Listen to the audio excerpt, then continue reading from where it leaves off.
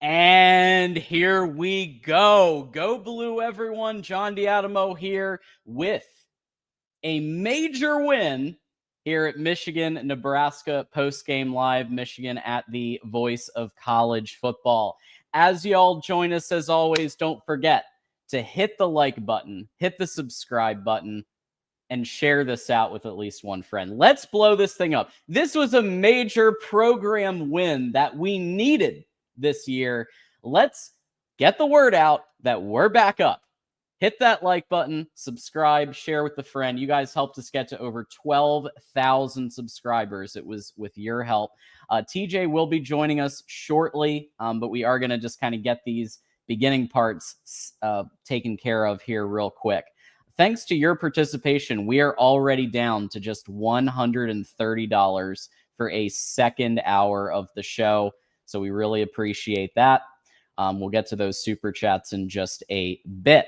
But before we do have to remind everybody that each and every episode of Michigan Live this season, whether it's post-game, Wolverines Live, call-in show live, it's sponsored by Win Agency. At Win Agency, we try to make things as simple as possible. We now have 2 self-service options available on our website. Check out the links in the chat to run your own health insurance and life insurance quotes. This service is available 24/7, 365, and 2026 plan prices will be available in November. That's the Win Agency, folks, and we do want to thank them. And without further ado, TJ is here. He's got his jersey on. Looks like that. Is that the Underwood jersey, TJ? It came today, baby. It came today. No, this is not the autograph that's going to be framed. I'm thinking I'm going to put it there. We'll see. To be determined. But yeah, I'm here, bro. Hey, the Batman shirt comes on Tuesday, by the way. Yeah, mine should be coming around the same time, like Tuesday. Really? Wednesday. Fuck, yeah. It took forever to get mine, but it's all good though. Hey, victory today, John. Victory today. Toast to the boys. Toast to Biff Poggi. Pretty happy. A lot to talk about though. Wasn't perfect, but we'll get into it. Absolutely. We already do have some super chats. Thank you all so much. We're going to knock through all of those once we get through our analysis. But very exciting here. So this was a big win. Let's go and put up this graphic because we actually have a new exciting sponsorship here. Our post-game analysis is brought to you today by FanDuel. All right. So we have a special offer. FanDuel has a special offer for everyone here who's watching. If you bet $5, you get $300 in bonus bets if your bet wins. So we're going to pop the link right here. This is a brand new initiative. First ever episode we're doing it. So check it out on FanDuel. And TJ, before the game, FanDuel did have Michigan favored by 2.5. So pretty much right on the, almost right on the money there from FanDuel. Michigan 30, Nebraska 27. Let's take it high level, then offense, then defense. How about that? So let's start with high level. Like, how big of a win was this with Sharon Moore out, with obviously not everything went the way that Michigan wanted it to go, heavy reliance on run game, but there was some good stuff. And I think it's worth pointing out. But like, how big of a win was this? I feel like this was a must win to save the playoff hopes for this team this season, TJ. All right, 100% must win to save the playoff hopes. But I mean, this is an epic win. This is a gigantic win. We won on the road, Big Ten play. The team got it done. And let's just be honest. Can we be honest? We don't lie here. We kept Nebraska in the game. This was Michigan against Michigan. Listen, man, the play at the end of the first half, we'll get into it. That gave them 7. The field goal we allowed them to get, that gave them 3. 10 points easily given to Nebraska that shouldn't have gotten. I mean, Michigan honestly should have railroaded this team. A lot of positives, areas to clean up. This team is sloppy as shit. I'm not saying anything anyone doesn't know. Very sloppy team, very poor fundamental play, but a lot of positives, man. And I'll be honest, that defensive line, they came to play, boys. They came to play. Did. And let's just say they let me know. They told TJ to shut the fuck up today. That's what they did. The defensive line essentially said, shut the fuck up, TJ. And I'm okay with that. I have no problem with the defensive line telling me to shut the fuck up because, bro, what did we get? 7 sacks and how many pressures, bro? I mean, and it was coming from everywhere. I mean, there was a lot of pressures. There was some schematic pressures, but I was so happy to see it. Offensive line played pretty good 7 today. Sacks, 40 solo tackles too. But you're right, John. Let's stick to we'll do like a 30-foot a 3,000-foot view of this thing. For the program, this is major. For Bryce Underwood, this is major. Mar, shut the fuck. You're right. Hey, I'm with it, baby. I'm with it. Derek Moore, what's up, son? Derek Moore really played well today. I'm so proud of that defensive line. Erashawn Benny played well, bro. We'll get into it. We'll break down the offense and defense like you said, but this is such a big win for this program. And now Sharon's back. Sharon's back now. So I can't wait to see. Biff did his job, although we'll get into that first half blunder. That was some bullshit. But a lot to be excited about. I mean, like, think about this. Look how good the team has. So many bright spots, but we played so poor and we still won on the road, man. What a win. Good fucking win, boys. Good win. Absolutely. We said this beforehand. This game is a must win. Because really, and it was a must win, by the way, for both teams. Like, both teams felt like this was a must win, but Michigan got a little bit more because really this determined whether Michigan was still in the playoff hunt or maybe a 7-5, 8-4 team again. This win set the path where you still have one loss to go and you can still get into the playoffs. So like what this set up, TJ, is a really good situation for the rest of the year. Just from a high level perspective, it was an interesting mix today of the philosophies of Sharon Moore, of Chip Lindsey, of Wink Martindale. And you're right. There was some stuff that I really liked. There are some people that I want to give raises to, and there are some people who I'm going to call for their firing today on this episode. But we won. And that's the most important thing. We won, and it doesn't matter if you win pretty or you win by 1 point. Michigan won the game. So right. Yeah. It doesn't matter if you win by an inch or a mile, John. Winning's winning. The great philosopher Socrates said that shit. But I would just say, John, I know where you're gonna go with that firing thing. And I agree with pressure. I think there needs to be some pressure. I don't, can we just be honest? We just have a lack of talent at that wide receiver position, man. Like, we just do. We just do. And you want, and not you, but we want 5-star level shit, 5-star restaurant level food. And we're getting our food, we're getting our ingredients at the fucking McDonald's. Local. You know what I mean? Like, it's unfortunate. I mean, look, McCauley looks nice, and we saw his athleticism today. They need to utilize him more. They need to scheme that fucking dude open. I like Samaj. I'm gonna be honest with you. Samaj is making me proud. I know a lot of you might. I don't know how Elijah feels, but The rest of this wide receiver core, though, man, come on. I'd love to see Andrew Marsh get more opportunity. But I am not anywhere near firing anyone yet. I just, okay. But do I agree? Do I agree that attention and awareness should be brought and should seats be warm? Because it's not like the team is playing phenomenal. There's a lot of coaching issues here, man. A lot. But let's celebrate a victory, John. Let's celebrate. That's absolutely my point. Yes. Yeah. I want to start with the positive, right, on offense. So the positive on offense is that we were really worried about the lines, right? For the last couple of weeks, we were really worried about the lines. It was reported that before Sharon Moore went on his NCAA vacation for a little while there, he had been working with the O-line. And even the little bit of time that he worked with the O-line, it looked like it paid off because the run blocking in particular was absolute money today. And I don't say that often. It was it reminded me of some 22-23 shit, right? Whether it was an A gap separation, whatever the gap was that was assigned to be created, whether it was Garnera and Sprague working together to get it, whether it was Link, who I've been very critical of, and Afobe working together to get it, that opened up Justice Haynes and Jordan Marshall, who also had a good game today, which I was very happy about.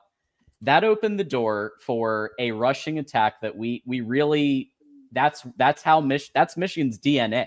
286 yards on the ground today, TJ. 105 receiving. This looked like a 2023 special. This looked like a Sharon Moore 2023 special, but I'm okay with it because in this case, we did what it took to win the game. That's what's different about me being okay with the pounding the rock towards the end, especially, is that it was working, right? There was separation being driven by the O-line. We were winning the trench battle. And so because of that, smash ball became a factor, right? The receivers it was drop city for sure, except McCauley. I thought McCauley did a really good job in multiple areas today. Klein is back. But the bottom line is really, I want to give a raise to Coach Alford. And I want to keep Coach Alford at all costs because clearly the run is still being maintained at an elite level. And you got to give him credit for that. And I will say, I also want to give a lot of credit to the O-line group of coaches, Grant Newsome, Castillo, and Sharon Moore himself, who got involved. And so those things I want to say is a positive, right? Those things are good. I am going to continue on the Ron Bellamy train, though, because in this instance, while some of the balls were zipped by Bryce, and I'm going to say that, Bryce wasn't at all perfect today. Bryce, fastballs, a little too much for my liking right now. Some balls that were 5-yarders, but at the end of the day, could there have been some more catches? Let's all be honest. There could have been some more catches on some of those balls today. And that brings me back to Ron Bellamy and what the hell is going on in that receiving room. Here's all I want to do, TJ, and then I'll volley it back to you. All I want to do is find 3 guys that can have good hands, can catch the ball, and they're the starters, right? I think McCauley is check.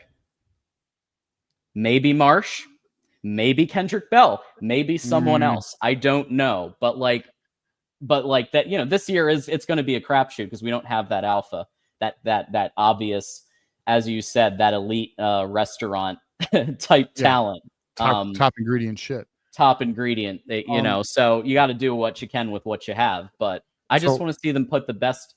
The 3 guys that can catch balls, put them on the field. So in my opinion, yes, Underwood's throws have zip. Good wide receivers catch those fucking balls. Let's just be completely honest here. Those are NFL throws. In the NFL, that's common shit. Okay, I'm sorry. I know this is college. You're like, well, I don't care. These kids need to catch the damn ball. Michigan needs to upgrade its wide receiver talent. If I'm putting out my best weapons offensively, it's McCauley, Samaj Morgan, Andrew Marsh, Marlon Klein. That is my best offensive set with Justice Haynes in the backfield. And shout out to Jordan Marshall, rotating Jordan Marshall in. That is your best set. Period. You got to catch those balls. I don't care if it's got zip. It's not a Joe Milton throw. It's not.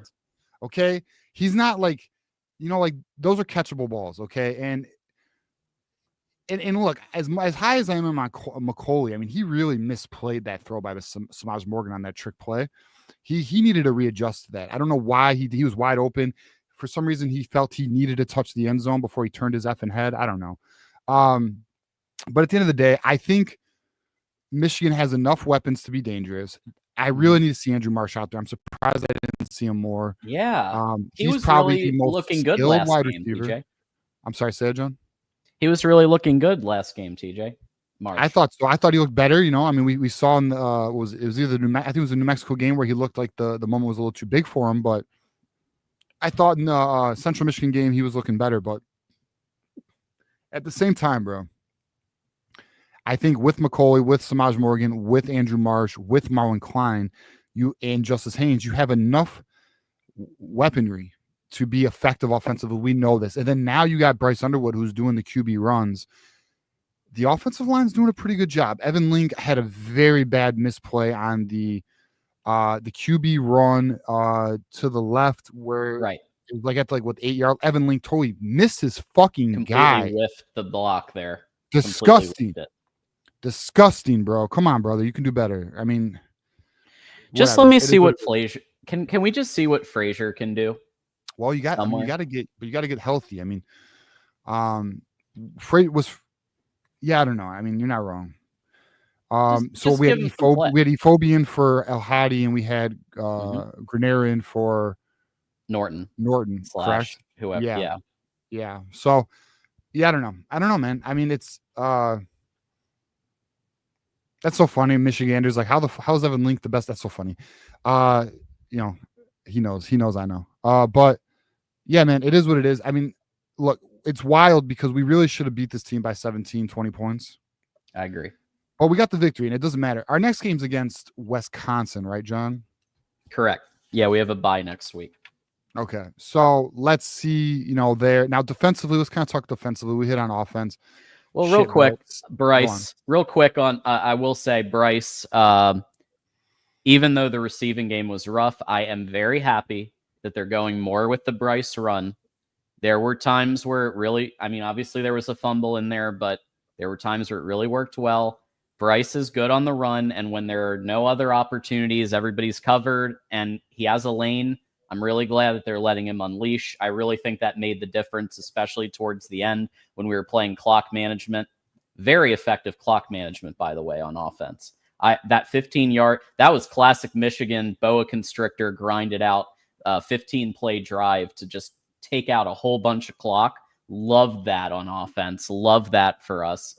And obviously defense had to hold up too. So we can definitely hit on that and how defense kept Mini Mahomes to 27 points. Well, let me hit on this offensively, John. Yeah. Justice Haynes. Oh, I don't feel like we've honestly given Justice Haynes enough attention. I mean, I know. Let's do it. He's even exceeding my expectations right now, and I was very high on Justice Haynes. I mean, we're talking, and someone mentioned it on Twitter. Someone was like, "We have a Doak Walker award-winning candidate here," and I think you're right.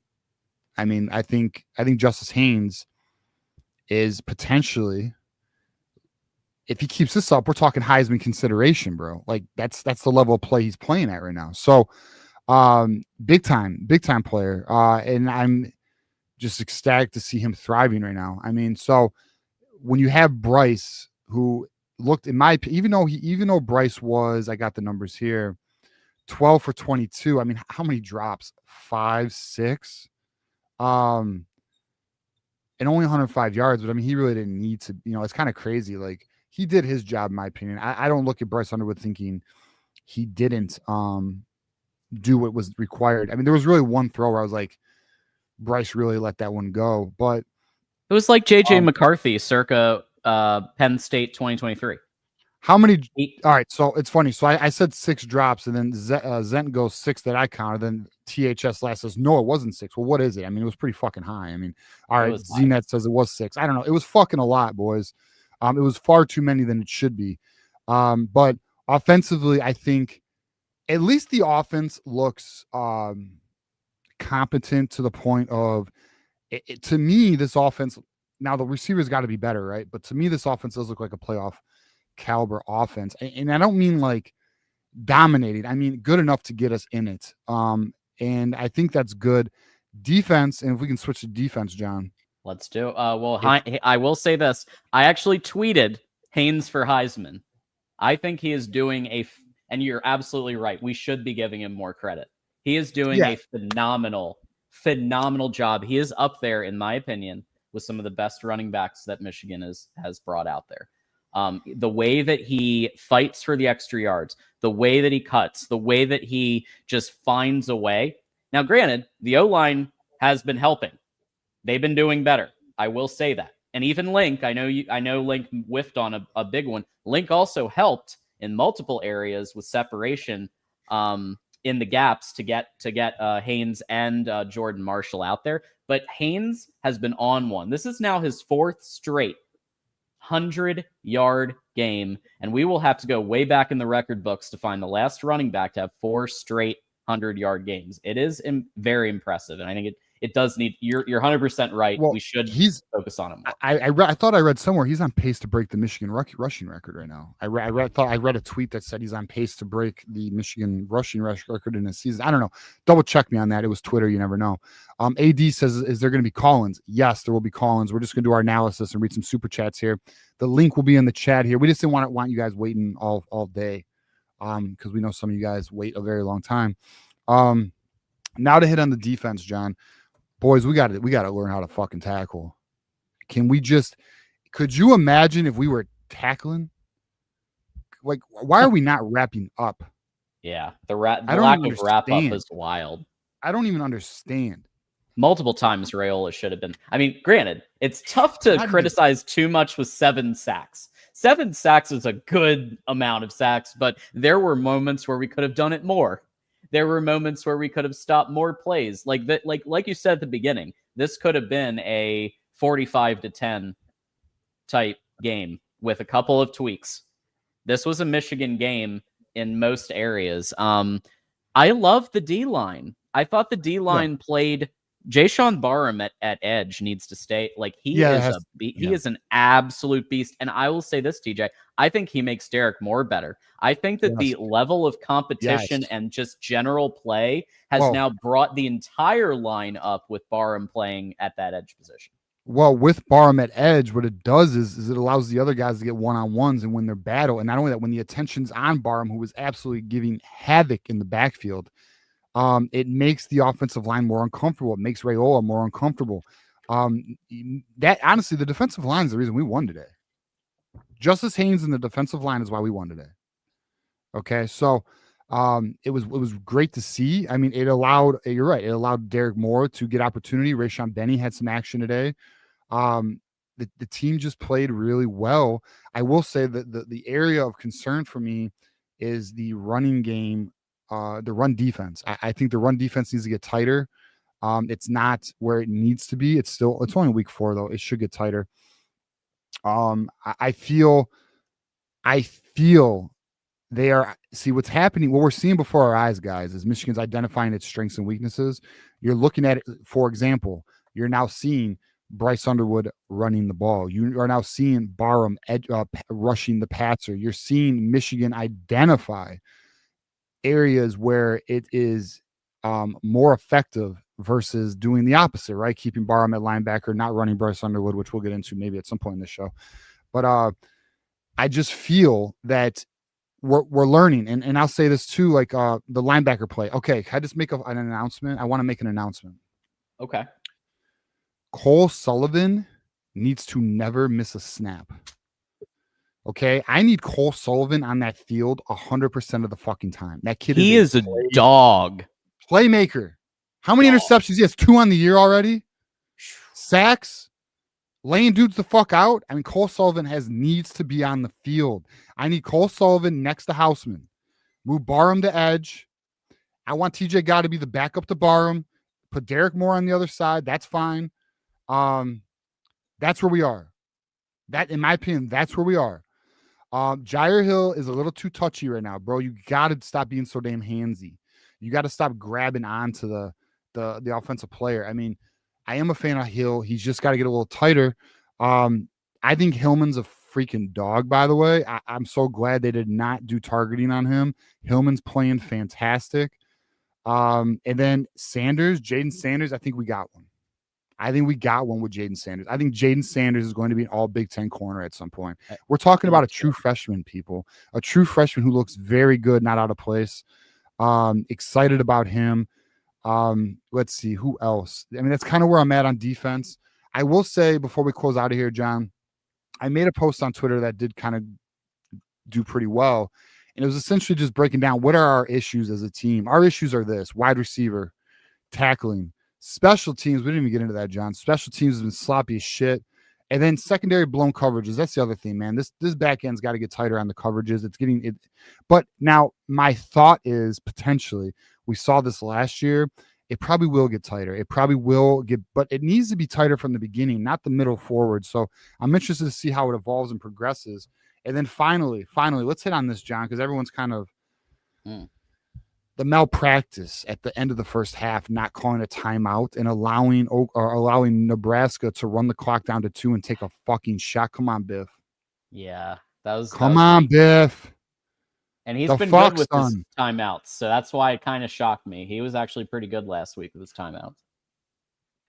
That's 7 points we should have had. This game should have been not even as close as it was. We allowed them 7.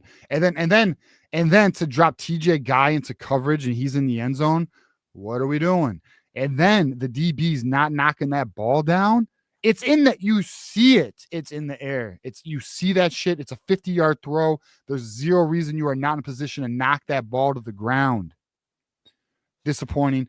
You know, like, and listen, there's maybe somebody watching right now who's like, we won. Why are we being critical? Listen, we're hard on our team here. We want this team to be a playoff team. Now, listen, I'm very happy about the victory. There is reason for celebration. There's a lot of positives. But we're going to be honest about some of the weak points, because these weak points could be potential reasons why we lose games we shouldn't next year as the season progresses. So that's where I'm at, John. We got to get cleaner. We're messy. We're a sloppy team. My last point, John, before we get to super chats here, and then or if you got a follow up. Yeah. This team does not do the little things well. And the little things is what used to make us different than everybody else. I'm talking about the blocking, like the Evan Link blunder that he missed on the Underwood run. I'm talking about the catches. I'm talking about the tackling. I'm talking about the strong special teams, the third phase of the game. That shit's non-existent. So that's where we are. So let's get it together. We got another week. Thankfully, we got Wisconsin. In my opinion, that's a tune-up game. That's an ability for us to get tighter, sharper, and better. So we'll see where we are, John. And then you can give your final thoughts here, and we'll get to these super chats. Final thoughts is this was a must-win, and we did it. Must win. That's right. And that's right. Look, we have to remember that Nebraska was extremely motivated in this game. That's right. Yes, they were. They wanted this. And they wanted this bad. Michigan also wanted this bad. And they wanted it bad for their coach, too, Sharon Moore. This was partly, and it actually was kind of poetic. And I know that I've been critical on the amount of running and the amount of inside zone.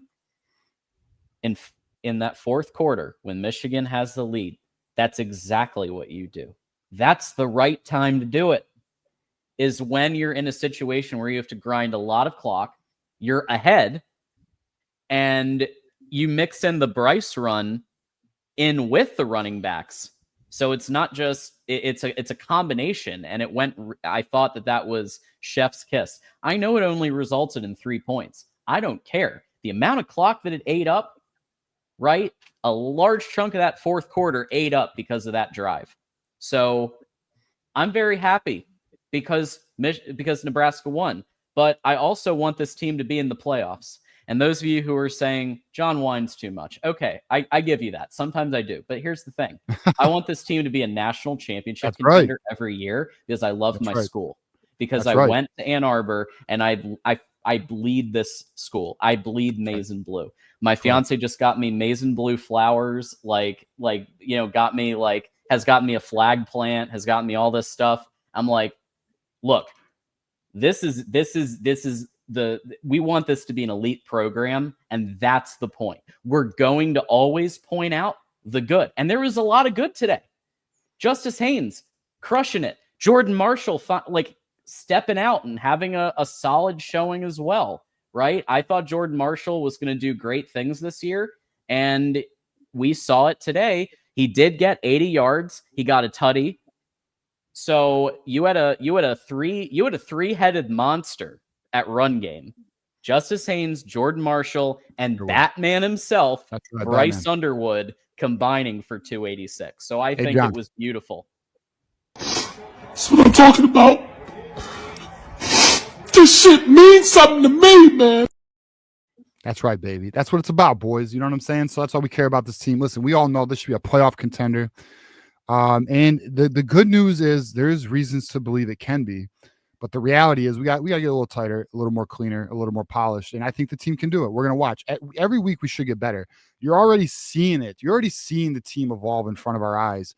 Like I said, you're seeing Barra move to edge. You're seeing Bryce able to open up the offense. A lot of exciting things, in my opinion. Things to work on, but a lot of exciting things. So, folks, we do have some callers already. Thank you for that. We are going to hit up all the super chats first, as we always do.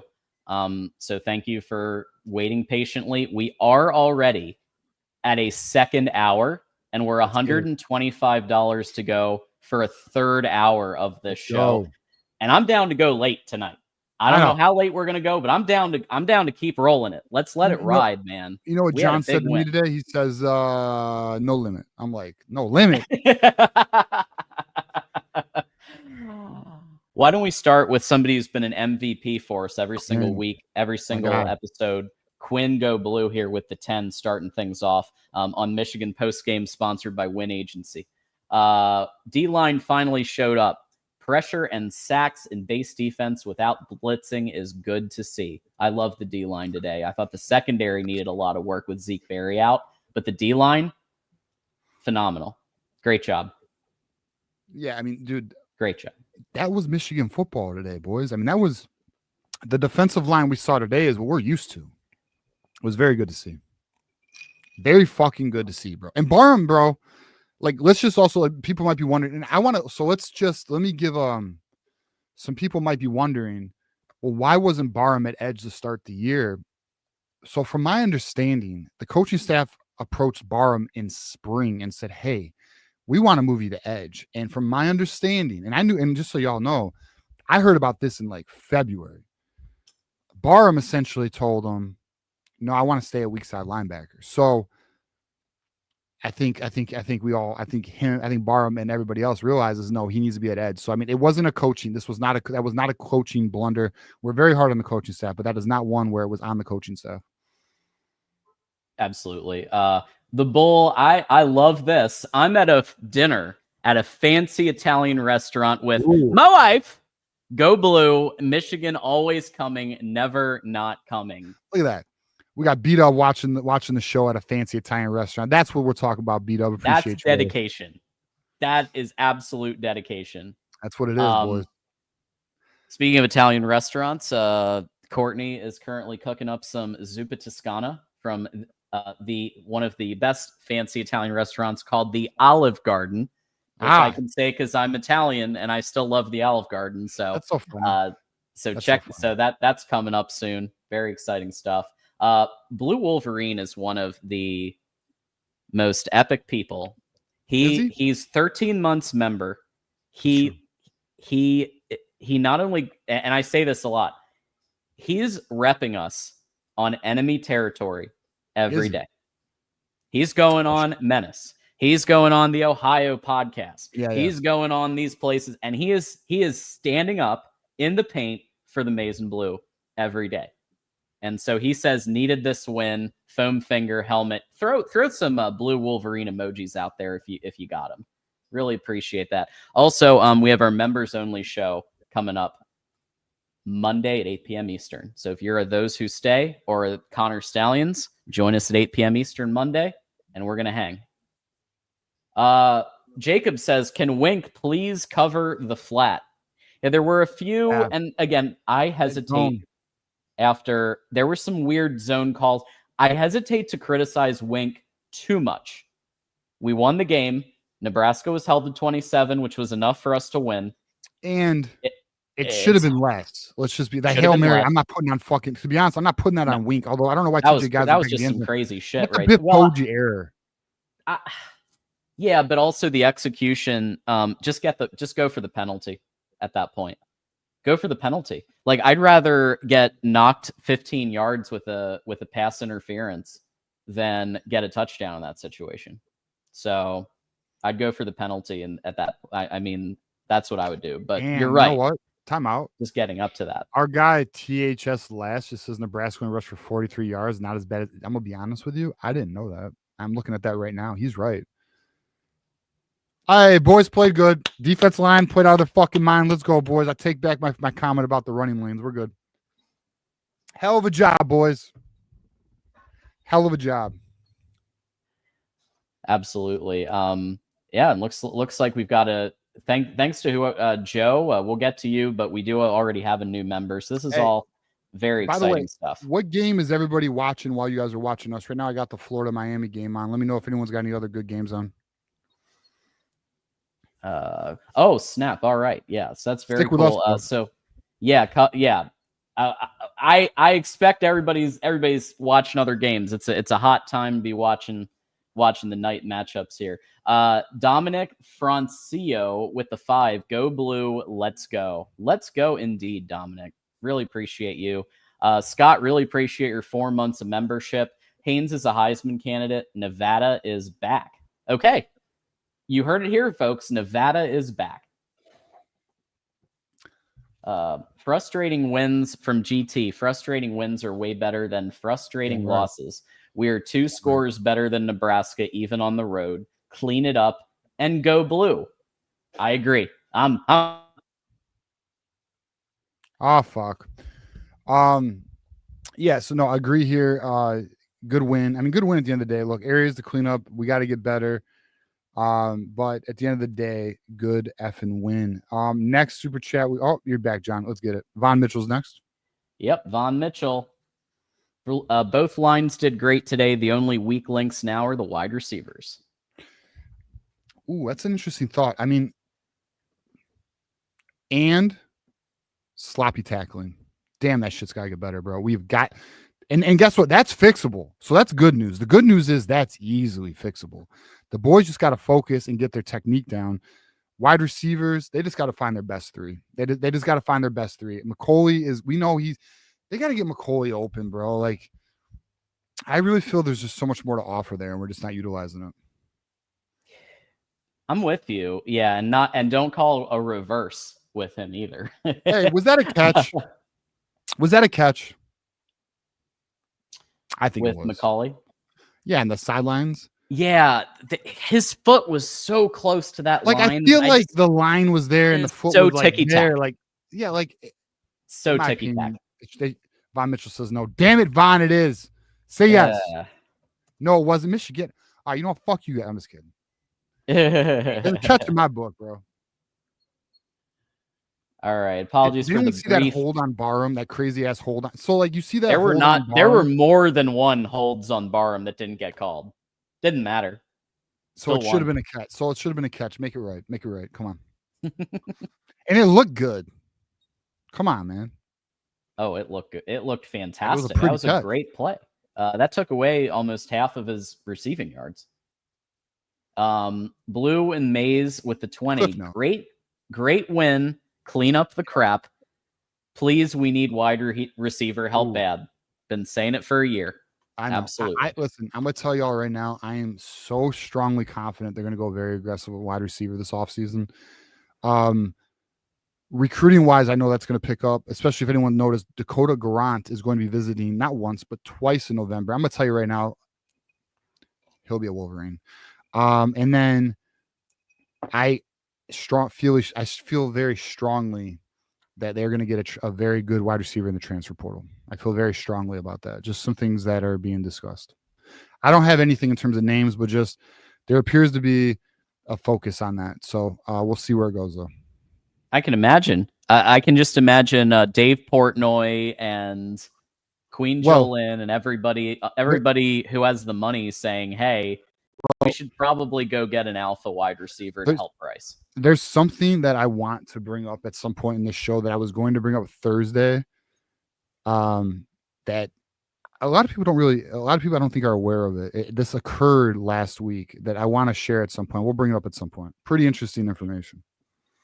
There is some discussion that just jogged my memory. Also, how about the reffing? I don't like to complain about officiating.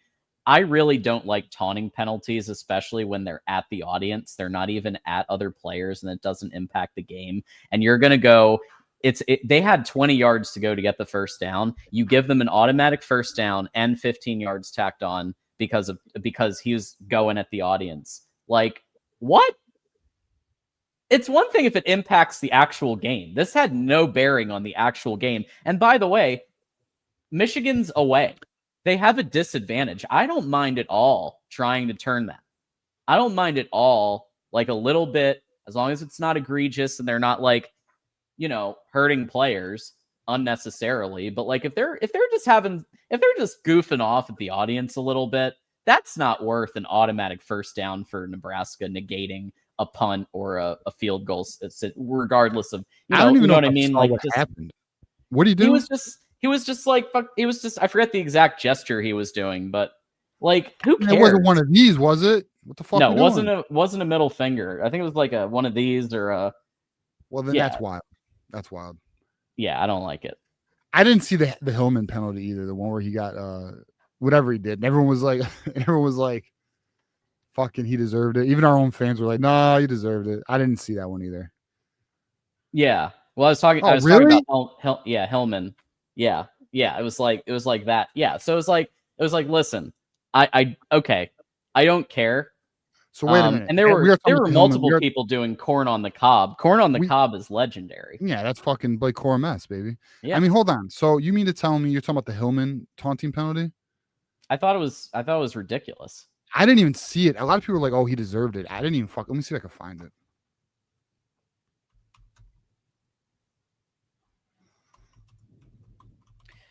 See, that's another one. Didn't they score on that drive too? I believe so. It doesn't matter. We won. Fuck them. Fuck them indeed. 85 to go for a third hour. Really appreciate everybody here. All right, let's go back to, if Bryce is Batman, then Justice is Superman. Da-da-da. Absolutely. Or Robin. Or what? I like Superman because they both are like absolute ballers. A wide receiver in their own right. You're right. Yeah, you're right. All right, we got Superman and Batman. The wide receiver. Right. Yeah, right. Macaulay's good enough to at least be in the crew. He needs to be. Do you see Biff Poggi called Barham Biff Poggi's got to be a Marvel fan or something. But even though I know Batman's DC, chill out. Because he called fucking Barham a superhero also. He's big on superheroes. By the way, Biff Poggi's exchange with Nick Saban today, epic as hell. Epic. I love that so much. If you didn't see it, it was wonderful. Yeah, it was wonderful. Yeah, basically, you were paying players at St. Xavier. Well, I learned from you. I learned it from you. Yeah, it was hilarious. I can't stand when people act like that didn't happen and then they want to call us cheaters. Shut up. Von Mitchell, Sanders is doing good as a frosh cornerback. I agree. He's doing good. Quarterbacks haven't been able to pick on him as I thought. Exceptional. Oh my God. I'm so proud of Sanders, bro. I'm honestly, I think we have something very, very good there. And I want to see Shamari Earls. I want to, Sanders is out playing Earls right now. And I know Earls was injured the first two games, but I'm interested to see how they both develop. And it is interesting. Here's what's interesting. And shout out to Juju, who we will talk to soon. I was talking to Juju earlier, and he's not wrong. Sanders has surpassed Josiah Edmond, which is a big deal. Josiah Edmond, a former top 100 recruit, they're very high on him, and Sanders has surpassed him. So it's interesting to see how this develops. 89 Dr. Funk, help wanted. Get Bryce some freaking receivers. Yes. Listen, we're calling for it all day, every day for a year. So I'm with you. When the transfer portal, when signing day comes and transfer portal, I'm gonna be honest, we're about to be obnoxious as hell. We will do our part as a podcast. I'll say that. We got to apply pressure as a fan base. But I'll tell you this, the program knows. They know. I struggle with this one. Michigander, great guy, moderator, 6-month member. I hesitate to call Samaj trash. Get him off my team. I think he has his uses, he has his abilities, but let's not pretend like he hasn't dropped a lot of balls too. Some of them catchable balls, some of them zips. So two things. One, I actually think Samaj Morgan has been better this year, and I think Samaj Morgan's actually a nice third option. I mean, when I say nice, I mean considering the situation. Obviously, we would like upgrades everywhere, but I'm impressed with Samaj's development. He's better than he was last year, man. And look at that first down where he fucking fought through the tackle there. I mean, Samaj is not my issue. I'll just say that he is not like the Goodwins, unfortunately Goodwin, not to pick you up, Fred Moores of the world. Like these guys are not, and then someone mentioned, well, we need to go after Nick Marsh. Michigan did go after Nick Marsh last cycle. And they actually, if Michigan State did not increase their offer or their NIL for him, he'd be here. But they did. So that's why he's not. We got Joe with the 20 burger. Thank you so much, Joe. Great win. The discipline and fundamentals were bad throughout the game. The DL was fantastic. The secondary needs to clean up the communication, and Lindsay needs to stop the horizontal BS. Clean that up, and the team could be 11-1. I'm gonna disagree a little bit with the. I thought that the horizontal game today. It worked. Actually worked because it wasn't utilized all the time. They sprinkled it in. And when you sprinkle it in and you mix it up with the vertical game, with Bryce's ability to run, and you use it as part of a combined offense, crazy idea, I know, after what we saw at Oklahoma. But when you do it that way, it actually worked. And we had a screen to Justice Haynes that was very effective. So I thought I'm okay with it. Yeah, I thought it was used just fine today. I didn't have any issue with. Did anyone have any issue with the offense today? Outside of wide receivers not catching the ball? Wide receivers not catching the ball, who had an issue with the offense today? I didn't. Yeah, tackling, not catching the ball, poor clock management at the end of the first half. Trying to think if there's anything else. And then poor special teams. But hey, Zavada's back. Yeah. Get the word out. Zavada's back up with a really clutch field goal there. I mean, I knew that. You knew that. We all knew that. Zavada, we don't know. I don't know what those first two kicks were, but he's good. We could trust him again. 56-yard field goal. I think we can trust him. He is an NFL kicker. He better be in the NFL. He better be in the NFL. Let's see. Shout out to Jake Moody too. He just got released. It's fucked up. I hope somebody picks him up and he gets another shot. 89 Dr. Funk, coaching malpractice, not using the 3 timeouts. Agree, man. But here's what I will say. If that was Sharon Moore, we'd be cooking the fuck out of him right now. It's Biff Poggi. It's his second game as a head coach in college. Not that I find it acceptable. And if we lost right now, we'd be going irate. But his second game as a head coach for Michigan in college. I mean, he has been head coach. You're right. We had the Charlotte 49ers. Don't forget about them. Does that really count, though? I mean, does that really count? That's like high school football. Basically high school. I'd say there was one time where timeout should have been utilized that wasn't. That did impact the obviously led to that Hail Mary. Yeah, so. Boys, we know he coaches Charlotte, but again, I ask you, does that really count? Just saying. Blue and Maze is recommending Charles Woodson, I believe, for wide receiver coach. I have a couple of other ideas. So I have Soup Campbell, considering he's literally already with the program. I also, yeah, go ahead. No, go on. I also was thinking the wide receiver coach for Chip Lindsey's offense at UNC. Yes. Would also be, and the name is escaping me right now, but me too.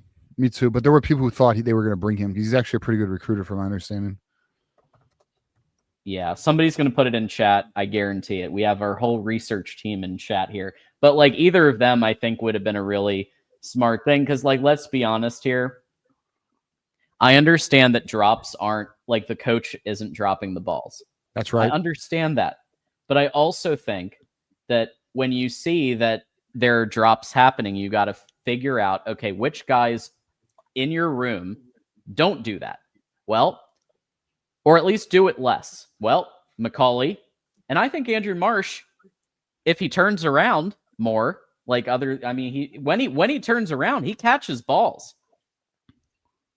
So then we just got to find number 3. I think Samaj you still utilize in some ways, and then you find number 3.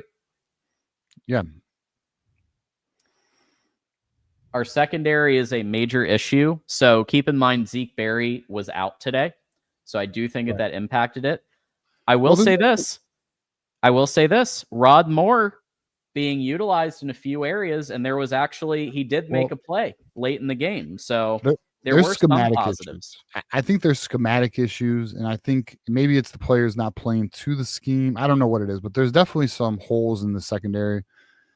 It's got to be better. I mean, but here's the good news, boys. I mean, if we look at the schedule here, I mean, let's look at the schedule. I mean, look, we got Wisconsin next, easy dub. I mean, the next hurdle for us is USC. They play Little Brother tonight, which we're all going to be watching closely, I'm sure. So we'll see what USC's got. I mean, I'll be real though. Like again, looking at the schedule, fuck everybody until Ohio State, boys. And can I be real here? As long as we run the table all the way to Ohio State, we should be a playoff team. Yeah. If we can, USC does worry me a little. Washington worries me a little. That's pretty much it till Ohio State. Yeah, but a lot of people would have said this game against Nebraska was one of the big ones. We just check. Done. Yeah. And to be honest with you, there it is. We made that a game. That was not a game. We should have dominated them. I could see this being another like remember what happened in 24 where there were issues. They patched them up best they could. And then look what happened at the end of the year. Right. This was a very good win for the team, but I think you might be looking at another scenario where they shore up some of these disciplinary things. They put the right people. Who thought Garnero was going to be at right guard starting this year? I don't think any of us did, and he's been killing it. So like you figure out the right people, and I do think that they're in the process of figuring it out. And this was a game where they made strides in figuring it out, and they will continue to do that with the bye week coming up, Sharon Moore coming back, and all of that. My one thing about Sharon is I think Sharon Moore has blind spots, but I think once Sharon Moore identifies the weaknesses, I do think he fixes those problems. I agree. Daniel Thornton with the 5. I'm glad they won, but this staff still needs to go. I can't. Wow. The whole staff. I can't. Daniel, you don't have to super chat, but just if you can clarify, you want everybody or just specific people like me? I can't stand how poorly coached they look. Bad play calling, just bad all around, except trenches. Yeah, but guess what? Except trenches is a big except because we were worried about trenches 2 games ago. Dude, fundamentally sound, this team is piss poor. I think we can all agree on that. Now, I'm not ready to fire everybody. I mean, I'm not, it was coaching malpractice. All right, fuck it. Let me share the little information that I hinted earlier. All right, first of all, it was coaching malpractice to not run Bryce Underwood week 2. Agree. Let's just say not only did the donors and administration apply some pressure to Sharon Moore over those comments he made about not running Bryce Underwood, which did happen not this week, but last week. That is why you see such a fundamental change in that offense, by the way. It isn't just, they just realized. No. There was pressure applied from donors and administration. And word Manuel had a talk with Sharon Moore. And even donors, Ward Manuel got into it. well, because donors were talking, and donors were not happy with those comments. So it's just, that's where that goes. So, Yeah. And apparently a lot of people were unhappy with his comments about a second quarterback. Yes. You need a second. You need 2 quarterbacks to run Bryce Underwood. We all know how insane that is. We So sure as shit roasted him for that one. So yeah, we did. And just so everyone knows, the donors, they're invested, very invested. So now some people be like, I don't like that. I don't want the donors determining my schools. Listen, all the donors want is winning, and I don't think anyone's upset with that. Michigander said our D-line finally showed up. Yeah, I think Jay Sean Barham in that position is the way to go. I want to clarify something. So people are asking, like, well, I don't want donors talking to our coaches. Well, look, let me just say this right now. Were they wrong? And to be honest with you, your donors are the ones who will pay for buyouts if it is time to get rid of a coach. Like, you want your donors. Now, I'm not saying donors should run the program. They shouldn't. But I think we all agree it's absolutely insane not to utilize Bryce Underwood. Agreed. And now they are. Correct. And word is that Sharon Moore made that edict. So Sharon Moore said, hey, let's open it up. Here's what I want to see. And that's exactly what Biff and Chip and company are calling. That's what they're doing. What happened to Channing Goodwin? That's actually a good question. What do you mean what happened? Was he ever established? Well, he's had some good moments. It's tough because it's in the still spring game. When was his good moments in the spring? I mean, I don't know. Spring you guys game, think he's a proven commodity. He's not. Yeah, I mean, he had a couple. I thought he had a couple good moments at CMU. I thought he had a couple good moments at New Mexico. See, let me just say, Zavada missing 2 kicks to start the year. That's something to say. What happened? This is a Goodwin proved nothing, bro. Yeah, you're right. The Zavada would be a better use of what happened. Yeah, what happened? What's going on? And by the way, Zavada's back. Yeah, that's one thing we can really rejoice on. Caden, how's it going, gentlemen? Good to see you, Caden.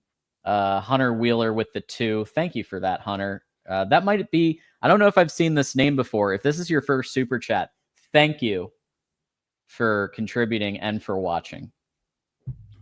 Von Mitchell with the 5. Ron Bellamy needs to listen to Menace to Sports. I'm sure he's going to get right on that, Vaughn. He's going to get right on that. Zach is always spilling the tea on how he and Hartline coach wide receivers. I mean, he does. I will say this. I rock with Menace, at least from a perspective of they know ball, Zach knows ball, and I've watched some of the bourbon and balls that some of my friends over at Menace have sent my way, and I've got to say, like, it's really interesting stuff, and I've learned a lot. So I will say that. Plus, they support bourbon. I love bourbon, so all of that's there. Well, I'll say this: I'm actually a fan of Zach Smith, so I like him. And Chris Drew's not too bad either. He's all right. Yeah, he's all right. I'm trying to do a collab with him to talk some Michigan Ohio State. I'll say this: he had some good notes, and I listened. Yeah. So how about that? He's cool. I think he has some interesting notes on things. Let's go Scott with the 5. Samaj is quick with the ball in his hands, but his hands are suspect catching it. He drops at least 2 a game, it seems. He does drop the ball a lot, and it's a little bit less acceptable for him to because he was on the 2023 team. He's been established. The fact that he's still doing this, that to me puts it at another level than like if Andrew Marsh, for example, drops a ball. Well, he's a true freshman. It's different, right? Samaj, he should be better. I thought I was really kind of secretly hoping he would take the Roman Wilson jump this year. I didn't predict it on air, but I was kind of wishing and hoping just because I really wanted that for him. He's a good kid, or a good player. I shouldn't say kid, but a good player. But like, it hasn't been coming together really, aside from a couple of good plays at CMU. Okay, let's go to Michigander. Again, since 1935, every year that ends in a 5, a running back has won a Heisman. 4th consecutive game, Justice Haynes has had a 75-yard touchdown. Yeah, he had almost 150 today on the ground. He's had 100 at least every game he's been at Michigan. That's really good. Remember when y'all tried to tell me Jordan Marshall was gonna be RB1? I did, and I was wrong. I'm just fucking with you. I'm just fucking with you, man. I mean, I'm serious, but I'm just fucking around. I'm just trying to say I told you. That's all. I got you. Listen. No, he's I'm exceeded. happy. He's exceeded. No, he's. I mean, I didn't I'm expect. happy. This. Yeah. No, I didn't on expect this, but I mean, I knew he was good, bro. I knew we had one. Yeah, I started second guessing my prediction when I was doing the film breakdown of the Michigan-Alabama Rose Bowl with Mark Rogers, and I was like, oh, he might contend for RB1 actually and like win the job outright now that I'm really watching it again. And that's what happened. So I'm happy that you were right on this, TJ, because it means our run game, there's no limit. I'm happy I was right too. So by the way, Justice Haynes has 537 yards on the season and 6 tutties. Folks, Crazy. Thanks to your generosity, we're already only 50 away from the third hour. So I want to say this too. Yeah. Justice Haynes has to go to the NFL at the end of the year. Because if he doesn't, it's going to be a very interesting situation at running back room next year. He's With going. Savion Hyder coming. I'd put it at 99% chance he's going. Yeah, I mean, the way he's playing, he's probably gone. Just so y'all know, the plan was this offseason, from my understanding, they wanted Haynes to really do well. So he could go to the NFL. So this way next year it will be Marshall and then Hyder. So yeah, we'll see. Because I will tell you this: if Haynes does not go to the NFL next year or at the end of the year, Hyder and Marshall's going to be third. Hyder's, we're talking seriously. Like we're talking ridiculous talent. We're talking like not generational, but like extremely special. I'm with you there. Nick's here, not to be let down. Obviously, we were waiting for the Nick sniper shot here. He's got the $5 super chat. Bro, wide receivers need to catch the freaking ball and stop slipping. I'm looking at you, Banana Peel Bellamy. Love it. Love the energy. John, are you pissed yet? Should have been 30-10. Am I pissed? My pissed offness is lessened because we won. That when we win, it goes down. That's pretty much how it goes. But I still think there needs to be tweaks if we're gonna go and win playoff games and like go to the playoffs. We should have won by 3 scores today. Yep. We kept that team in the game, not them. It was not Nebraska that kept them in the game. It was us not playing good football. And I did say fire Bellamy again today, and I got some heat for it, and it's okay. I don't know. I just like I can take it. I just feel, and it's not heat, John. I mean, listen. Here's the reality. I'm talking about the commenters, not. No. I'll just say this: you're probably right in terms of like the outcome of what will happen, maybe. Yeah. But the truth is, like, he does not have what talent does he have in that fucking room? You know, like there's just not talent. You know. Yeah, so Macaulay being the best one, and then Andrew Marsh is a talent. He's just really young. He makes a couple of freshman mistakes. I think Macaulay's talented too. I think they're both really talented. I'm excited to see what Jamar Browder can do. I'm excited to see what some of the recruits and some of the people coming in are going to do. But Marsh emerged to the point where he needed to be on the field this year. That's impressive. So I want to address Dom here respectfully. He keeps saying Chip needs to be fired. What? That's insane. What? That's insane. We put up 400 yards of offense today. Okay. Over 286 yards rushing. Also, we won the game. Not the issue. If there was any issue with the offense, it was the hands of the wide receivers. Chip has been, in my opinion, it's a breath of fresh air to see an offense that can move the freaking ball. Like I like Chip Lindsey. I'm very happy with this offense. Like if you like, the truth is this offensive line needs to be better. It's not Dom. I disagree. I'm pro Chip Lindsey. Well, I think in a perfect world, he wants Sharon Moore to be the offensive play caller again and just Why? How'd that go? I mean, no. Smash. You know, I just. Why was there not a smash running element today? Again, we had. Yeah, I'm actually really surprised you didn't enjoy that, Dom. In the fourth quarter, 286 yards rushing. That was Michigan DNA. This was a Michigan DNA type game. This was not a spread it out a lot. And like there was spread, there was some of those concepts. But in the fourth quarter, 12 personnel, inside zone, Michigan DNA, Michigan identity. I'm surprised you're upset about that. Yeah, I have zero. I have absolutely my. All right, so on a scale of 1 to 100, how much does Chip need to be fired? I'm at 0. Yeah. Yep. I agree. Respectfully. That one, I'm in 100%. I like Chip. I like Chip. I don't get it. And the players like Chip also. That's important. All right. But Nick, we do always. Kirk Campbell's coming back. Fuck it. Yeah. Like, you guys want Kirk back? Or you like who's going to take his place? I'm assuming Sharon Moore would be the answer. And by the way, I do think Sharon Moore should consider taking back line coaching. Yeah, sure. But doing all three, no. Chip Lindsey's better than Sharon Moore. Yeah, I agree. Play calling. But at line, I think I'd be totally down for Sharon taking that over. Hunter Wheeler with the 20. D-line was eating. O-line looks better each game. Agree. But man, oh man, do we need wide receivers? What did they combine for 6 drops, including a drop touchdown?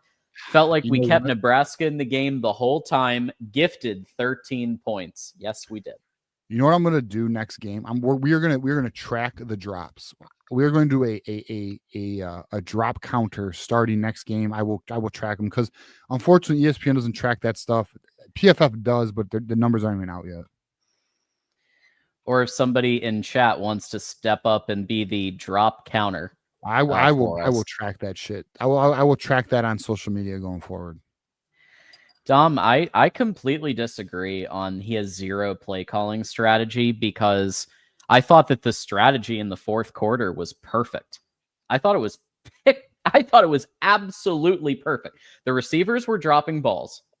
So what did they do? They ran inside zone. They ran outside zone on the perimeter. They ran Bryce Underwood plays, design quarterback runs.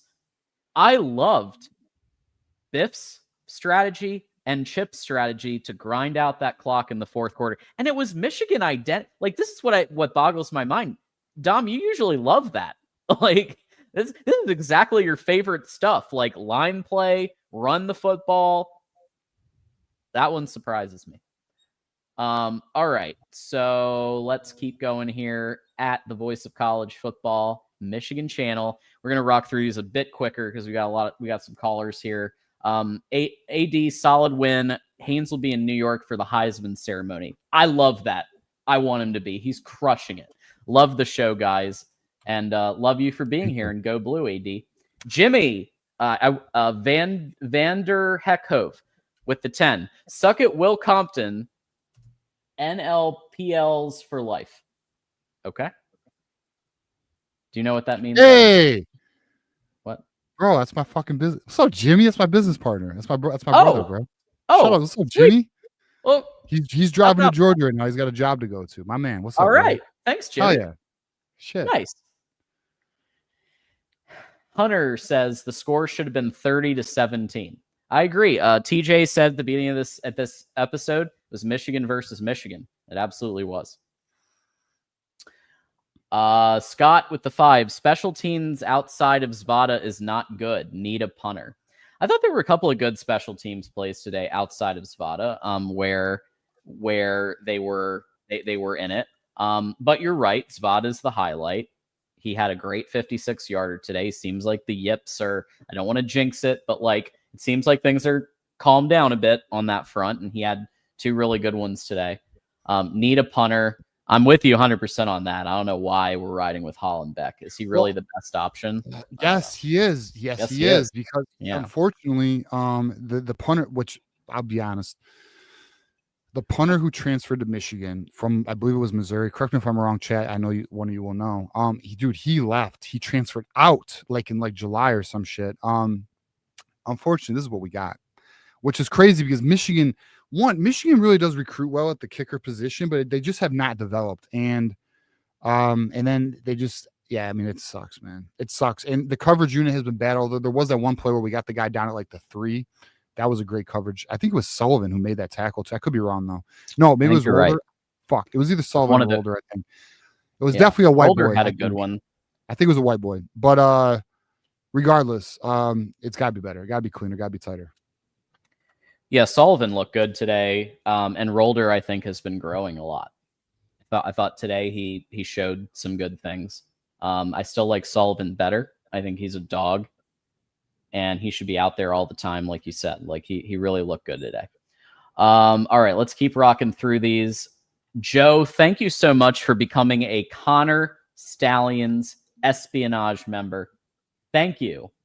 The latest Connor Stallions espionage member. Joe, you get access to our Monday night, 8 p.m. Eastern, members only stream. You get access to the emojis, and I'll do another post soon for a call for suggestions from Connor Stallions members where you can suggest topics, ideas, projects, whatever, and we'll look at it.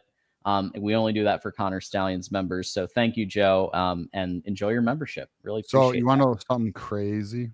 What's that? Guess how many Connor Stallions espionage members we have? How many Connor Stallions, 40. Which is the highest tier, $10 a month? How many do you think we have? Shout 40. out to all of you, by the way. How many? 40.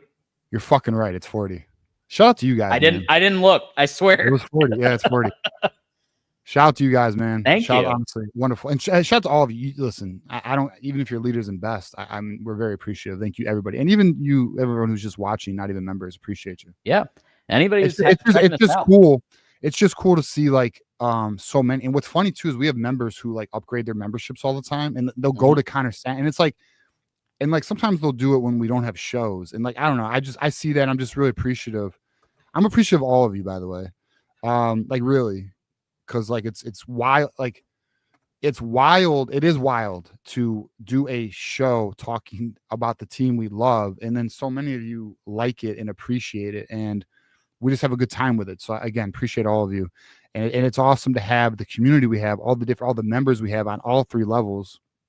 And then even those of you who are not members, it's still great to have you just to talk ball and enjoy the journey of the season, the ups and the downs, the frustrations and the enjoyment. So it is a blessing, straight up. Like I am extremely appreciative of what we have here. Folks, the 3rd hour is unlocked and we're going for number 4. Thank you, everybody. And so we will be getting to every caller. We promise. We're definitely going 3 hours now. So every caller is going to get covered here. We just got to rock through these super chats. Brian is back. Brian's like an OG listener. I've seen Brian for years come on here and on the main channel. So thank you. If I see Wink call that 7-man front cover 0 again, I'm going to lose it. Also, what's with the undisciplined penalties? Game wasn't close. We really should have won by 3 scores today, but at least we won. You know, Sharon's got to get this team tighter. You know, I'll tell you right now, boys, I don't know what Jim Harbaugh, outside of just being a great coach, but like, man, he had the team playing so like disciplined and fundamentally sound. And what is it that like, how do you achieve that versus an undisciplined team? I mean, I don't know, because we have a team that's slightly unpolished and making unfortunate poor, like, I really need to see that Brandon. I'm going to watch the game again. I got to see that Brandon Hillman penalty because I was on my laptop not watching. I'll be honest with you. I was chatting with you guys. You know, I love being on social media, just talking with all of y'all. So I got to rewatch. All right. So Dom says, and he might be right here. This is a fair point, Dom. Very fair point. And you mentioned this to me before. Is it the lack of Ben Herbert holding this team accountable? Maybe, because to Dom's point, and I feel Dom agrees with me. I think me and him are in agreement on this. The truth is, you're with the strength and conditioning coach more than the other coaches. That's who you're with a lot, especially in the offseason. So is it that Ben Herbert held this team more accountable, which made this team, which transferred to the on the field play? in terms of being accountable on the field, disciplined, and more locked in, maybe. I mean, I would say it's an interesting theory. I would say it's an interesting theory that might have some validity. Yeah. Hey, shout out to Dom, by the way, being passionate and fired up. I love it. I love it. Well, he loves his team. We all do. That's the other thing too. Well, you're right. And I was just going to say, that's the other thing too I love about doing this is like, everyone is so, I'm trying to chone out my swearing, but everyone is just so, like, they just love this damn team, bro. Like, they look like so many of you are like, love this team. So, Right. It's fun. It's fun to be a part of it, man. Chris H says, I'm double fisting the Coors Light. Nice. But with some bonehead moments, I'm skipping the Jim Beam chaser. They need discipline. So Chris, they do. You're welcome, whatever your beverage of choice is. And I agree with you. And maybe Ben Herbert was part of it. I think that's probably true. Possible. I'm willing to acknowledge the possibility and entertain that thought. It's an interesting thought. I think it's a fair thought. One thing I'm happy about, though, TJ, is that Biff is back. I think that he has provided a little bit of that magic back that Michigan had in those championship years. And I'm glad he's back. And he does act as less of a disciplinarian like Herbert and more of a father figure type. But just having part of that crew back, in addition to Sharon and some of the people who were part of that, I think it's good to have. You add in Wink Martindale, who was obviously part of those Ravens defenses and who kind of who was part of the architect of that system. It's like, I think I've seen improvement. Like last year was an absolute flaming shit show for a lot of the year. Let's just call it what it is. I don't think this year's been an absolute flaming shit show. I think there's been some encouraging signs. And I think Biff being part of that, I think Biff is part of that. Like Biff coming back was a huge win. I love having, net positive. Yeah. Drufus, we have a punter problem. Yes, we do. No question. Yes, we do. Chippo with the 5. Sanders official, and he's good. And the D-line played like we expect. Yeah, I mean, D-line is we were really worried 2 post games ago about the line play. They've been picking it up. So, to his point, the D-line played like we expect. This is what I expected. Yep. Today is what I expected from this defensive line. This defensive line looked like the defensive line we saw against Alabama. So, shout out to Wink and shout out to the boys for getting to this point. Absolutely. Yeah, shout out big time there. All right. Let's go to... There's so many super chats because of all of your generosity that I'm thumbing through. Thank you all for doing this, by the way. Thank you all for being here. I got to see this penalty. I'm sorry. I'm upset I didn't see this because I want to be able to do my own judgment. Is this it? Is this really fucking it? It was like 5 or 6 of them. But all right, then that's not a penalty. I got to see it. Did he do it in someone's face? I don't think so. I think it was kind of just like generally sideline audience. Like, I don't think it was a good penalty at all. I thought it was very weak. I'm going to watch it tonight because now I need to know. No, all right. Big case Mike has a really good question. Says that is it. You're right, John. That is it. Yeah. He was looking at the stat. All right, then if this is all right, so I am only going off of what John has shared and you guys are telling me, then what the fuck? Why would that be a penalty? I don't understand. That makes no sense to me. I got to watch it now, but that makes no sense to me. He did it towards the Nebraska coach. Well, fuck Matt. I'm just kidding. Matt Rule's an asshole. Yeah, that punk ass. Go do your podcast. He's a whiner. Yeah, go be a podcast. He's like us. Johnny wants to be a podcaster. What's up, bro? Yeah. By the way, how's that? What did the NCAA have to do with today, huh? Because he was one of the biggest whiners about all that. You're right. He was one of the vocal ones. That's because you know what, dude. When you throwing rocks, take your L, son. He got ass blasted 45-7 last time, so I don't even want to hear it. Nebraska fans thought they were back, son. Nah, sit down. I love this question. Big case Mike with the 5. Based on what you saw today, how are we looking against OSU? Too early. I think it's too early. Too early to know because we are literally evolving as the season goes on. Yeah. 2 games ago, I would have said we're fucked. Well, I'll say today gives me more optimism though. If the defensive line can attack it like this, because Nebraska's offensive line actually has played fairly well. And Rocco Spindler is actually one of the better offensive linemen in the Big Ten. Which, by the way, he would have came here if we didn't have. Word is, we would have gotten him if we did not have.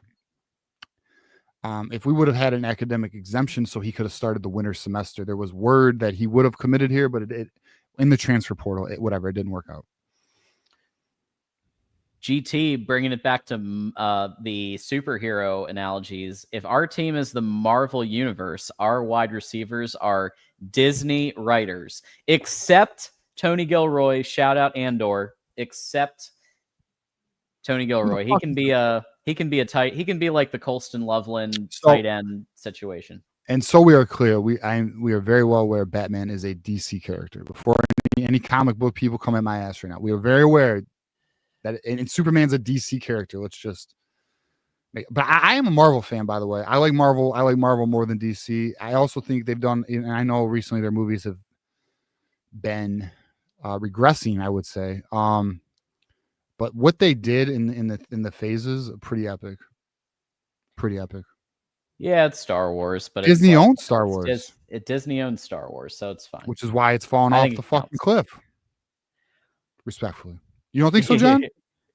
Except Andor, I think it's fallen off the cliff. I didn't watch Andor, so I have no idea. Andor is legit. It's one of my favorite shows. Breaking Bad, Sopranos, Andor. It's like right here. Wait. You're putting Andor with Sopranos? No, I'm saying Breaking Bad. Yeah. Sopranos. It's like right here. They're like top 2 for me. And then Andor's like a distant third, but it's still up there. What about Game of Thrones? Yeah, the last 2 seasons. Everyone says that. I don't think first 6 seasons is up. I'd say first 5 seasons. Wasn't there 9 seasons?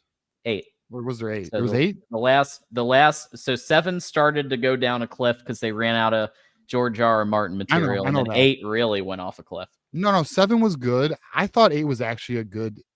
Oh no, there was 8 seasons. Yeah. All right, 8 so was 7. the So in my opinion, 7 was good. 8 was where things got a little.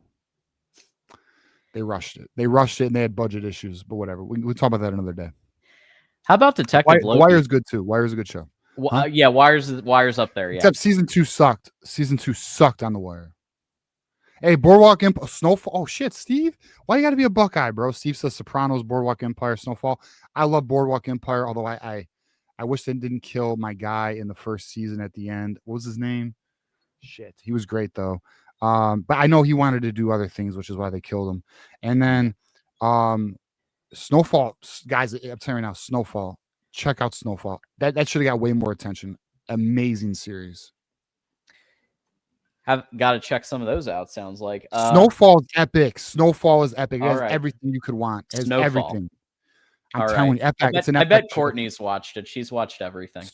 It's so good. It's so good. It's essentially the real Rick. It's kind of like a play on Rick Ross, the real one, not the fucking rapper who's not the real one.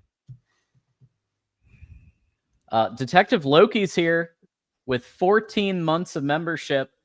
Hillman almost gave me a heart attack. Barham is a beast, though. Good win today. Go blue. I love it. Barham's like first round talent level. Like Barham's looking first round talent. Yeah, he's going first round, I think, at this point.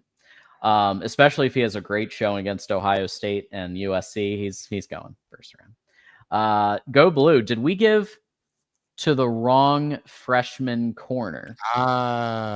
He's saying it should be Sanders, not Earls.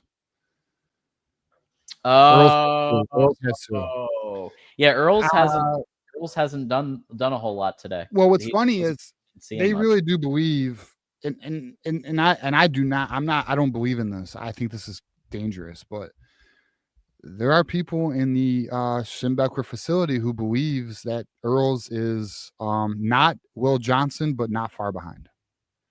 Yeah, I think there are people like I have heard that there is a belief that he's going to show out. That. So, but I think Sanders looks very good.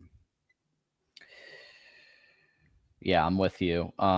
Yeah, Sanders looks good. Shamari, he's been very limited snap count. So, like, we haven't really seen a lot of him yet. But the little bit that I have seen, I've liked. I mean, yeah, he had the penalty, but I think he's looked okay in his limited opportunities. He just hasn't been on the field much yet. But he'll get there. Imagine we have Sanders and Earls. It's going to be really good. It's gonna be absolutely insane. Boys, like I've said this. The future set is up in that bright. position. Yeah, the future is bright. And not only that, Michigan is looking to land either Devon Benjamin, Kari Adams, or Havon Finney to close out the cycle. They are going to make a big swing at a corner to potentially flip them. So we'll see where that goes by the end of the cycle. We got Wolverine not so casual with the 5. Michigan got 7 sacks but didn't draw a single offensive hold. Yeah, bullshit. Shout out to Wolverine Casual, by the way, one of my good friends. Yeah, but really knowledgeable. No, Wolverine Casual is a really good dude. But dude, yeah, there was a lot of holding. The one on Barham was egregious, bro. And I know there was more than one, but that one where he was literally like dragging him down.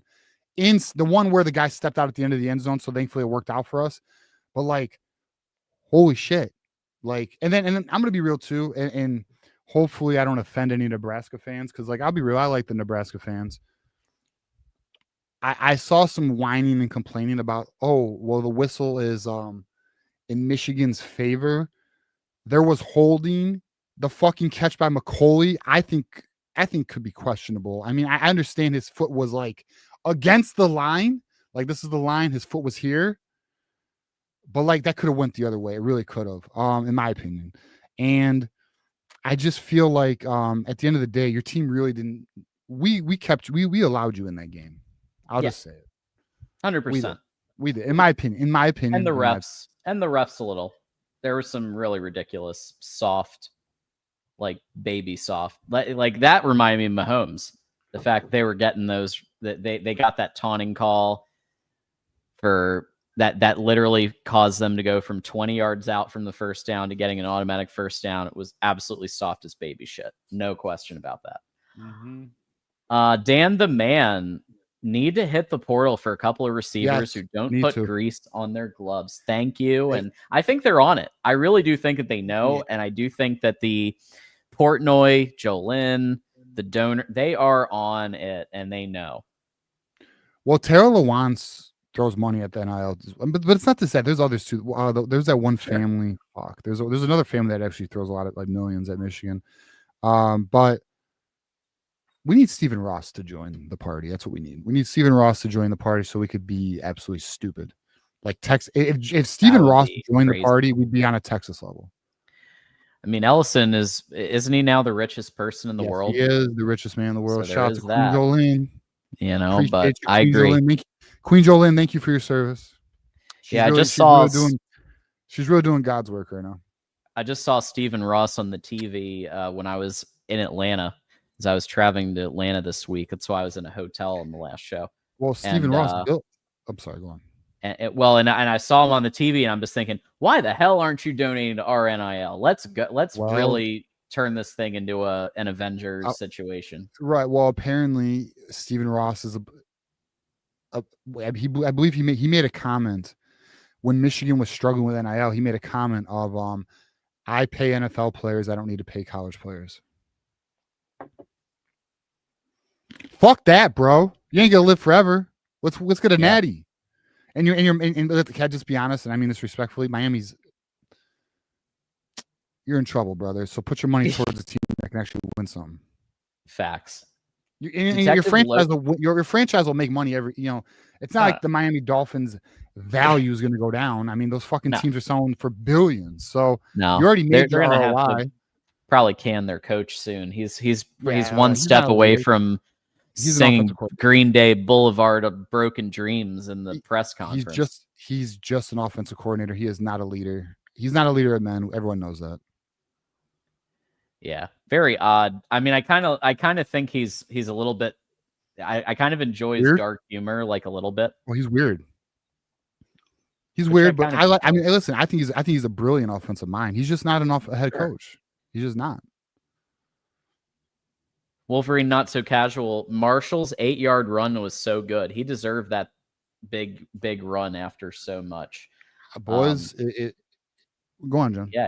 Yeah, he had a total of 80 today, 6 carries, 80 yards. So that's a 13.3 yard average. That's really good. That's a good showing today. Yeah, listen, if Marshall can, and I'll tell you now, Marshall is looking better though. He's looking quicker. He's looking, like, in my opinion, I think Marshall's looking more comfortable than he was the first 2 weeks. If Marshall can get going,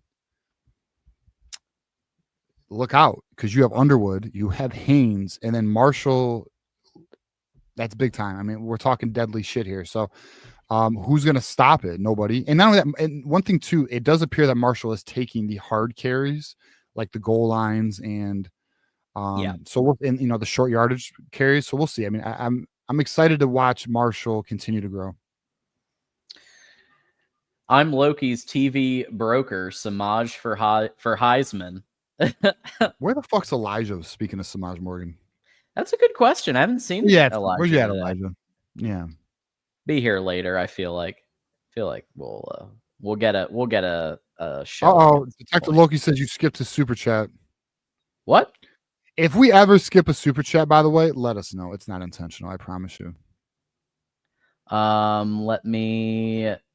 We might just not have gotten to yours yet because we're behind pretty extensively. But is it the membership one at 14 months? That's the only. Yeah, we're not there yet. Actually, is it this one? That's the one I see. We did that one. We haven't. Let's see. Oh, we haven't. You know what? I saw it. I don't know if I actually read it. Skip it. Yeah, because then we started talking. All right, blame John. Next one. Okay, it's my fault. That's my fault. John. Thank you, Detective Loki. Loki with the 5. Samaj drops made me destroy my $10,000 TV in a fit of rage. That's the 3rd TV he's forced me to destroy this month. When will this end? First of all, I want to say, Detective Loki, why are you buying $10,000 TVs when those things are cheap as fuck? And even nice ones. You can get I don't know if you know this. You can get a 100-inch TV for $1,700. So we could have 10 of those, Detective Loki. 10 100-inch TVs on a wall. And then you could break one and still have 9. So let's figure this out, Detective Loki. I'm here to help you out. Let's get 10 of them, and then we could break one and still have 9. But no, I hear you, brother. But I mean, I was more upset with Goodwin's drops than fucking Samaj's drops. Yeah. Goodwin dropped some. If he had caught a couple of those, we have another 10, 14 points on the board. Michigander says, "Well, you could probably have 6, but don't fuck up my plan. We're gonna get 10, and Detective Loki's gonna buy them, and we're all gonna have a party at his house. Imagine a house with 10 100-inch TVs on a wall, and they're all in unison, so it's like one big picture. That'd be a good time." All right, T's given me a couple of these every once in a while. We'll get on a call-in show at some point. Quit fucking crying, John. Quit crying. I said it was a great win. I said it was a fantastic win. I thought it was exactly what needed to happen to stay in the playoff hunt. But there are caveats, and there absolutely are caveats, because we want this team to be in the playoffs. We want this team to win playoff games. That's right. And maybe even contend for a title every year. That's right. I don't know. Is that crazy? I don't think so. No, it's the standard, damn it. We listen. It is okay to appreciate a victory. But can I tell you the truth about a winner? A winner acknowledges we got the job done today. But then, what do I need to do to get better? See, to learn in victory is better to learn in loss. Okay? That's all. And listen, I am critical of my teams that I care about, even though I know that my analysis or opinion actually changes absolutely nothing to the reality of the situation. I'm very aware of that. But I'm critical of my teams because it's the same approach I take to absolutely everything I absolutely do in life. Even if when I do well, I'm like, well, where can I improve? And what are my areas of weakness? And if these are my areas of weakness, how do I improve those areas of weakness? So like I take this same exact approach to absolutely everything I do. So I hope people don't look at it as crying. I just want my teams to do well. And I'm not going to sit here and lie to anybody about the reality of the situation. We're just going to call it like we see it. Yep. I make no apologies for giving strong opinions because I love my school. Period. That's right, John. And it comes from a place of watching this team since all the way back to the Rich Rod years, right? So that's when I went. And I'm going to point out when things are great. We've pointed out Justice Haynes. We've pointed out that Zapata had a money kick today. We point out that the line play is so much better. So yeah, there's both. We're gonna give our full analysis. Like if my girl burns the pancakes, I'm gonna let her know. I still love her. Just kidding. Just kidding. Hey, pancakes are serious business. I'm a pancake guy, bro. I'm a pancake guy. Pancakes over waffles. Take it. Holy moly, so solid. This team has so many great young players. It does. There's a lot of, I'm telling you, there's a lot to be excited about, and there's more coming. I mean, look at the Savion Hideaway, look at Carter Meadows. I mean, Carter Meadows is number 3 in the nation, by the way. Yeah, pancakes over waffles. Take that. But there's guys, I'm gonna tell you, like I've said it, y'all know it. You watch our show. I ain't lying to you. The window. We're going to get into a national championship window. There's a lot of talent coming to Michigan, and there's a lot of talent already here that's going to develop. That's okay. Yeah, I mean, it absolutely is going to be. The ceiling is natty with this talent in 26 and 27. And by the way, I'm not giving up on this year either. This Nebraska win puts the playoffs still in play. Who the fuck is giving up on this year? I think after OU, there was all kinds of narratives. No, not us, not me. No, we're still all in. We're still all in. Fuck and I'm gonna stand. I was wavering a little bit after OU, but I'm gonna stand by my 10-2 right now. No, because we acknowledge that could be a potential loss. We should have won that game. I'm curious how that game would go with this offensive game plan. Alabama fans hate Kalen for not keeping Haynes. Well, they hate Kalen they don't like Kalen for a lot of reasons because he loses to teams like Vanderbilt too. It's not the standard they're used to. Here's the reality of that. They didn't have the money to keep Haynes. So that's why he's with us. Alabama has so I don't know if anyone knows this, but Alabama has an NIL problem right now. They cannot raise enough funds to compete with everybody else. Yeah, and they relied on Nick Saban's a bit, and this is all in an era. The book, The Price, What It Takes to Win. But they relied on Nick Saban putting his rings on the table and saying, "Any questions?" And in an era where not everybody was paying players, right? Bench Hillman for that from Go Blue 982 with the 5. Bench Hillman for that taunt penalty. If that had been the reason for Nebraska winning, Wink and Moore need to make an example of him. Like, okay, I get your point, but also, like, I just think taunting in general is a stupid penalty if it's not like egregious. I agree. Like, especially when you're the away team. Especially when you're the away team and you have this going against you, the stadium, the noise, the I think you should be allowed to do what you can to neutralize that. You know how you get pulled over for tint and you get a ticket? To me, that's a bullshit ticket. Yeah. You know what I mean? Like that's a bullshit ticket. You know what I mean? So I feel like taunting is like that. It's like tint on a window. Get over it. Tint. I haven't been pulled over for that one. Oh, shit. Okay. Well, yeah. All right. So let me tell you a crazy story.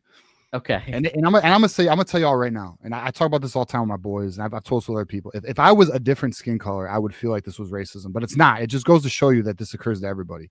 But one time I was driving down. I was at Ford and Vinoy, and I was at a red light, and I just when I went, it was green. I just went on my way. There was 3 cops. They pulled a Yui on my ass. And it was like, I don't know, 9, 10 o'clock on a Saturday night, whatever.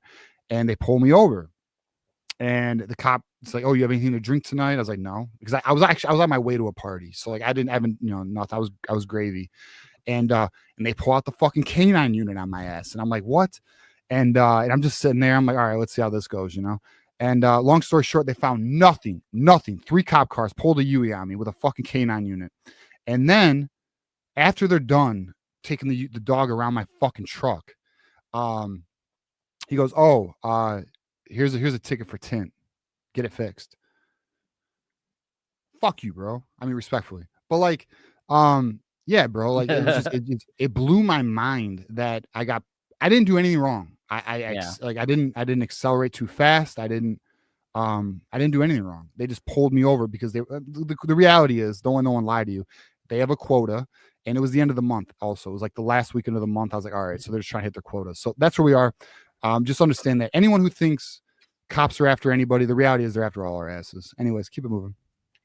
Where'd you go, John? I was about to say, where'd you go, bro? Don't leave me hanging, dog. I just got some soup. And so we wanted to get the soup going. Fair enough. All right. I mean, yeah, hey, tint tickets are bullshit, though. Start that movement. Leave us alone. Can't do this without Zupa Toscana, All right, let's go. What is Rule's excuse for this one anyway?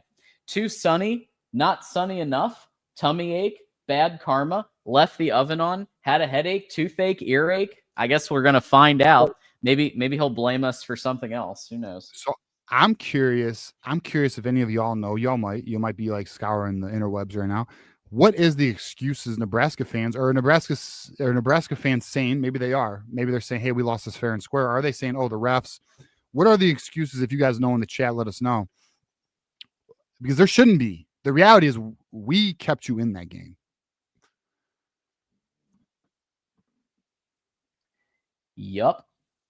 We did keep them in, and he's probably going to whine about something, but hey, let me finish my tint story because it gets even better. Yeah. So then I take the fucking tint off. I take the fucking tint off. I had 20% tint on my front windows, whatever. Not the front windshield, but my side windows.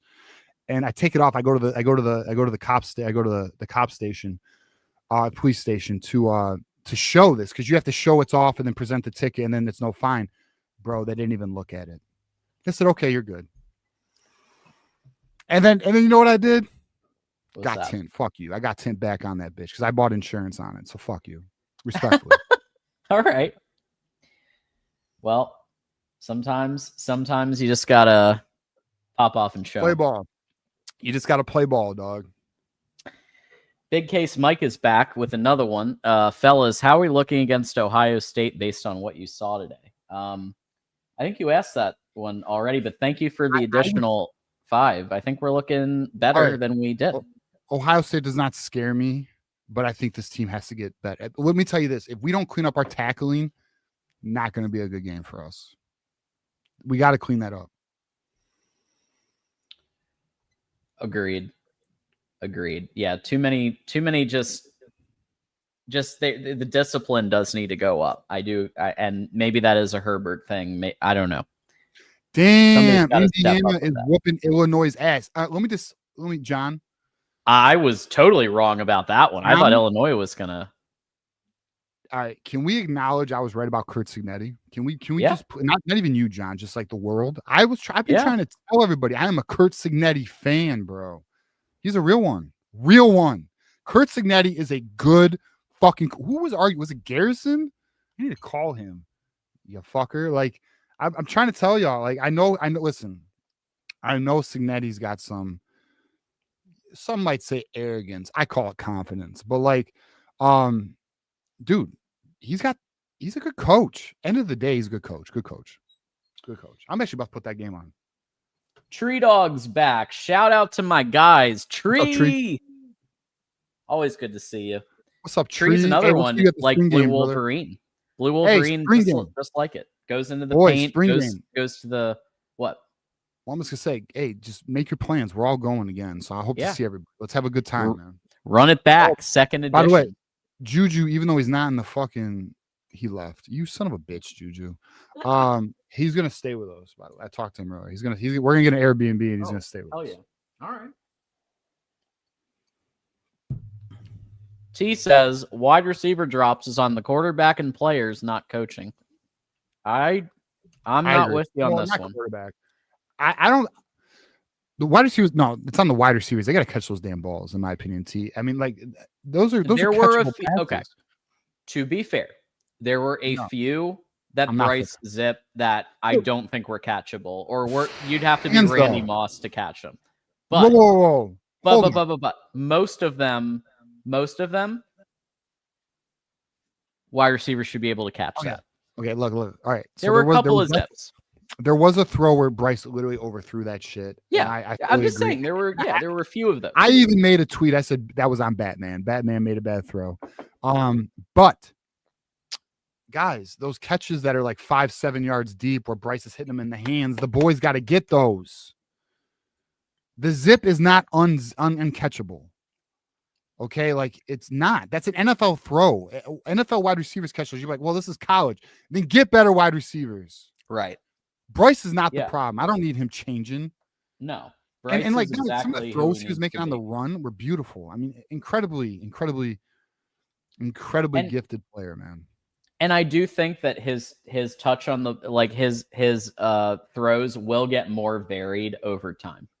Like as a true freshman, I think he's way above where he should be, right? Like I think he's doing way above where he should, like where most are right now. Even with his status as the recruit that he was. I think he's outperformed expectations for anybody who's being reasonable. Craig Stark with the 5. If we get a couple stud wide receivers, we will own college football. Go blue, and I think the O-line is getting better. Yes, it is, and I do think we need some studs in that role, and I think the message has been received that that's going to happen. Courtney Harper with the 10. I still want Wink gone. Damn blitzing on 3rd and longs. His talent is bailing him out. I've been saying Sullivan is a true linebacker. You always send 3 for Hail Mary and use tallest players. Would like to see RPOs. I think the execution was very poor on that. I think in that instance, that's when you do whatever it takes to stop that touchdown, even if it draws a flag. Because even if it draws a flag, that's 15 yards versus a touchdown. Like in that, I think you do whatever it takes to just get that out of play. So I think that was the larger issue. But I agree. Send 3, use tallest players, hang everybody else back. But I think the execution of what was called was also not good. Hendricks Hardaway, this I think is a new person too. Thank you. Barham edge, Sharon O-line looking amazing. So basically saying Barham should be at edge and Sharon should coach the O-line. I agree. I think Sharon should be head coach and O-line coach, and Barham I think is now a starting edge. I think that has officially been decided at this point, like based on what he's doing. We got Jackson Johnson who said back then, may we have a 3rd hour, please? Ask and you shall receive, Jackson. And in fact, we are now only $27 for a 4th hour of the show. So we're going to get to all of our callers, I promise. We're knocking out these super chats. We're getting through it, and we will get to callers. Thank you, everybody, for waiting. Sonny Ray, apologies, Coach Moore. The play calling versus OU reflected these Butterfinger wide receivers and not protecting Bryce. Can we please get some jugs machines, please? Well, I don't think you're 100% wrong. I don't think you're 100% right either. I feel like I think they were way too conservative. They didn't run Bryce nearly enough. They didn't allow him to run, even if he had no other option. And it was clear. Maybe the trench play was just so overwhelming. But at the end of the day, like that's partly on the O-line coaching. That's partly on the program leadership. So I don't know. I still don't like the play calling versus OU at all. I think it was just playing it too safe. at a game which should have been a game where we Play to win. Played to win. Play kind to of went all out. win. Yeah. Touchdowns and Tokes is a Those Who Stay Will Be Champions member. So thank you so much for joining up as a Those Who Stay Will Be Champions. Enjoy your emojis. Hit refresh. We got, and you get access to our Monday night stream. So look out for that link as well. Maze and Buddha with the 5. Thank you for that. Idris Singleton has upgraded their membership from Leaders and Best to Those Who Stay Will Be Champions. Thank you so much. Appreciate it. Idris, and for being part of the community. Scott says wide receiver issues are on Bellamy. He can't develop or recruit. Yeah, I mean, I've been calling for this for quite some time that, well, Bellamy can recruit some. I will say that. Yes, he can. And, I mean, clearly some good receivers with money recruited for, whether it's Marsh, Washington, Jalen Pyle. There's some good talent that he's brought. Yeah. Well, look at Zion Robinson. Look at the wide receiver class this year. You know, what is it? And I know Jalen Pyle's ranking is not the greatest, but that's a pretty solid wide receiver. You got Zion Robinson, and our other wide receiver is Travis Johnson, a very good player. I mean, like, and then the Calvin Russell thing, that's not on Ron Bellamy. That's on South Florida kid being a South Florida kid. But Ron Bellamy recruiting is not the issue. The issue, the reason why there's not more talent at that position is because Michigan did not start paying players until late in the NIL game. And then here's the truth too. When Michigan started paying players, a lot of wide receivers have said no to Michigan because of the offensive game plan. Not only that, there was a player that me and John are very aware of. We literally got let in on an email conversation, John. You know what I'm talking about, right?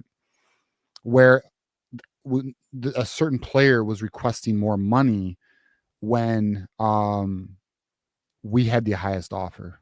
And this was one of the top receivers in the class last year. So Michigan has made their attempts, but and then in the transfer portal, for example, a lot of receivers would not even respond to Michigan. Agents of receivers would not even respond to Michigan. Yeah. Simply because they needed to see. They want to see this offense in action, and now they see it, and now they see Bryce Underwood. I feel we're going to see a very different result, not only in recruiting, but portal. Ryan H. has gifted 5 Michigan at Voice of College Football memberships. Let's go. So congrats to everybody who got a Those Who Stay Will Be Champions. 30 free days of membership, which means all 5 of you, thanks to Ryan, get access to our Monday night 8 p.m. Eastern members only show that's available for Those Who Stay and Connor Stallions members. So thank you for that. Old Dad, boys, I got to shout out the linebacker group. Rolder was good. Agree. Sullivan was great. Agree. And the big 2 played great. Also agree. I'd like to see Simpson more. Go Blue. Yeah, Simpson was only on for a couple. I only saw him like once. As in the wide receivers. Simpson. Yeah. Oh, yeah. Bro, I really need to see Anthony Simpson more, bro. Yeah, I'd like to see what he has. Like, let's give him a shot against Wisconsin, who's a shitty team. Like, let's put him out there. Why not? We're gonna beat Wisconsin. Knock on wood. Knock on all the wood. But Wisconsin's a terrible team. So let's put him out there and let's see what he has. Ryan Crippen played great, got off first block and got to the second one. 2 big runs. I think every one of the O-line played great. Evan Link whiffed once, but I thought they did such a great job at getting separation, at matching up. Was it perfect? No, but I think it's come a long way from the first 2 games of the year on the O-line. Wolverine Not So Casual asks, who's the disciplinarian on this team? Most of the staff is likable. Missing an intense personality like Herbert, someone that can't be screwed with. Yeah, the answer is I don't know. I don't know how Justin Tress fits that role, if he is, if he isn't. From what I understand, he maintained a lot of the same systems as Ben Herbert, but there's also the personality itself. And I think there are very few as intense as Ben Herbert. But also Jim Harbaugh compared to Sharon Moore. I mean, it's just like Go on. Jim. Well, I'm just saying, Jim Harbaugh himself had that intensity, at least in a general sense, had that intensity. And I don't know if that's translated either. Ben Herbert is the best strength and conditioning coach in all of football in the entire world. He's the highest paid. Look at the Chargers right now. Like, it's what it is. We were fortunate to have the best strength and conditioning coach in the entire world on our staff. The reality is there's going to be a regression. But then the question becomes, is Justin Tress the right strength and conditioning coach for us? To be determined. We'll see. We'll see. Wolverine, yeah. So thank you, Wolverine, not so casual, who I know has some more down here too. So thank you for everything you do. Drufus, DC has Superman. Argument over. So I think just advocating for DC comics in general here. And yeah, I do. Okay, do like all right, Drufus. All right. Hold up. Some with this is a debate I have stuff. somewhere. Well, I have a debate. So this is a debate I have with my friends. Okay, DC has the best villains in comics, period. Like, the villains in DC are the best. The Penguin, the fucking Joker. I mean, you name it, they got the best villains, right? I'm sure there's one I'm not even naming right now. Thanos is great, but the only reason why Thanos is so great is because people know about him from the movies, right? You wouldn't know him if it wasn't for the movies, most people. But what Marvel has done with the way they structured their movies, see, my issue with DC is, why don't they build a phased storyline? That would really help them. And not only that, here's the problem too with DC.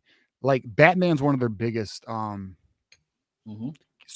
Well, the reality is Batman really ain't shit. When you look at the unless you're Bryson, where Bryson was the shit, he's the greatest ever. But like Batman's just a dude with gadgets who's appears to be athletic, right? But you know, his storyline's really what's great about Batman. But like, all right, not to go too far down this road, but like at the end of the day, like Marvel has so much more, in my opinion. And quite honestly, I think Superman's lame. Oh, I think he's lame. I'm sorry. It's high. I'm an Iron Man guy. All right, I'm an Iron Man guy.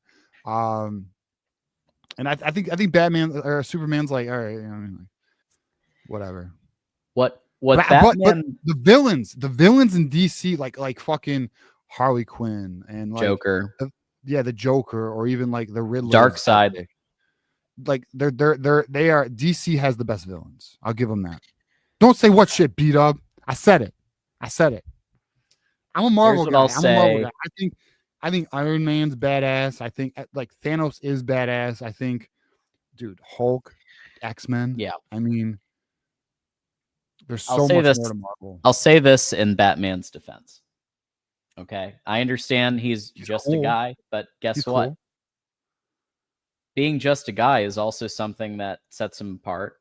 Being just a guy means he has to use his intellect to be on the same level because his intellect is far beyond what a lot of the others in the DC ecosystem is, to the point where he had a contingency plan against every single member of the Justice League in case they went rogue. Like, this is the type of like, I like Batman because of his mind, his detective ability.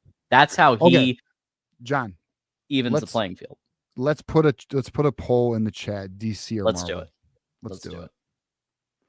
This will determine the answer for all time, by the way. Vote with your vote. Call Drewfish. Drewfish, you can call in, brother. Call in. Let's talk comic books. All right. It's launched. Y'all, the people get to vote. There it is. Wolverine, not so casual. How much money do we have to spend to get this post game to turn into an MSU hate watch party? Ooh, great question. Where are we at? We are what time's the game? 11? I think we're gonna make it till 11 because we've got our 4th hour unlocked. We're gonna go through till at least 11:15 p.m. I'll give this to DC. I'm actually a fan of the Flash. I like the Flash. The Flash is probably my favorite DC character, by the way. But hey, fuck little brother. See, we're already hating Wolverine cats. We're already on our way. We're already on our way, brother. Yeah, listen, little brother ain't shit. They're going enjoy your 4-8 another year. Bro, Michigan State and cover your children's ear. They're the biggest cucks in the game, bro. They live through Ohio State. Losers. I said it. Except my friend Jeff. He's cool. Oh, yeah, and Deadpool. That's right. Shout out to Retro. Deadpool. Epic. Oh, yeah, Deadpool's a great one. That's true. That's true. Mason Buddha with the 10. The D-line brought it with 7, count them, 7 sacks. But those penalties, 8 penalties for 65 yards, false starts, PI, and unsportsmanlike calls nearly did us in. How do we improve discipline? That's been a theme of the night, Mason Buddha. The answer is I don't know. I don't know if Justin Tress needs to step it up. I don't know if we need to get Ben Herbert back for however much money that would take. I don't know. Or find somebody out there who's a hard ass who can be in that strength and conditioning role or another type of role like that. But it's a good question. Bull is now, with the 10 burger, is now home and down and free and downing this Tito's. Let's go blue. Fuck shirts. Bull, I do want to ask you this. What did you get at the Italian restaurant? Inquiring minds, the people need to know what you got. John, he got the breadsticks. Oh, hell yeah. He got the breadsticks, John. Wouldn't it be funny? You know what would be the perfect beat-up answer? Pizza. He got pizza. Breadsticks and pizza. Wait, he said, where was he at? Olive Garden? Did he say where he was? No, he said he was at a really nice one. So I'm assuming. Oh, a really nice one. He still got pizza. Yeah. That's a beat up thing to do. Yeah. All right, here we go. Ryan H with a 20 burger. Ryan H coming in the clutch again today. Good win by the boys. Barham going to be a problem. Thank you, Ryan. Barham going to be a problem. Bryce is only going to get better. Yep. Haynes is a beast. I don't think there's any lies told here. Nah, no lies told. I agree 100% with this whole thing. Truth spoken. J.R. Morris is a Connor Stallions espionage member. JR. Thank you, JR. And thank you to everybody who bought a membership today. That means a lot. And everyone who gets a membership, those who stay, or Connor, Monday night, we're doing our hour of the members-only show. So thank you, JR, for doing that. One day, I do think we're going to get Connor Stallions on here. One day, I think we will. We've been working on it. We are working on it. We are working. People are talking to their people. That's all I'll say. One day, maybe, hopefully, we'll get our guy on here. The new life with the 5, Signetti at Michigan would be guaranteed natties. Signetti plus the Michigan brand would be unstoppable. Hey, listen, in a world where that happens, I'm in for it. I'm down for it. I think Sharon's getting a couple more years. I think that's just that's the reality of where we're at and keeping the culture, trying to keep the what used to be from the championship years in place. But in a scenario where Signetti takes over, I'd be all right with that. I'd be perfectly fine with that. I think he's showing what he can do. All right. All right. I hope this is not bothering. I'm such a big fan of Curt Signetti, man. I really believe in him as a coach. I really do. And I'll be real with you too. All right, I'm not. All right, let me just also. I am not giving up on Sharon Moore. I am not. I think. All right, here's what. All right, let me just say this. I think Sharon Moore is learning on the job, and I think Sharon Moore. I think he's going to be a good coach, and it's possible he learns quick enough to be a great coach for us. But I think Curt Signetti is a great coach. I really do believe he's a great coach. Hold up. Me too. What? Hey, you suck. I'm just kidding. What do you mean we suck? The fuck, bro? Just kidding. Yeah, elaborate. I am not out on Sharon Moore. I just said it, damn it. This person has a membership. I know. Well, he might just cancel it now. Don't do that. Well, maybe, yeah, or maybe it's a gifted. There's been a lot of it could be generous gifted. folks. It could be gifted. Well, hey, if it's gifted, then you suck, bro. The lost. But if it's not gifted, then Enjoy your night, brother. I'm just kidding. Speaking of gifted memberships, Ryan H with another 5 gifted memberships here. Thank you so much. And another 5. So 10. Thank you for all of that. That is so cool. And so many people getting to experience. So anybody who just got a membership, hit refresh. You're going to see a bunch of really cool emojis that you can use. Enjoy it. And Jay says, should I make a Manhattan? Absolutely, bro. We were here with the boys. We were watching football. We were watching Kirk Cignetti dominate. We were watching Miami. I believe Miami's kicking Florida's ass right now. Yeah, bro. We were here for it. Pour a little extra for me. Let's see. Let's go up to here. JR says trenches looked great today. Nice to see Bryce at the line early today and changing plays. Punt returns are scary to watch. You know what else too though? Hey, don't let hey, John. I've actually been meaning to ask you. It looks like is that looking over the lower level? Mm-hmm. Well, hopefully that cat does not jump, bro. It seems very dangerous. Well, we have a cat tree that goes all the way up. Okay. So what they do is if they do jump, they jump onto the cat tree and then they go down. That area looks. I just want to let you know that area looks badass, bro. I just want you to know. Because I've been wondering. I'm like, is that a lower level there? Because it's pretty sick. Yeah, we got got a loft space. My guy, my man. Yeah, hell yeah. Let's see. Hold on. I was gonna say something, but I forgot what it was. Oh, I wanted. Okay, I actually was impressed with Bryce Underwood's ability to draw the play clock down and still have the awareness to get the ball off. There was that one play where the clock might have hit 0. Let's not even, let's just say that didn't happen.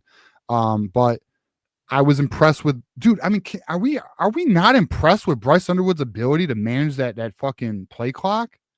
He's very aware. A lot of quarterbacks get lost. I was surprised Biff Poggi was not calling timeouts. He full trust in Underwood, man. That is a very good sign. A very good sign, in my opinion. I love this team, man. I'm so glad we got Underwood. I'm just so happy. Yeah, Underwood is a gem. He's a gem, man. Bull, DC has the best characters, period. Let them cook with their films. It does look like Marvel is ahead, though. 69% nice. Oh, I didn't even see 31%. So Marvel's winning. Whoa. Beat Up thinks DC has the best characters? Son of a bitch. I disagree. I think they have the best villains. I think the best superheroes are Marvel, though. I think that there, and I'm not saying you're doing this, but I think that there's some people, because the Marvel movies have been. I don't so disagree. Much I better 100% agree with that. But with all right, so John, few exceptions, they've been better.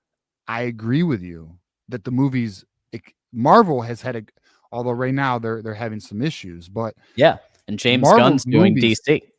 I know, and that's on fucking Marvel for not locking him up. But I mean, Marvel has done such a better job with that. There's been no structure to DC's movies.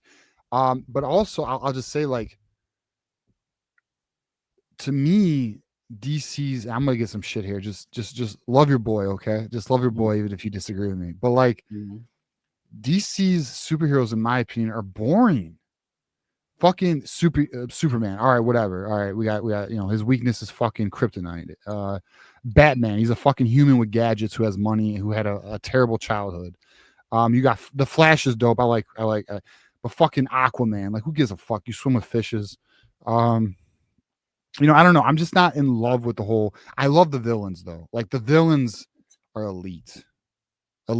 So that's where I'm. Get the fuck out, Drufus. You get the fuck out. I'm just kidding. Beat Up says I'm wrong. Well, Beat Up, when you call in, we'll talk about it, bro. Horrible takes.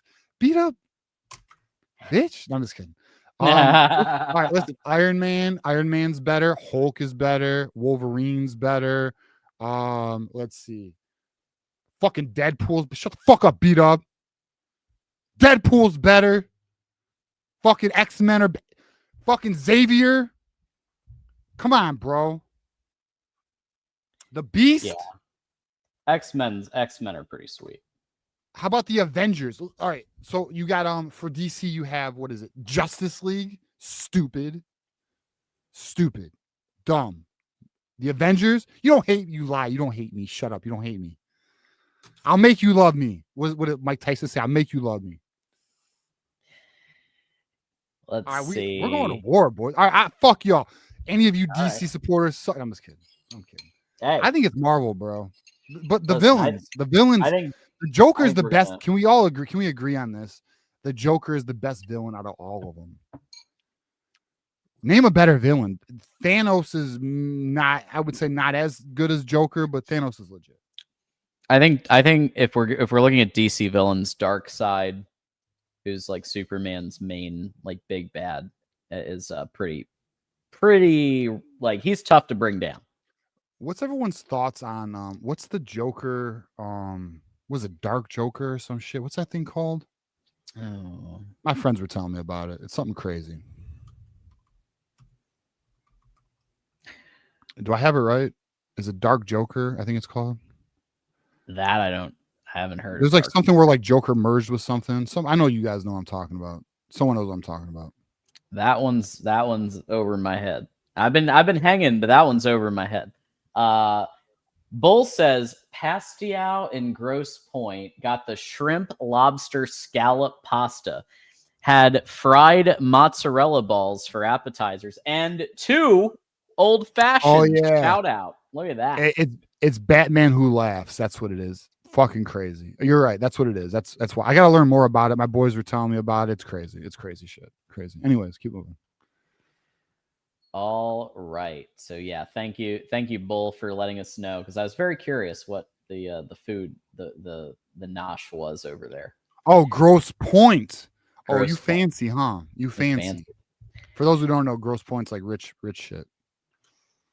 And then we got I always mess this up. But Takane with the It's Taves. I thought it was Tiled, which is crazy because I'm a hockey guy and I watched Chicago when they were playing.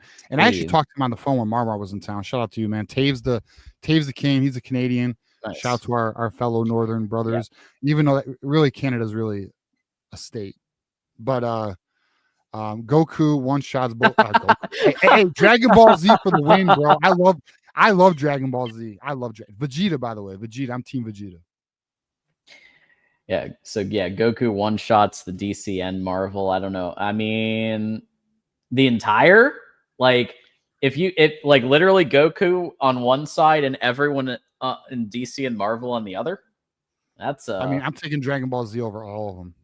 Wow. Yeah, Vegeta for the win. Hell yeah, you know that. I'm Dragon Ball Z over all of them. Too bad the creator died. Rest in peace. Yeah, R.I.P. Joe, Dragon Ball Z's not gay, Michigander. Apologize. Yeah, what's up with that? Joe with the 20 burger. I don't agree with your disagree on Lindsay calling too much horizontal O. It's okay though. You guys do a great job. My point was he goes back to it too much. The other team starts to key on it. So Joe, I'm going to give you this. I agree with you about Oklahoma. I agree with you that they did it too much horizontal against Oklahoma to the point where it became one-dimensional. I don't think that it was too much tonight because they mixed it up. All I'm saying is they diversified significantly more today than they did versus OU. That's all I'm saying. I don't feel like the horizontal, which by the way, boys, I'm going to tell you right now, Chip Lindsey does a horizontal offense a lot. Yeah. Be ready for that. But I don't think it was a hindrance. I don't think it was a hindrance. I don't feel like Nebraska snuffed it out. I feel like it was still effective. To Mike Fort's point, he goes, TJ is probably a fan of Cowboy Bebop. I am not a fan of Cowboy Bebop, but I am a fan of Samurai Champloo, who was created by the same creator. I think Samurai Champloo is excellent. I'm also a major fan of the Boondocks. I think the Boondocks are one of the greatest animated. That was the shit. And if you don't like the Boondocks, then it's because you haven't watched it.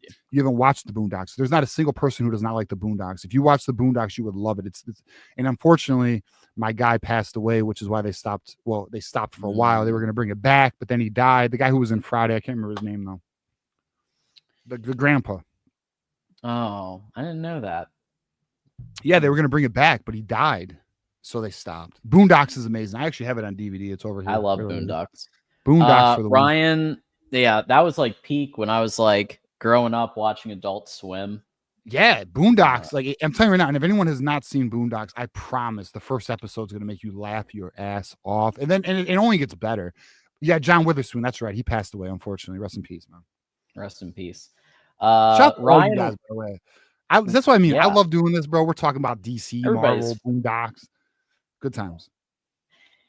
Ryan's back with the 20 burger. Ryan's been a real MVP today. You got gifted memberships, super chats. Ryan's just balling out tonight. Love you. Membership. Bryce was still composed. How do you guys feel going forward? And Deadpool is the shit. No argument there. Okay. All right, a couple things. I got a couple things to hit on. One, first of all, Bryce does look composed, which is insane. We were on the road against Nebraska. That's a major atmosphere, big time. How do I feel going forward about the team? I'm optimistic about Bryce. Obviously, like I'm all in. Deadpool is the shit. I agree with that. GT says GT. I promise you, and GT, I know. Me and GT talk. GT, I swear to God, watch Boondocks. You'll love it. I swear to God, you will. I think you will. You will have. So the first 3 seasons are made by the original creator, and then the 4th season it got taken over by someone else, and you could tell there's a difference. It's good. Listen, if you love amazing humor that's fun, and it's very like, I don't even know how to truly describe it, but it's epic. It's epic. GT, I promise, figure out a way to get to Boondocks. I could actually send you a website that would have it, but it's I promise you would. I would put money on you would enjoy it. I would put money on it. Boondocks will make anyone. It doesn't matter what race you are, what gender you are. It does not fucking matter your political position. It does not matter. Boondocks is an amazing, hilarious show. GT, I got you. I'll send it to you. I got you. GT, I promise. And I want you to tell me after even the first episode. And by the way, somebody was like, "Oh, the best episode was." Let me see this. They were like, I forgot what they said. What the best? One of the best episodes is the fundraiser. It's fucking hilarious. Oh my God, dude. It's so funny, dude. It's amazing. I wish that show never stopped being produced. It's in my opinion, it actually it unites. I think it unites people because it makes fun of everybody. And it's a great time. It's a good show. Yeah, everyone knows. Everyone who's watched the show, it's a great show. Gangstalicious is hilarious as hell too. Vaughn Morris, I'm gonna read the super chat because you contributed. But I don't. After a win, it's tough for me to address it. But assume the bottom falls out. It's a fair question. Assume the bottom falls out, and Moore is gone. Do we go after Signetti or Fish? Well, let me ask you this: what does the bottom falling out mean? First of all, like, are we saying lose rest of the season? I don't think that's going to happen with the opponents you have the rest of the season. I don't think the bottom falls out. I think this is a fair question. If I was to go after a coach, I would want it to be Signetti, but he just signed an extension. I'm not sure you'd get him. Right. You probably could get Fish, but I'll be honest. I think if they and by the way, they're not letting go of Sherrone. Sherrone is going to. Yeah, shout out to Jackson Jackson, a pimp named Slickback. That's a hilarious episode too. I promise you guys watch that show. I'd put everything on it. That's like I don't know anyone who's watched that Boondocks who has not liked it. I really do not know a single person who's watched that show, and it's 4 seasons. It's worth it. But by the way, but regarding this, I feel if Michigan were to fire Sherrone, which they will not, it's not going to happen this year. If it's going to happen, it's next year. If they were to fire it, I feel like they would do a splash hire. And the reason why I say that is because there is so much money invested into this team now. They're going to get, I think they would get a big name. I really do. The donors, we're in the NIL era. The donors are very involved. And I know that might bother some people, but understand this. It just keeps the standard high, in my opinion. And so far, I've not seen anything that's like a problem. And I do think that the donors were upset with Sherrone comments. I'm not mad at that because I also was upset with Sherrone comments. My list had one name for a while. And that Joe was Jed. Go on. My list had one name for a while. It was Jed Fish. Yeah, Joe. But Signetti, I'm warming up to that idea too, but I still think it's going to be a couple of years before this scenario happens. Go ahead. All right. So Joe says, what's a big name? I mean, it's a great question. I can't say I have that answer for you, Joe. I don't, because I'm not looking for head coaches. I think Cincinnati is kind of a big name though. But I will simply say, we don't got to worry about that this year. Sharon Moore's not going anywhere, and not this year. He will make it to next year. I promise you. Even if we went 6-5 or 7-5 or not 6-5, 6 and was it 7? No, 6-6, 6-6. My bad, 6-6. He's not going anywhere. But I want Cignetti. I mean, right now I'm high on Cignetti. Yeah, I'm sure. By the way, I am sure. All right, so Ryan Hall says you need to give me that jersey. Brother, these jerseys are available on, I believe it's Champion Circle's website, or they are selling these now. The Bryce Underwood jerseys are available. Now, I'm going to tell you right now, I'm going to be very honest with you. I'm going to say some wild shit. It's not wild, but it's kind of wild. So everyone, for those who don't know, I bought this is my second Underwood jersey. I bought a authentic stitched first edition NIL autographed jersey by Bryce Underwood. And I'm gonna be real with you, I got a good price on it.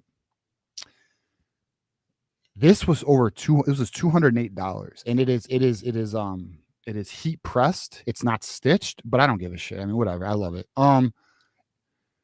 Venom is fuck Ohio. What's up, brother? Where you been, man? By the way, Venom or fuck Ohio, bro. I need to bro, me and you got to coordinate. I need videos. I want more videos on the podcast we can play. I know you already told me you'd be down.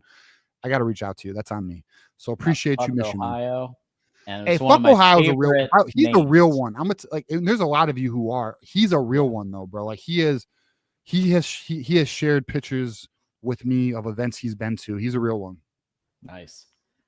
Jackson Johnson, aka Double J, aka Chief Marketing Officer of Voice College Football.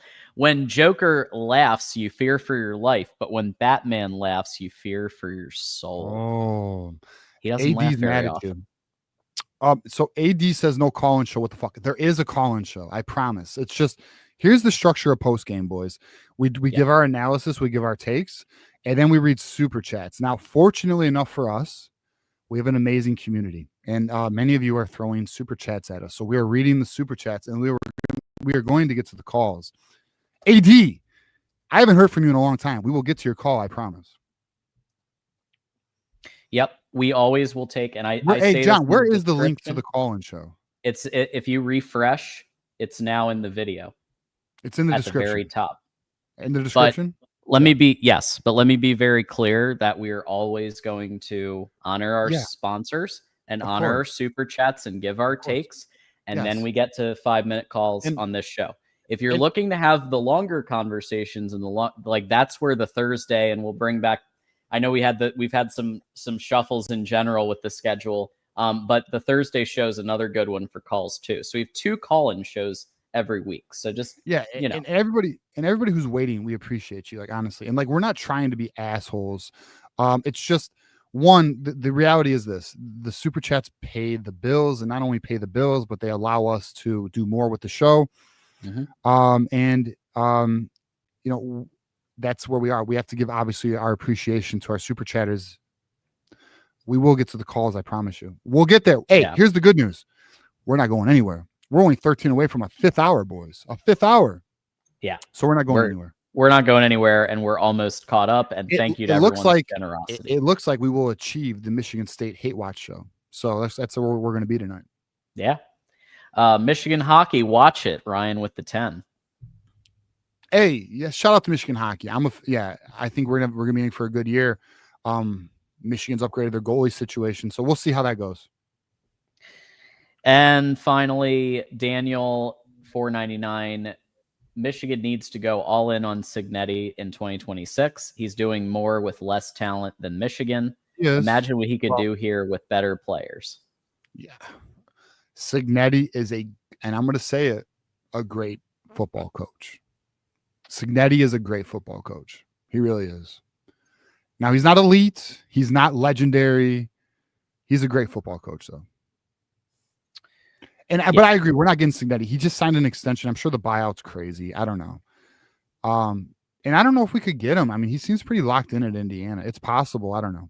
But listen, boys, we got Sharon Moore. It's not time to, it is, in my opinion, not time to give up on Sharon Moore. Hasn't even been here for 2 games. And it wasn't his fault because he deleted some text messages. What the fuck are we doing? I delete text messages all the time. Yeah, for sure. And sometimes you panic and you have a human moment. It is what I don't it need is. I don't need my girl seeing that shit. I'm just kidding. Kidding. All right, folks. Anyway. We are almost ready to take calls. There's one more thing we need to do, which is to give the Win Agency their message for everybody here on the self-serve options for health and life insurance that you can consider. We are fired up for another great season of Michigan football. The energy is electric, and with the new talent we have this year, I believe we have a real shot at stacking up some wins and making it back to the playoffs. At Win Agency, we want to help you win as well. We can help you find the right health insurance for you, your family, or your business. We also offer life insurance to protect the people you love, as well as smart investment strategies to help you build a strong financial future. Whatever your goals are, we have you covered. Let's cheer on our boys in the maize and blue and make this season one of the best to remember. Go Blue. Hey. Shout out to Win Agency. If you need life insurance, you need health insurance, reach out to Win Agency. They are your insurance agency for the maize and blue. I'm going to tell you right now, and I mean this. You know, like sometimes you don't know if you can trust the company you're with. You can trust Win Agency. I can promise you that. I'm going to be real with you. I stand by that. Good people, man. Yeah. They're good people, and they've supported us now. This is the second season of football. Bro, well, and what about the March Madness bracket? And the March Madness. That's right. Bro, yeah, Win Agency, and it's not even just about, and I mean this. It's not even because they support us. They're legit. It's who I use. Just full transparency. It's who I use. So they're good people, man. And I'll be real. Like they've helped me a lot. I mean, they're just good. I've worked with others, and I prefer. I mean, and I'm not, again, just because they sponsor this. I am happy they sponsor us because they're legit. So if you have any interest in health insurance, or you have any interest in life insurance, reach out to Win Agency. All right, folks, we're about to go through our rapid fire calls, 5 minutes, and then because we're going to be doing most likely 4 hours, if we can get almost there, then we'll bring people back later also to call back in if we have time, which we should have some time. But let's start with longtime friend of the program, moderator, supporter of Voice College Football and this channel, Mike Fort, in the house. Been waiting very patiently. Mike, go Blue. What did you think about tonight? Hey, Scoop. Hey, DJ. It was interesting. I think my camera's a little off. I had some frustrations like everybody. We have some problems on secondary. And I've been thinking about something for a couple weeks now. I'm wondering if I know when Harbaugh took Mike Sanders still and put him on the other side of the ball, it went really good. I'm thinking maybe Channing Goodwin might be better off playing a cornerback. I mean, I think this might kill 2 birds with 1 stone, because I think we have some serious weaknesses in our secondary. And I don't think Channing Goodwin has the hands to be a proper D1 wide receiver. I mean, he's not a DB. I mean, he's... Well, did you think Sanders are you looking for a Mike Sanders still transition or something? Yeah, I mean, do you think Sanders still had the best hands? I mean, if you Sanders still had pretty good hands. Sanders still had pretty good hands. But here's the thing, though. I'm not. But see, the thing with Sanders still is he had extremely good feet quickness. Goodwin, I would not put in that category. Well, one thing I think Goodwin does, I think he has, good ball tracking abilities, which I think makes good for a secondary. And basically, I think that the main thing of why you want to put somebody on the defensive side of the ball is usually they don't catch as well. Usually, if somebody has better hands, they want to be on the offensive side of the ball. Most secondary people are not known for elite catching abilities. That's why they're on the defensive side of the ball. So I mean, that's why I was thinking that maybe this could be like the Sanders thing, where he might do better on that side of the ball as opposed to the offense. Where I think guys like Marsh, even Samaj, the main thing I don't like about Samaj, he's too inconsistent. He'll play great one game and then he'll just drop a lot of things the next week. So I mean, Samaj lacks the consistency that I want in a Michigan wide receiver. And I think we need to get Marsh on the field a little bit more. I agree. I think we do need to get Marsh on the field more. I think he is. I think McCauley, Morgan, and Marsh are our best three. I think Marlon Klein is our best tight end option, and I think that's the offense moving forward. And maybe switch Well, let me ask you this real quick about, because I think that one difference we need to keep in mind with Sanders Still and Channing Goodwin is that Sanders Still was as a recruit was in the defense and in the secondary, whereas I know Channing Goodwin plays multiple sports, but I believe that he's been a wide receiver. And so making that change when you it's easier to make that change if you've played that position in high school and in the past. I wouldn't be opposed to seeing it if they try it out and it's working out in practice. I mean, I think he could get to that speed one day. But just, I feel like that might be something holding them back from considering that maybe. Because I do Goodwin does seem to have like a ball hawk ability. I think he can kind of read things better. I think his natural talent would go well transfer on the defensive side of the ball. I mean, who knows? I mean, it probably will never happen. But I mean, Harbaugh showed me that with Sanders Still, we have the ability to at least try it out. Because I think if if Harbaugh had kept Sanders Still on the offensive side of the ball, he doesn't make the league. Mike Sanders Still is not going to make the NFL as a wide receiver. But look what happens when you switch him over.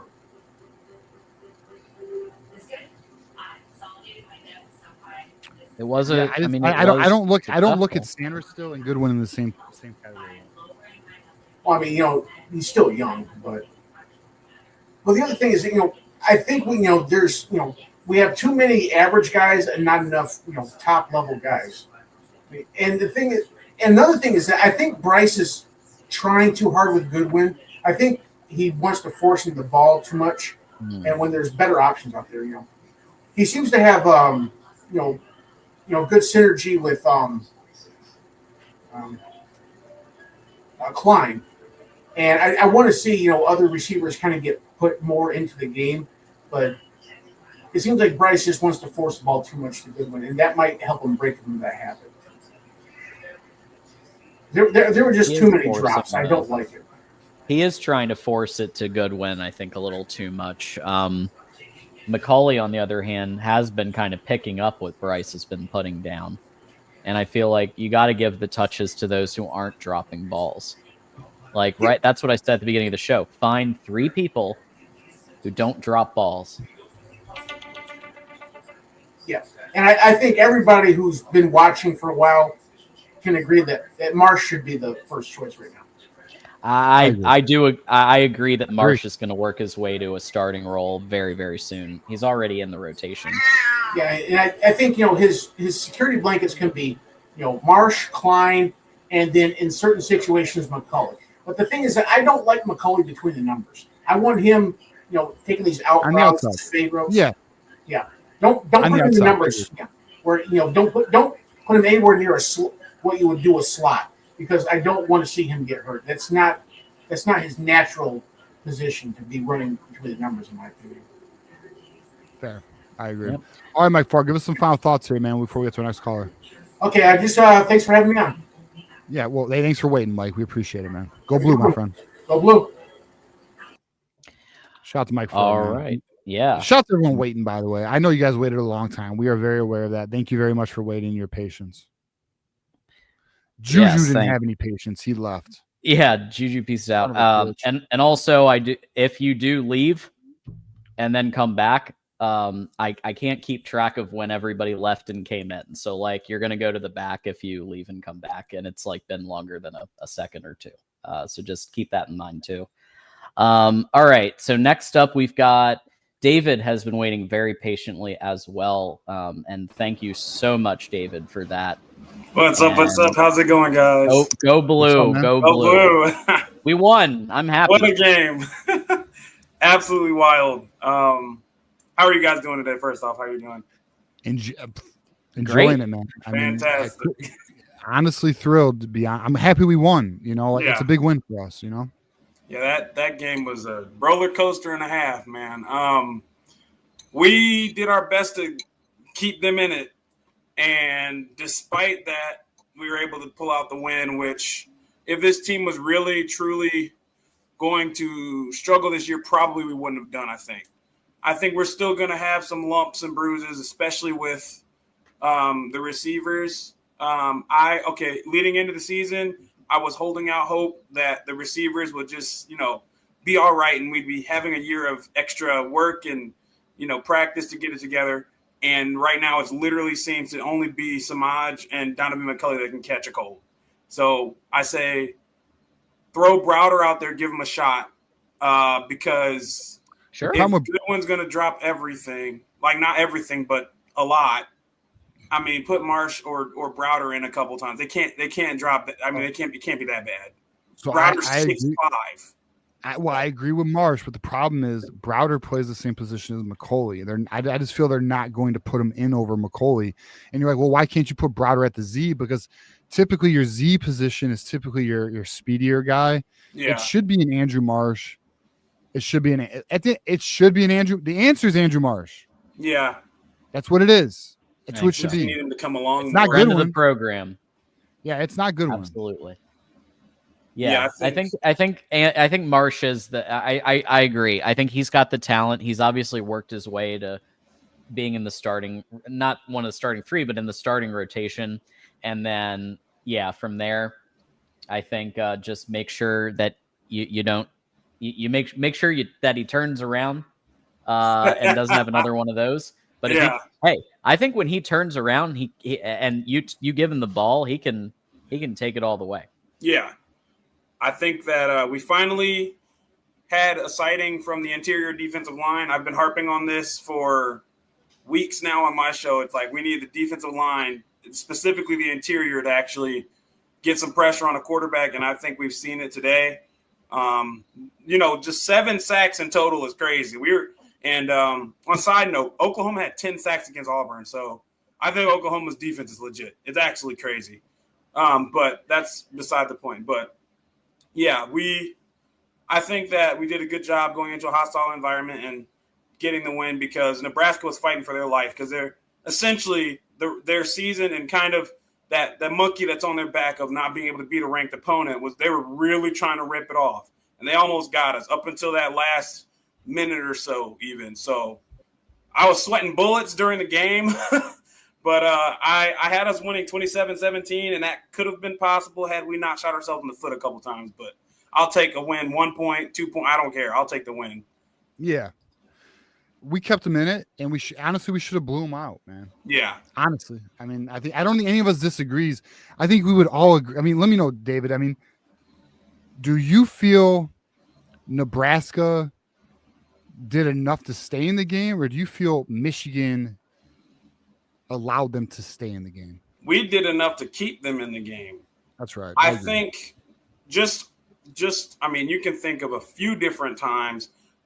The play from Hillman where after the play he was celebrating, which I have my thoughts about that. I don't really think that was – Give me your thoughts.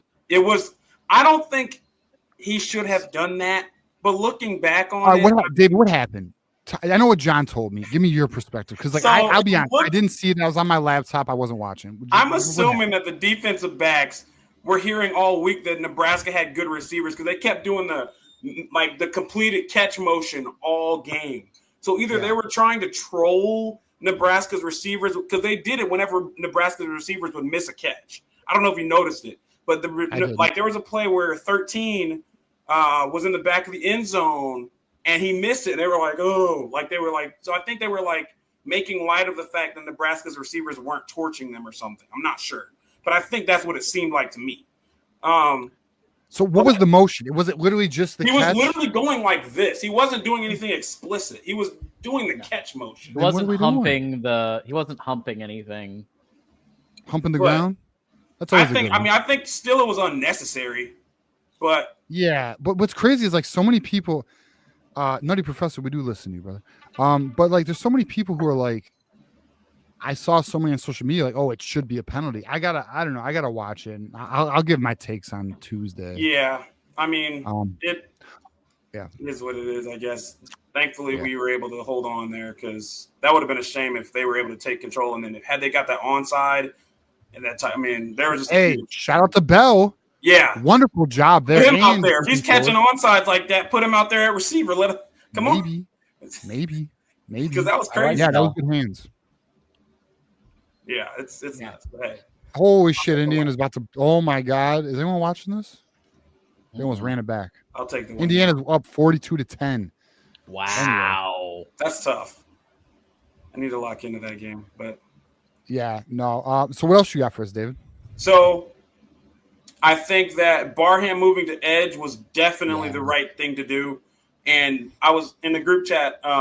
They were saying like TJ Guy got demoted, and unfortunately, I think Barham might have taken TJ Guy's spot because Sullivan and Rolder also played really well today. I actually said that Barham and Sullivan were my 1A and 1B MVPs for the game on defense, and then Haynes was my MVP on offense. So it was Sullivan had that catch that was awesome, but he also made a hit and had. Not going to harp on Hillman because he made some good hits and stuff. Great hits. Although he had that one, there was a touchdown that Indiana had where Hillman dived and didn't wrap up. If he would have wrapped up, he would have stopped him short of the end zone. I don't remember exactly what play it was, but I would have liked to have seen that. But I thought Hillman played great. I'm glad they overturned the targeting. Yeah, I would have lost my shit. I'll be honest. That's football. I posted. That's football. It's football. You can't. Yeah. You cannot. It's incidental contact. You cannot penalize a player. Well, they did the right thing, so it's good. Yeah. Yeah, it was overall good to get the win. It was funny. I don't know if you guys saw it, but Josh Pate took back his statements about picking against Michigan every game. Bro, he always does. No, what did he say? He does that a lot. Wait, what did he say? He was like, you know what, Michigan fans, I apologize. He's like, I'm saying this more for me than anyone else, but I picked against Michigan back in, I said he said like 2021 against Ohio State, and then he's like going on 2023, that type of thing. And then last year against Ohio State, he's like, they just keep proving me wrong. And then I picked Michigan to win the national championship, and they did. And so he was funny. Let me pull it up. I got it right here. Let's pull it. Let's watch it. It was hilarious. Let's hear Pat McAfee because he does the same damn thing. Let's hear what Pat McAfee has to say. John, let me hold on. Yeah, I'll take down I do this. Hold on. All right, so let's watch it. Compton's in a bad way back there. I don't feel much better. You pick against Michigan and they prove you wrong. Okay. You pick against Michigan a couple more times. And they prove you wrong again. Then you roll with them to win the national championship, and they do. Then you revert right back to your old ways, and they just continue to prove you wrong. So I came up here, first time ever in Lincoln. Hats off, Chamber of Commerce conditions, by the way. And I had an opportunity to learn from my mistakes, but I just made another one. And I picked against Michigan again, and they proved me wrong. Hell yeah. Again. So kids, don't try and make a living picking against Michigan. I do want to say I walked right into that locker room afterwards. I looked everybody in the eye. I accepted the valid criticism. I didn't have anything to say. What can I say at this point? So we're going to learn from it. I'm sorry, won't do. I'll do better. I'm talking to myself more so than anyone else. I'll do better is really what I leave here having learned about Michigan. Congrats. Go Blue. Hey, we got to go Blue. Dude. Yeah, hell yeah, dude. I already liked Pate, but now I like him more. That was hilarious. Yeah, I'm actually a fan of Josh Pate, but he does pick against Michigan. But like, that's fucking hilarious that he did that. Yeah, but hey, I want to say thank you guys and go Blue, man. Hey, I appreciate you, David. Go Blue, man. Thank you. Thank you, David. Hey, that's fucking epic, though. I mean, because like he looked like he was going through it, man. Hey, by the way, I want to mention I posted this on social media, but Michigan's NIL just gained $50,000. Will Compton is paying Michigan's NIL $50,000. That was the bet between Taylor Lewan and Will Compton. Whoever won, the other person, if Nebraska won, Taylor Lewan would have put $50,000 into Nebraska's NIL, but that money's going to Michigan. So good for us. Now, essentially, what that means is we can keep a kid committed for like 2 months. So that's cool. Nice. Every dollar counts. Every dollar counts. Because like Daniel Thornton.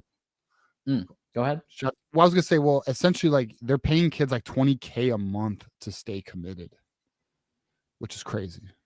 That's like the going rate, not just Michigan. That's like college football. Yeah. Daniel is a Leaders and Best member, so thank you for that, Daniel, joining up. He's been supporting us tonight. Ryan is back with another 5. Boom! Ryan's 5. on it today, boys. Ryan is on. Santa love Claus it. Ryan. Wow. Yep. You get a membership, and you get a membership. My intent Thank is you. to. Thank you. I'm going to go to the Ohio State game. My intent is to. I have a few tailgates to hit. His is one of them. I'm going to try and hit everybody's. That has invited me. So I will. That's the plan. So I look forward to meeting Ryan eventually. Yeah.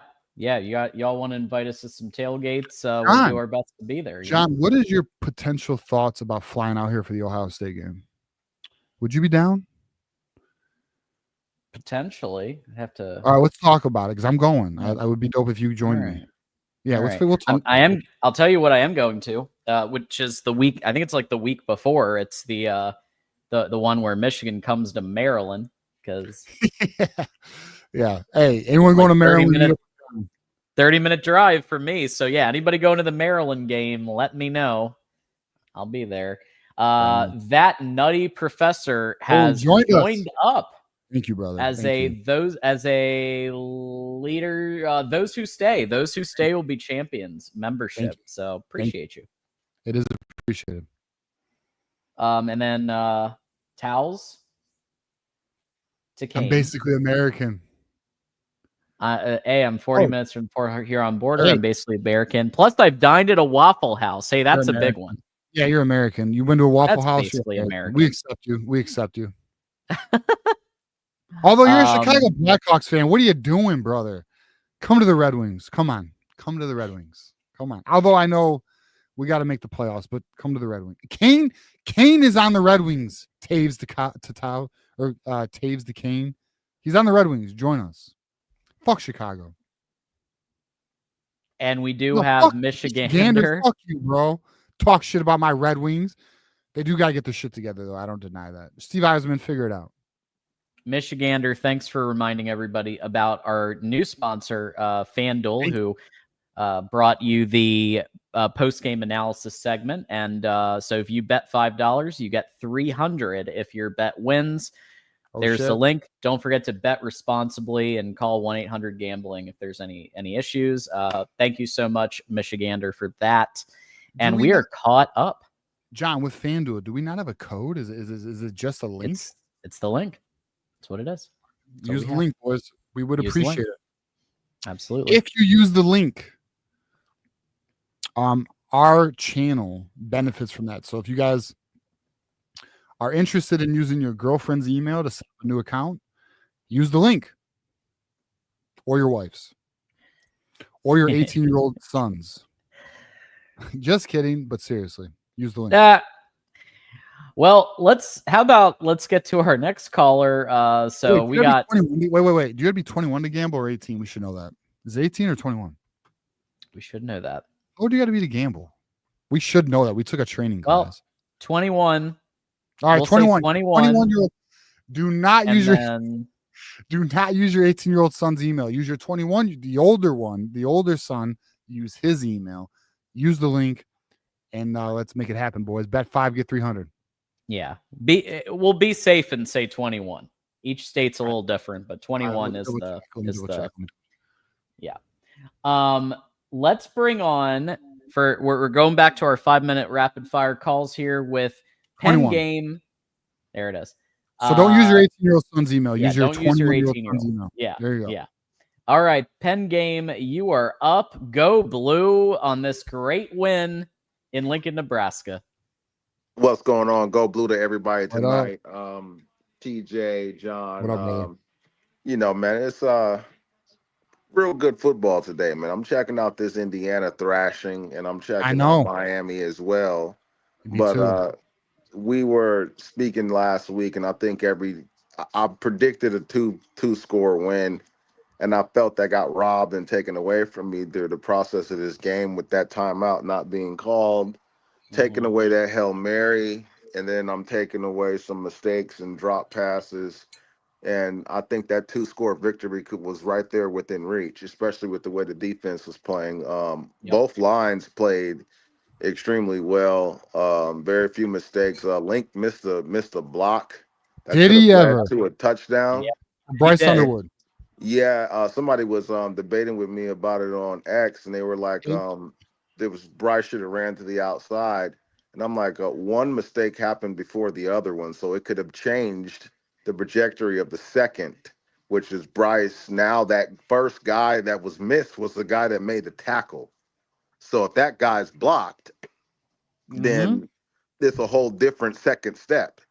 That guy's gone. Now Bryce is just splitting between the two, and it's an easy touchdown. It doesn't even have to run to the outside. So I'm just happy that Cole Sullivan is constantly popping up on the screen and beginning to look like a star. And Yes. Sanders, I don't know nothing about this guy. You're right, though. But that's when you seeing guys making tackles, Sanders coming up on the tackles, making sure the receivers aren't getting any good yak. Yep.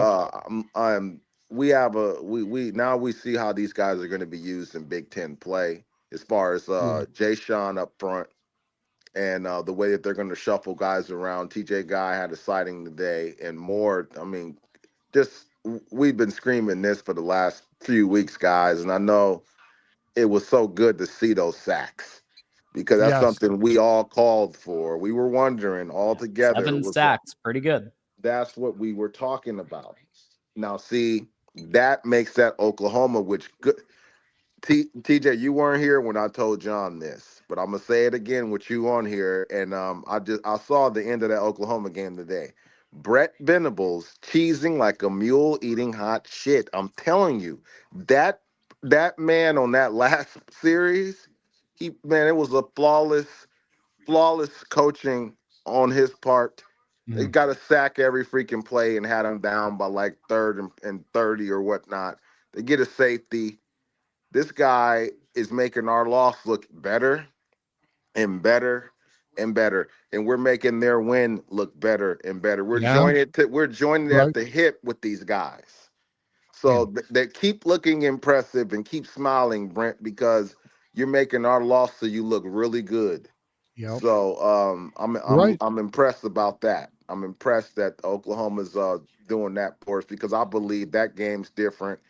The consensus is out. We see the team that we could have been, and it's a missed opportunity. I feel like it should be considered like those old days where we were 2-0-1 with a tie, because we just crippled ourselves with the game approach, and now we see with competition, this can work in the Big Ten. Marshall breaking out. This can work, guys. This can work, man. Now I've seen enough.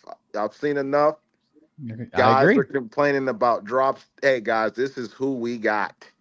TJ, ride with it. Yeah. Well, hold on. All right, hold on. Let me push back here, Pen Game. Because by the way, I'm just gonna say every single point you made, haymakers. And agree. But you think this? All right, hold on. Let me just make sure we're on the same page.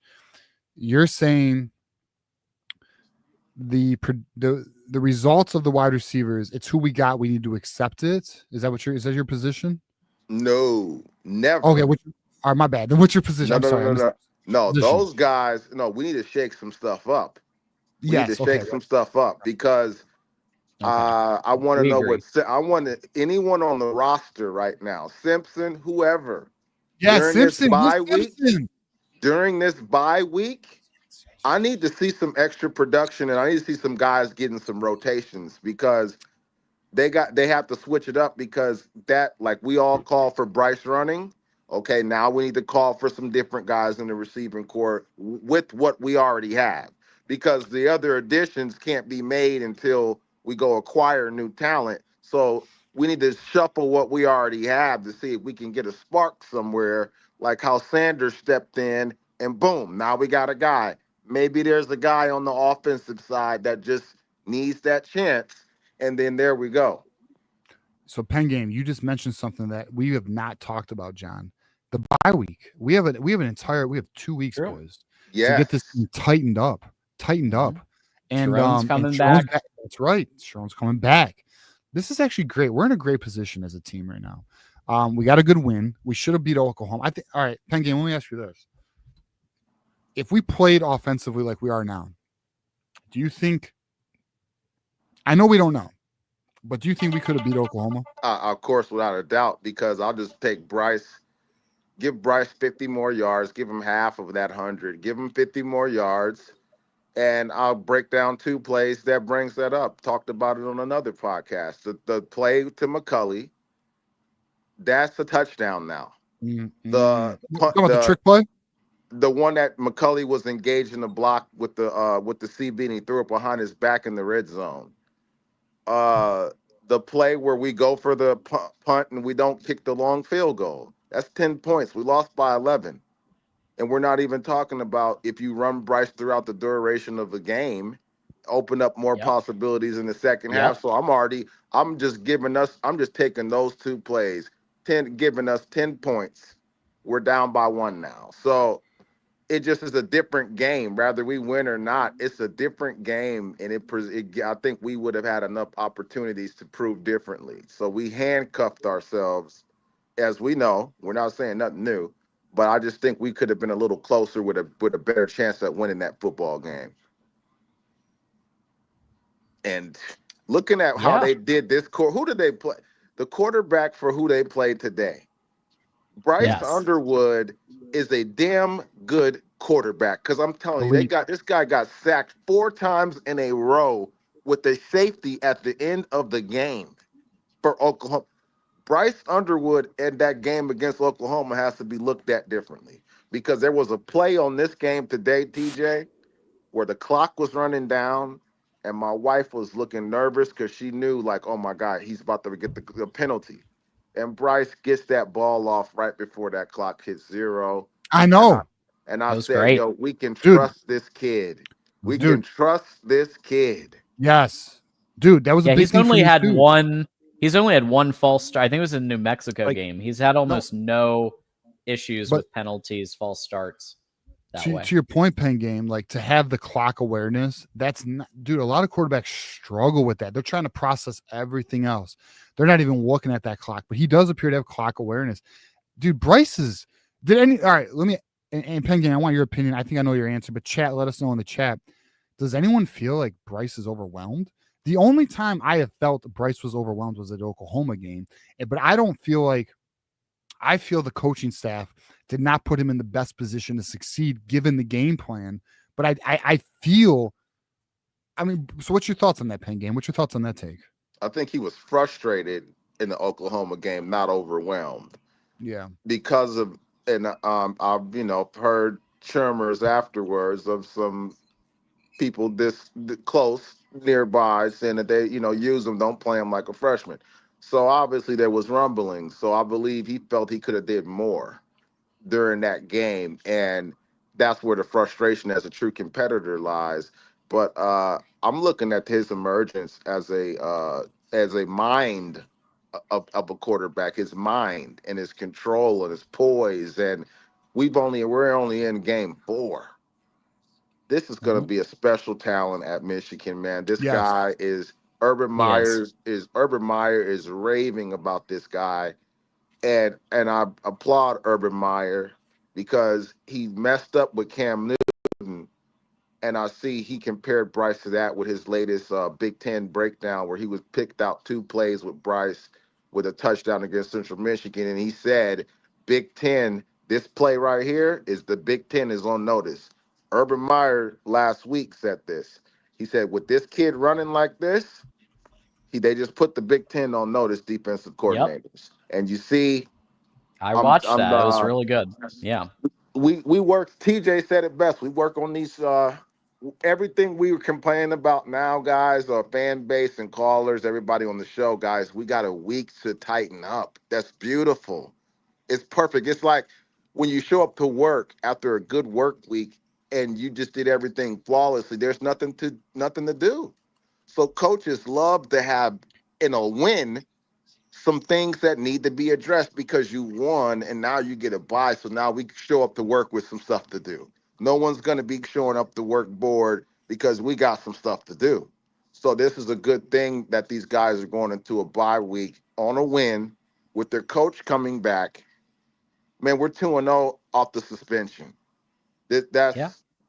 we're ready to roll, 2-0 guys. with an interim coach, and my only concern is I'm excited for the bye week too. Last year we had a bye week, didn't go so good, right? So I'm really hoping that this year they really take advantage of every minute that they have. Sharon Moore, I'm hoping he spends more time with the offensive line. I think the couple of days he spent with the offensive line before he left actually was starting to pay some dividends, even though it was only a couple of days. I saw these last two games, I saw a difference versus what I saw the first two games. And, as people get, I know there's been injuries, but you're seeing some personnel being placed in areas where Jake Garnera has been a slam dunk. He's been crushing it at right guard. I'm kind of hoping that we see Frazier and where he might fit in. If he's better than Link, or if he's better than someone else, I'd like to see him in there and see who's better. And let's have that person ride. I'm with you guys. Put the best guys on the field. It's time to start putting the best players in so these guys can start playing more. Like we've shuffled guys around except for the receivers, and now it's time to get some we need to solidify some things on the line, get our go-tos, and try to find out what's going on with this receiving room. Because they know they have to address this receiving, but we had other issues that need to be addressed first. The lines had to be tightened up. So now that they trust me, they already knew about the receiving and the drops. Now it's the main focus. So that's the good thing about it, because you're limiting Bryce, guys, when you're dropping those passes. So now this is the main focus, where the line was the main focus leading up to this. Now we can focus on these receivers in detail, in definition. They know they're going to be the ones with the head coach right there watching in the group. When they go to practice, the coach will be in there watching, and, will be right there with them. So all eyes on the receiving core. That's no doubt. I'm hoping you're 100% right, and that is the main focus. And let's put the three best people, whether it's I think McCauley has solidified that. I think that's happened. I'm gonna call it. It's McCauley, it's Morgan, and it's Marsh, and possibly Simpson over Morgan, but to be determined on that. But that's where it is. And if the coaching maybe staff Kendrick Bell, maybe Kendrick Bell in there somewhere. Nope. I already gave my position. Nope. Okay. It's Marsh. All right. It's fucking Morgan, and it's McCauley. I said it. I'm not wrong. I told you about Justice Haynes, didn't I? Yeah. Pen game? I ain't lying. Yeah. Justice Haynes. Let him know. Man. Let him know. We got a good running attack, man. I want to see this running attack run through the Big Ten with the schedule that we got. We'll build up lots of momentum. That passing game will improve. Guys, we're looking good. I will say this, though, before you get out of here, Pen game. Nebraska's defensive line barely touches 300 pounds. I'm not surprised to see we were able to move them. So that's something we got to monitor. Not all teams in the Big Ten have defensive linemen under 300 pounds. So it was a good win. We can build on it. But I guess, Pen game, final thoughts here, brother. Definitely what you just said, and expand on that. Different ways of seeing Chip. Doing different ways of putting players in position, kind of like he had Simpson on a draw or on a reverse, utilizing different players in different ways. So if the running attack with different defenses that we face, how is he going to still mix it up? And we'll see what transpires in the passing game going forward. I'm just really optimistic from what I've seen week to week that this team is going to improve in the areas that they need to improve in because they've gone out there and showed us. So I'm going to give them the benefit of the doubt for one more week to tighten this receiving thing up to looking competitive, to a competitive space where it is that play would be acceptable to win some playoff games. They're not there yet. So we'll leave it at that. Work needs to be done. Go Blue, everybody. Much love. Hold up, pen game. No, Yeah. you're not allowed to leave yet. You're not allowed to leave yet. Marvel or DC? Let us know. Oh, I already said it in the chat. Marvel, without a doubt. Marvel Yeah, has let the them fucking most. know. Tell them Marvel. Marvel Take has that. the most. Tell You them. got to the way they lay out the storylines and all the Easter eggs. They connect every single story, and then they go in depth in every single story, and then they tie it all in, and they draw it in, and a big character I get that. participation. The multiverses, how they put in the different universes together in the storyline, different timelines. The Kang the Conqueror thing is a black eye because that was an awesome storyline. I think that Loki series is one of the best series. If you guys haven't watched it, check out that Loki, Jonathan Majors' last Marvel appearance. It's a mind show. It's for the mind. But I love DC as well, but I just love Marvel better. I've not seen Loki. I know the first season was really First good. season's pretty trippy. Season two, I know that. Season 2 is a classic. It's a whole mind thing. They're going, they're going to different dimensions and going time traveling back and forth. Like it's a straight mind. It's for your mind. It's gonna pick your mind apart. That's what I like about Loki series, season 2. But go Blue, everybody. Go Blue. My little guy, you want to say go Blue? Go Blues in. He just woke up, but he knows. He knows. I know he knows. I know he. Yeah, we know he knows. He knows. But yeah, man, love you guys. Y'all take care, man. Stay up, man. Stay All up, right, Penguin. Hey, by the way, we're gonna talk. I want to reach out to you about some shit, but I'll reach out to you, brother.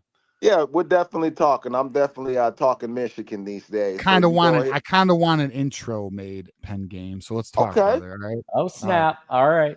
Okay. Stay up, player. We'll talk. We'll talk, big dog. Yes, sir. We can do that.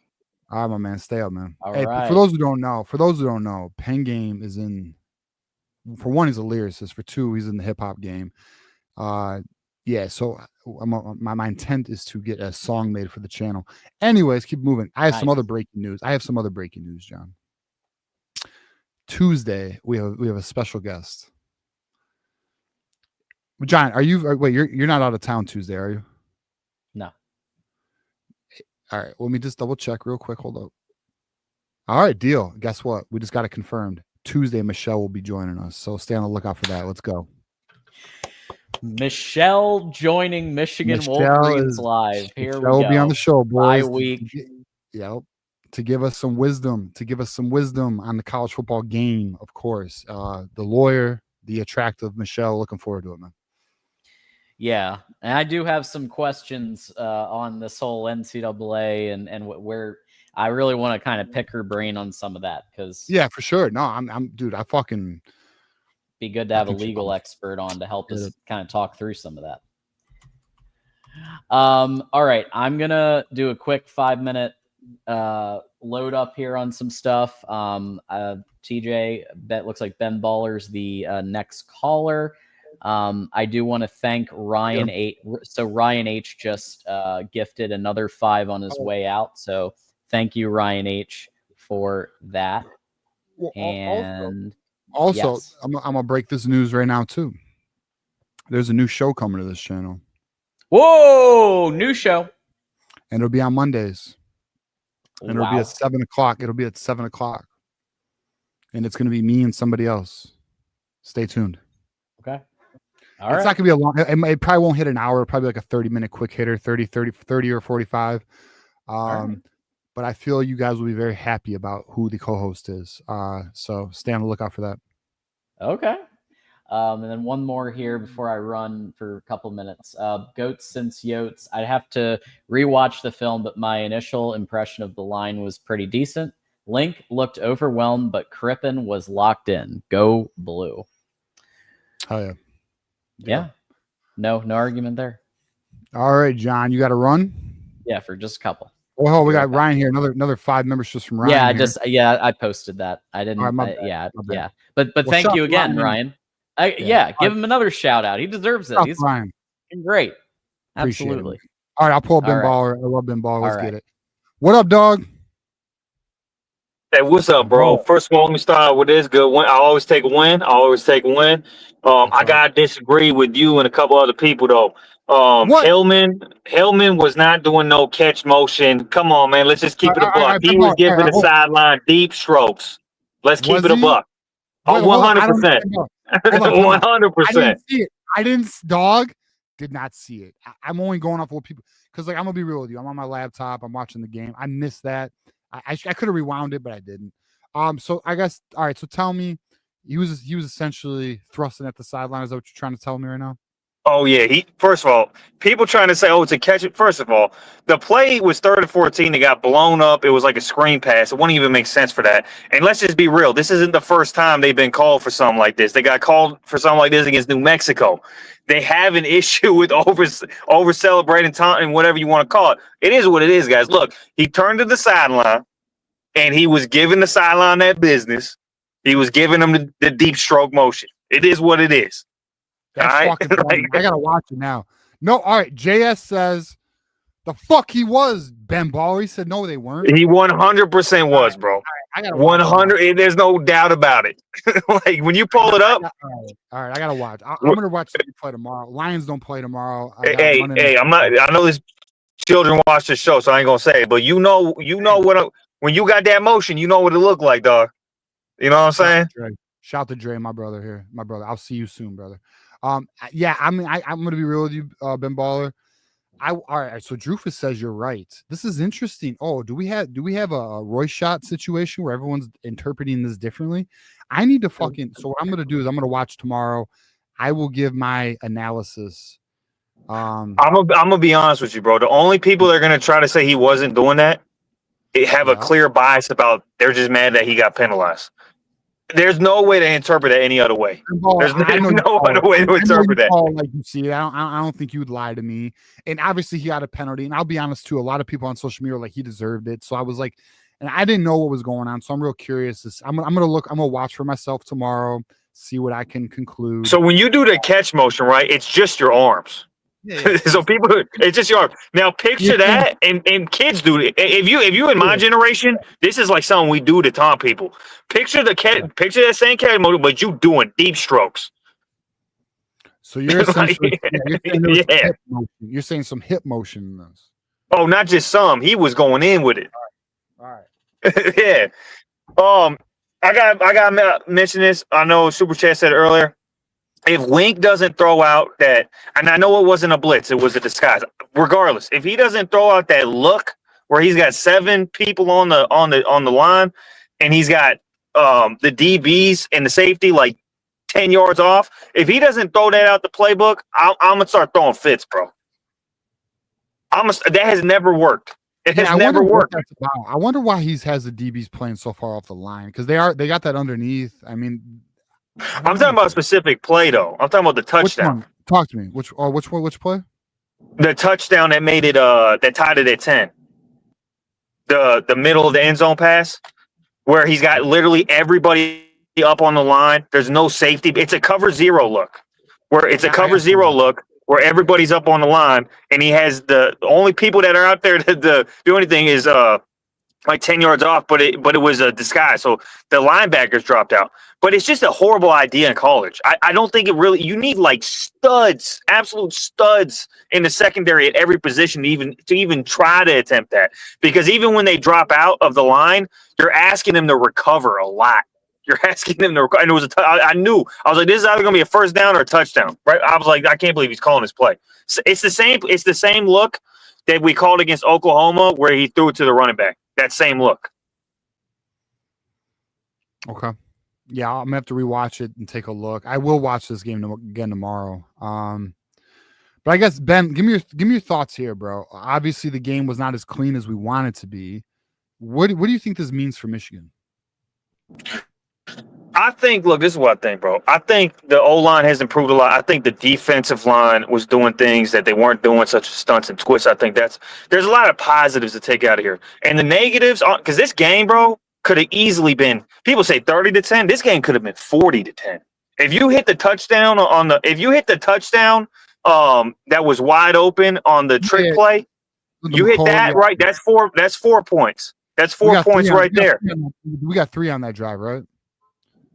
Yeah, we got 3 on that drive, so that's 4 points right there. And then if Bryce on the long drive in the fourth quarter, if he just runs outside, bro, it's a touchdown. All he has to do is just run outside, it's a touchdown. He cut inside. I don't know. That's a young thing. That's a young player thing. But if he just literally runs it to the outside, bro, no one's catching him. Yeah. And on top of that, they got 17 points off absolute bullshit. They got a touchdown on a Hail Mary. They got a touchdown on the play we just talked about with the defense, right? Yeah, the penalty. Yeah, and the penalty. So that's 17. In the fucking air. I know. Hey, by the way, my guy Dre watching it. Hey, I got that Underwood jersey. For those who don't know, Dre, our guy Dre, is part of Hailgate, was a part of the movement to get Underwood to Michigan. So shout out to Dre, my guy. Let me bring John up to speed real quick. I don't know, John. Did you hear what I said about the Hillman penalty? Oh yeah, John. Ben's got a perspective on this Hillman penalty. Yeah, the Hillman penalty was 100% deserved, in my opinion. 100% deserved. People saying he's doing a catching motion, cut that out, bro. The dude was giving the Nebraska sideline them deep strokes. 100%. 100%. We got a counter opinion here. It says you can see. Oh my god, we need to get the clip. Can we get the clip, bro? I can't. No, we need the clip, bro. We need the clip. Someone needs to get the clip. We need to load it because we can't catch a copyright. Okay, that's fine. I mean, potentially, if I can find it, I mean, it's potentially. Let me see. The problem is I don't think you get copyright for fair use. Would you? No, you can't. No, that shit, bro. I'm gonna tell you this right now, respectfully. Fair use is fucking dead. YouTube does not care. They don't give a shit about fair use. Damn, even if you reacted to it, that's crazy. Yes, no. Even if you give analysis, even if you pause the video, dude, YouTube don't give a shit about. Dude, bro, it's YouTube's so big, they don't got time to they just penalize you. Ask Johnny. Johnny Olden has had his channel suspended twice this year. It's probably on Twitter somewhere. You could find it. But look, everybody's saying it. Look, stop. People saying it's a catch motion. Come on, guys. What reason would he have to even do it? It was a screen pass that got blown up. He's not even in on the play. I don't even think he was in on the play. Right. Here's the deal. I'm gonna make a call to the chat. Chat, if you guys can get me this clip of the Hillman penalty, DM me, tag me. I don't give a shit. I want to see this because I'll be honest. Again, I was distracted. I didn't see it. A lot of people it's like 50-50. Some people think it was a penalty. Some people think it wasn't. I'm interested. So I got. Can I tell you why? Can I tell you why I believe that that was his intention was to do that? First of all, one, again, it doesn't make sense for him to do a catch motion. He's on defense. It was a screen pass. It doesn't make any sense for him to do that. That's one. Two, they've been doing this, being overly emotional after plays. They got called for this against New Mexico. So it's just, it goes with the trend of how they over celebrate after plays. I mean, Keegan says definitely a penalty. It's wild. I don't know. This is amazing now. This is like the Sharon Moore extension debate for me right now. Everyone's like 50-50 on this thing.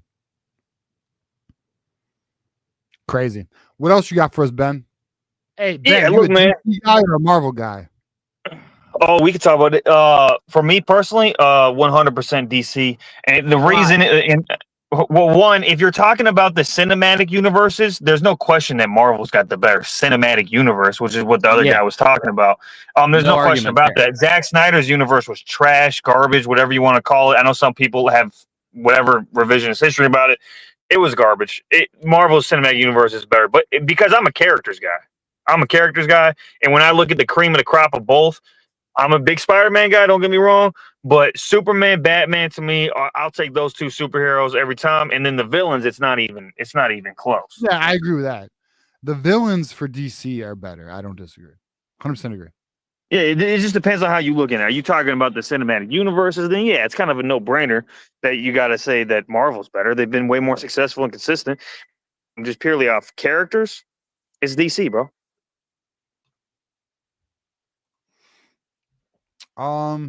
It's Marvel, but the villains are better. I agree. Okay, hold on. Who bro? Batman's the GOAT. Batman is the What? GOAT. Why? The GOAT. Why? Bro, are you kidding me, bro? His dad fucking died. His dad died. Bro, you looking, bro? You just looking at it from a superpower. Oh, I mean, I like he don't got some superpowers. Catwoman can get it. I mean, she's Bro, nice. he's got the most swag. He's a playboy. He's got the best suit. He's a detective. He's got the best mind. He's got the best stories. What's Iron Man? Is Iron Man not a playboy? He's Temu Batman. Checkmate. I win. I'm just kidding. He's Temu Batman. He's Temu Batman. He's more powerful. What do you mean? He'd fuck Batman up. Depends on which suit. Depends on which who era. Ben Baller? I don't know. I'm on mute, bro. I don't know what happened. Oh, you're muted.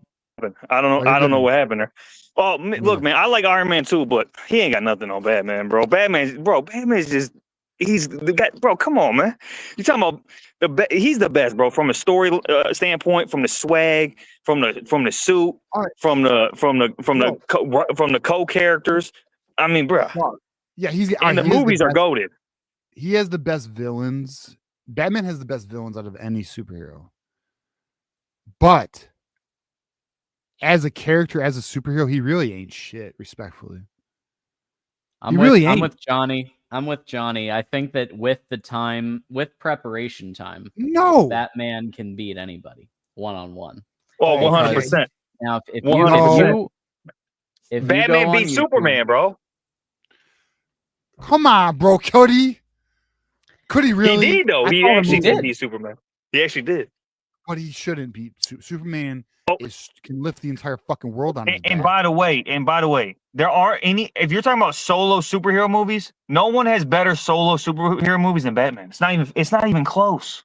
It's not even close. Name me a better solo superhero movie than The Dark Knight. Name me a better solo superhero, even the last Batman movie, bro. What about the Wolverine? Okay, the Wolverine. I think Logan's better than Wolverine. The Wolverine. I think that's what I mean. I mean Logan. That's the one where it's real dark. Okay, right? Like that's a good one, bro. Okay, Logan to me is on par with The Dark Knight. So I'm with you on that. But if you're talking about a collection of solo superhero movies, he got the best trilogy. It's not even debatable. The Avengers. That was a great. That's a solo superhero movie. Oh, not like just based on the. He's like the main guy. There's really nothing else. The first Iron Man's epic, though. Do we not agree? Deadpool, it's good, but it ain't the Dark Knight. The Deadpool is a great solo. It ain't the Dark. Even the last Batman. No, I agree. I'll give you that. You're right. It's not the Dark Knight, and I put Logan up there with Dark Knight. But I agree with you. Dark Knight's probably the best. I agree. You win. Even the last Batman movie. Even the last Batman movie. The Dark Knight with Heath Ledger, right? Yeah, of course. But even the last one, the Batman, with Robert Pattinson, bro, that movie's amazing. I liked yeah, you're right. No, Dark Knight is the best. That and Logan are probably the two best ones. I agree. Yeah, and the thing with Batman is it doesn't just stop there. Batman, in terms of quality of movies, he probably isn't. Four of his movies, I'd say three of the movies are in the top 5 for me. You got The Dark Knight Rises, The Dark Knight, and The Batman. No other superhero on a solo superhero level has that consistent quality, Deadpool, bro. I think Deadpool, all of his movies are great. They're good. Don't get me wrong. They're good. I'm picky though, man. I got high standards. Okay, what about the rest of DC? Those movies suck. That's why I said the MCU's better. That's why I said that. League was pretty. I'll give you Justice League. I kind of liked what they did there. That was pretty. What the Zack Snyder cut? Because the theater version sucks. I didn't mind this theater version. I actually didn't even watch. I'll be real. I'm gonna be full trend. I did not watch the Zack Snyder cut. Oh, I'm actually looking forward. Version, right? I didn't. Isn't the that Zack Snyder cut? Version? Yeah, so the Zack Snyder cut's the one people like, bro. Zack Snyder's good visually. He don't know how to write a movie, bro. He don't know how to write a movie. The Batman v Superman is one of the worst movies I've ever seen in my life. It's one of the worst movies I've ever seen in my life. It's trash. Okay.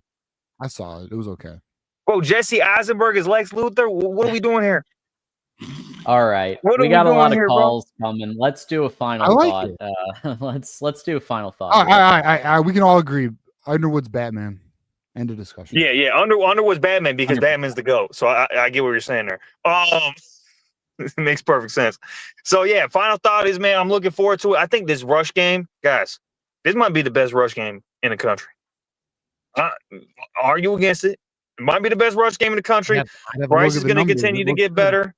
Yes. And the defense, as long as Wink stops calling that bullshit, that fucking bullshit he calls when he's putting everybody up on the line, and it's a touchdown or a first down every time. As long as he cuts that out and we tighten up the secondary rotations, I think we're going to be good, guys. I think we're going to be good, but we'll see though. I'm much more optimistic than I was before.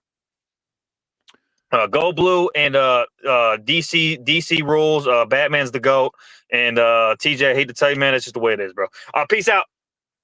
Peace out. Later, Ben. I like Ben Baller. Where the fuck is AD at? Because I swear to God, they're the same people. I've never seen AD and Ben Baller in the same room, bro.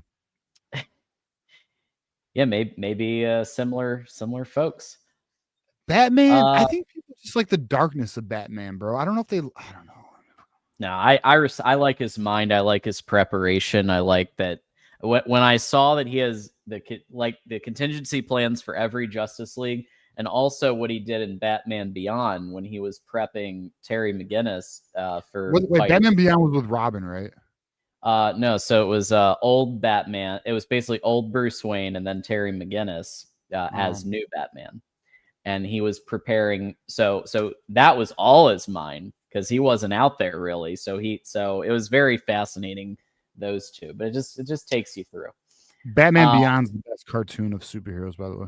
I love Batman Beyond. I agree. Batman Beyond's actually my favorite cartoon superhero series. Yeah, I've been rewatching it. Marvel's still better though. DC's darker than Marvel. Yeah. DC's darker, which I am curious as to how Gunn is gonna. AD wants the call-in link. AD, here's the link. Call in. I haven't talked to you in forever, brother. Yeah. Call in is there. It's in the. Y'all, just hit refresh. It's in the description, and we just put it in chat too. Like we got the link covered for you. Static Shock. Ugh. Oh, Wasn't a big fan of Static Shock. I'll be honest. Shout out to you though. Still love you. B Brazzy with the 2. I hope MSU puts a beating on USC. I don't. I never root for MSU for any reason. Do that. I can't do it. Yeah, no. Can't root for little brother. Can't do it. I'd rather USC win. Plus, we play USC. You know, forget MSU, man. Like, I mean, like, they're so. The living through Ohio State thing is so weird to me. I can't ever root for Michigan State. I can't do it. All right, let's this though. Their uniforms are nice as fuck though. Tim, it looks like Tim might be sleeping. Sorry about that. The wait on that, Tim. We are trying. Isn't Dom next? Well, no, based on the queue that I have. So sometimes the order jumbles. All right. Let's see. Tim. Hey Tim, how you doing? Go blue. Go blue. You sleep at Tim? About the game. Sorry about that. Go blue. You're good. You good, brother. Go blue. The defense. Hey, you living the dream, dog. Let's go. The defense, they play like the defense that showed up to Ohio State a couple years ago. They're looking like 22 defense out there. And what defense did it look like out there? I'm sorry. What? Yeah, they gave up. They almost 10 sacks. That's dangerous. Yeah, that was a lot of sacks, and has been a while since you've seen that from Michigan defense. And that's telling me that the sacks, the issues that they had last year and the whole off the season, Nebraska fans, they keep telling us and other the Big Ten teams they going to the face of that reports were saying that they made some uh, uh, uh, adjustment to not get more the not get no 10 sacks in one game. But guess what? We okay. We know now that the sack the issues that cost them some some games that they should have won last year. It looks like that they never fixed the sack issues they had last year, giving up sacks. Let me ask you this, Tim. In the spirit of our new sponsor, FanDuel, over under 8 sacks against Wisconsin. What do you think Michigan's defense is going to do? Probably over. So Okay. they're playing against the offensive line they about to face. They about to face at home. They're gonna have the crowd noise, and they're gonna be a weaker offensive line.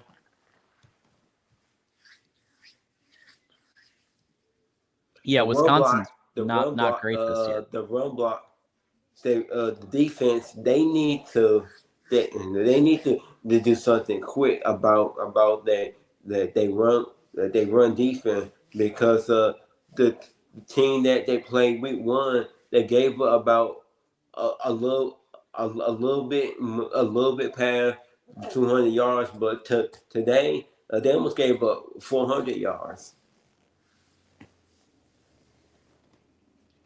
Yeah. So all the yeah. stuff that we heard in the summer that the trenches is better. Today's game, this show me that they still they need to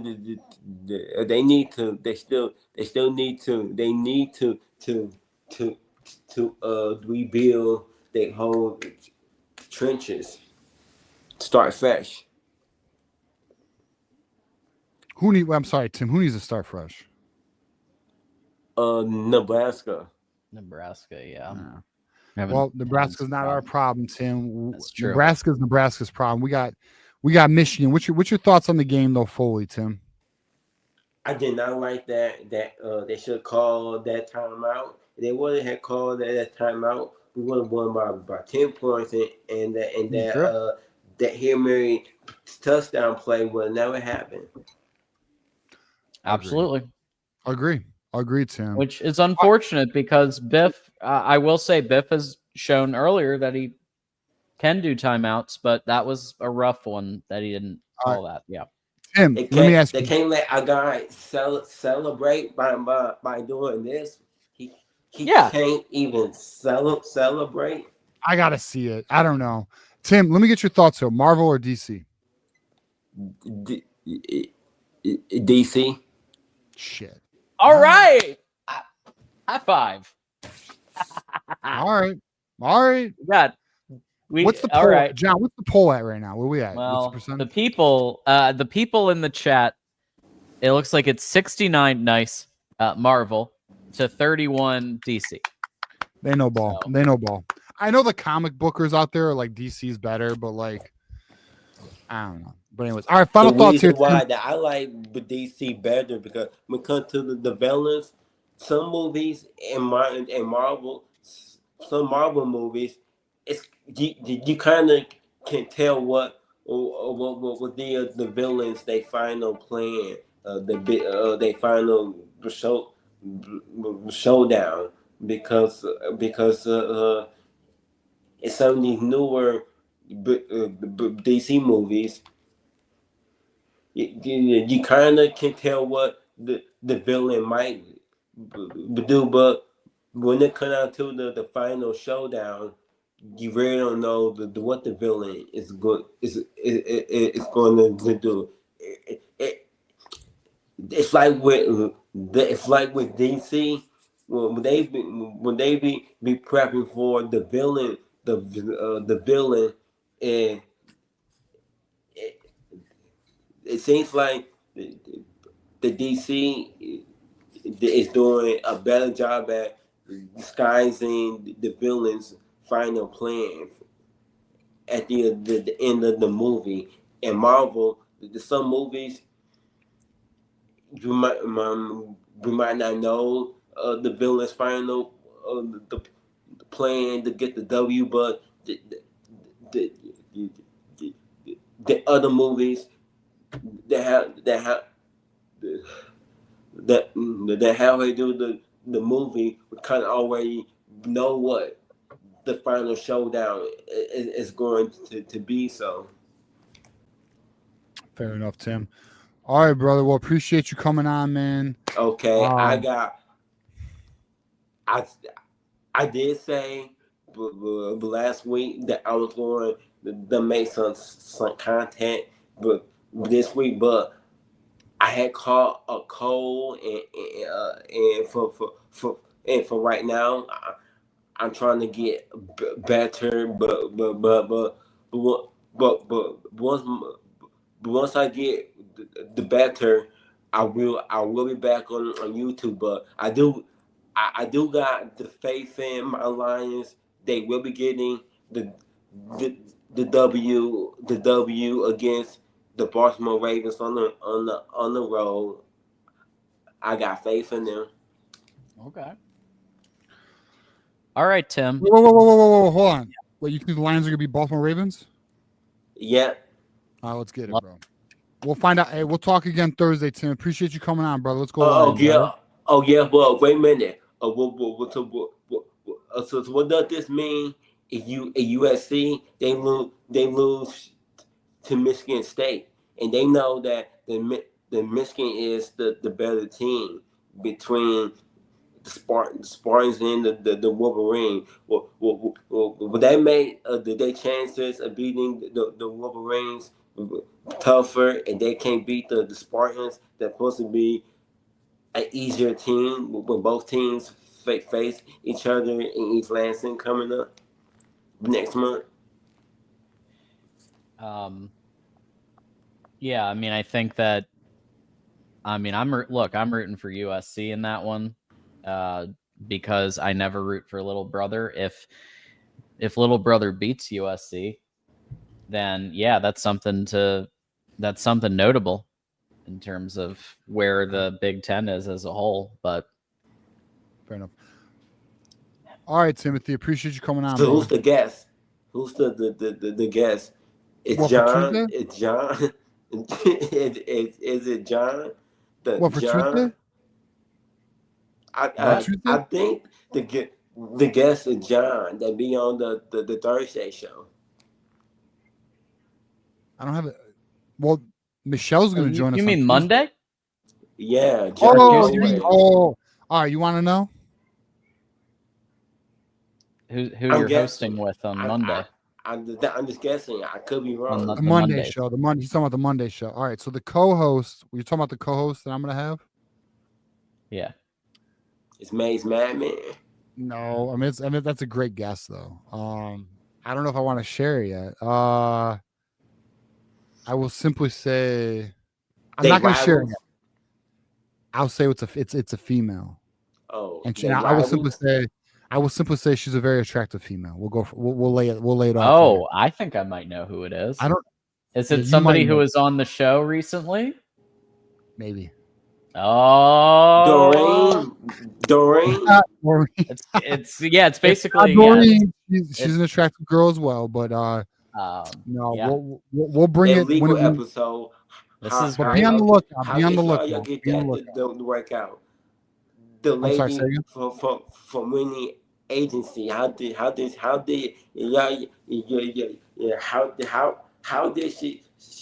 took the time to be on a Tuesday show for about an hour and 30 minutes? How did she take into the time to be on the Tuesday show that's coming up? What? Who's that? Who specific? Who's that? Oh, you mean Michelle? Yeah. I don't know if she'll be on for an hour and 30. I mean, it could be a 20, 30-minute segment. I don't know. We'll figure it out. But we'll see. she It's very confirmed exciting stuff. she was supposed to be on a couple weeks ago, but something occurred in terms of she had to do something for work. Yes. But, Michelle will be giving her legal analysis on the state. Tuesday. No, we'll get her on Tuesday. Looking Before I forward. leave, Huh? I'm sorry to tell this that any Spartan or Buckeye fan or Notre Dame fan or Penn State fan or other rival fans that watching this, she might tell y'all the truth that y'all don't want to hear, and y'all just have to face the facts. That Tell him, Tim. Appreciate it, brother. All right, brother. All right, Tim. Next caller here, Timothy. Go blue, my friend. Go blue. All right. I guess I'll break it. I'll break it. So it does appear in a week or two. We're working on the start date. It'll be me and Minnie. She actually watched. She actually, even though she's a Nebraska girl, she actually like Michigan's kind of her second team, kind of. So, really, to do it, yeah, she was really bringing. She was really bringing the heat on that Tuesday that Monday so show. what I was thinking was, why not bring her on as a host and talk Michigan football? She says she's like, I watch every game, like I follow you guys. Why not? You know, she's fun, she's cool, she knows ball, obviously attractive, but she's cool. So at the end of the day, that's what we're gonna do. So that'll be Mondays, 7:00. Be on the lookout for that. Damn. All right.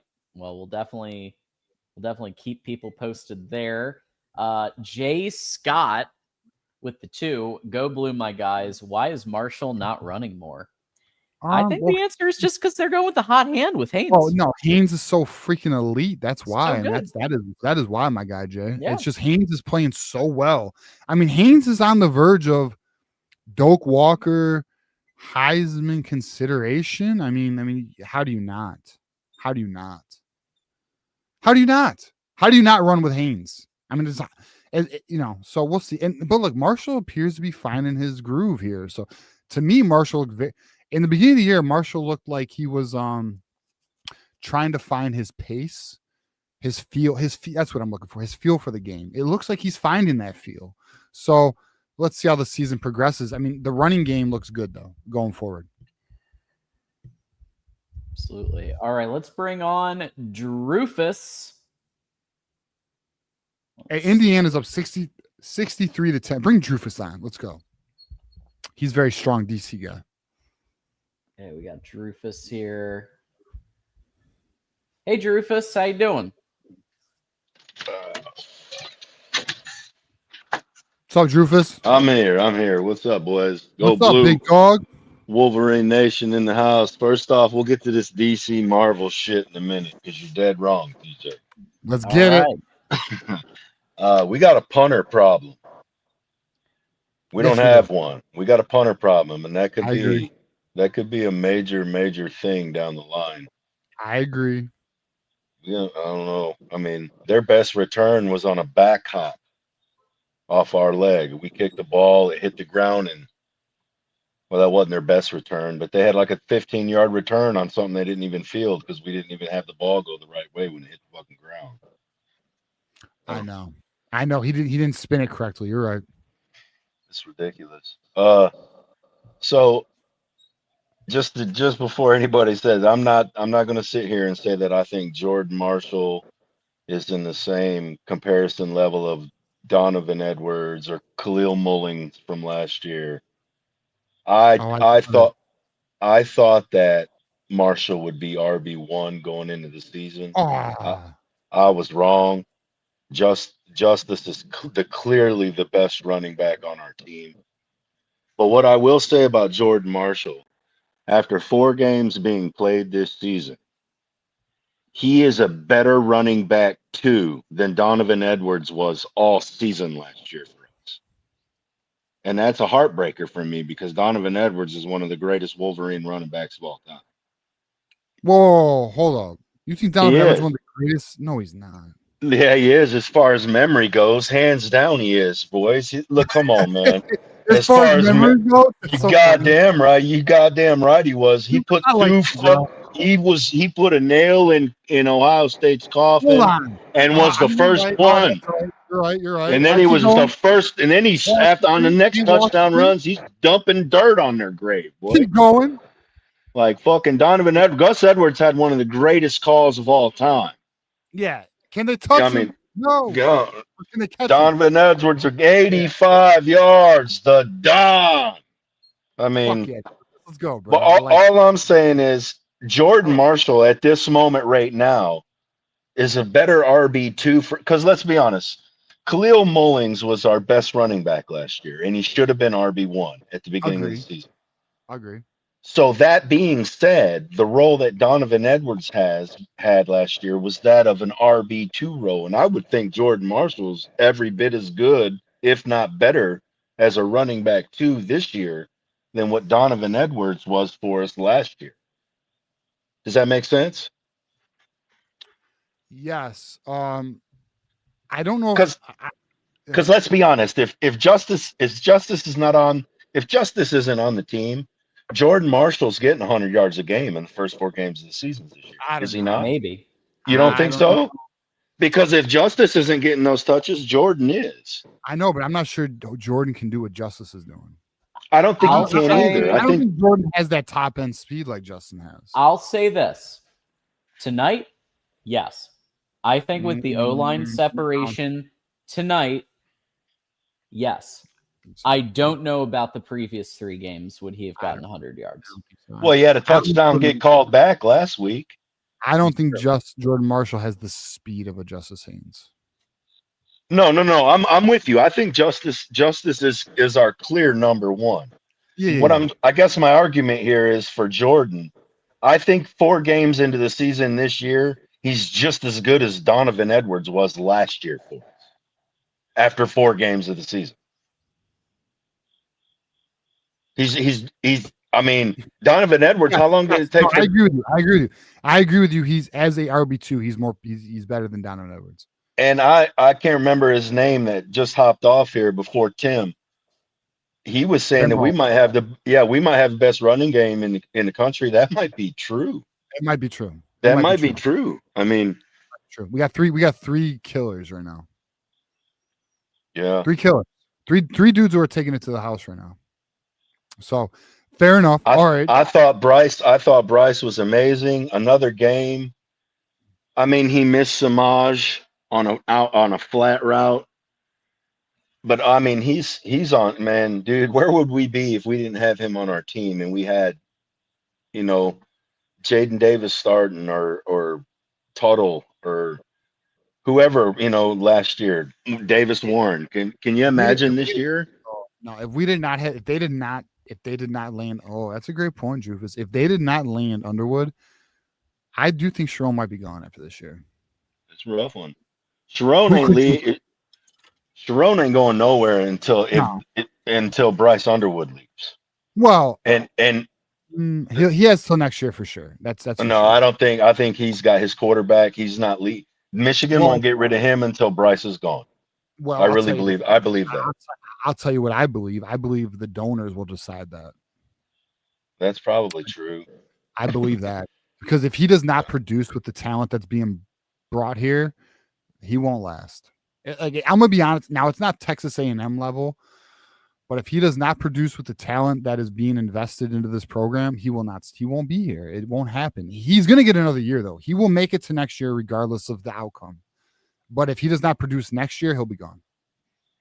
Well, the D-line play today makes me feel so much better about the West Coast trip in a couple of weeks. Agree. So much better. Drufus, let's get your thoughts on this DC Marvel thing because we're up against it here. There's no thoughts, man. So DC's got the greatest hero of all time. It's Superman. It's not even close. Why is Superman the greatest? Because he's only got one weakness, and that weakness can't even be found on Earth. It can't even be found here. He's got one weakness, and it's not even found here on planet. And listen, as far as the cinematic, why did Batman beat him? Because he got a hold of some kryptonite. And listen, as far as Batman goes, Batman ain't nothing but DC's version of Iron Man. And in a fight, yes, in a fight, yes, Iron Man would beat Batman. Okay, I agree. Now, as far as the cinematic universe goes, Marvel is going to win because all those movies are geared towards children. The reason why Zack Snyder's Justice League movies, and listen, you need to watch the Zack Snyder's version. You need to watch that version. I haven't. You're right. I've heard it. You need to watch it. You've seen the original. Steppenwolf looks way different in Zack Snyder. All right, what's the difference between the two movies for those that don't know, including myself? Yeah. So it's shot in old 4:3. So you get more of a elongated up and down and not the widescreen version. Okay. It's shot in black and white, but you can also see it in color too if you want to go that route.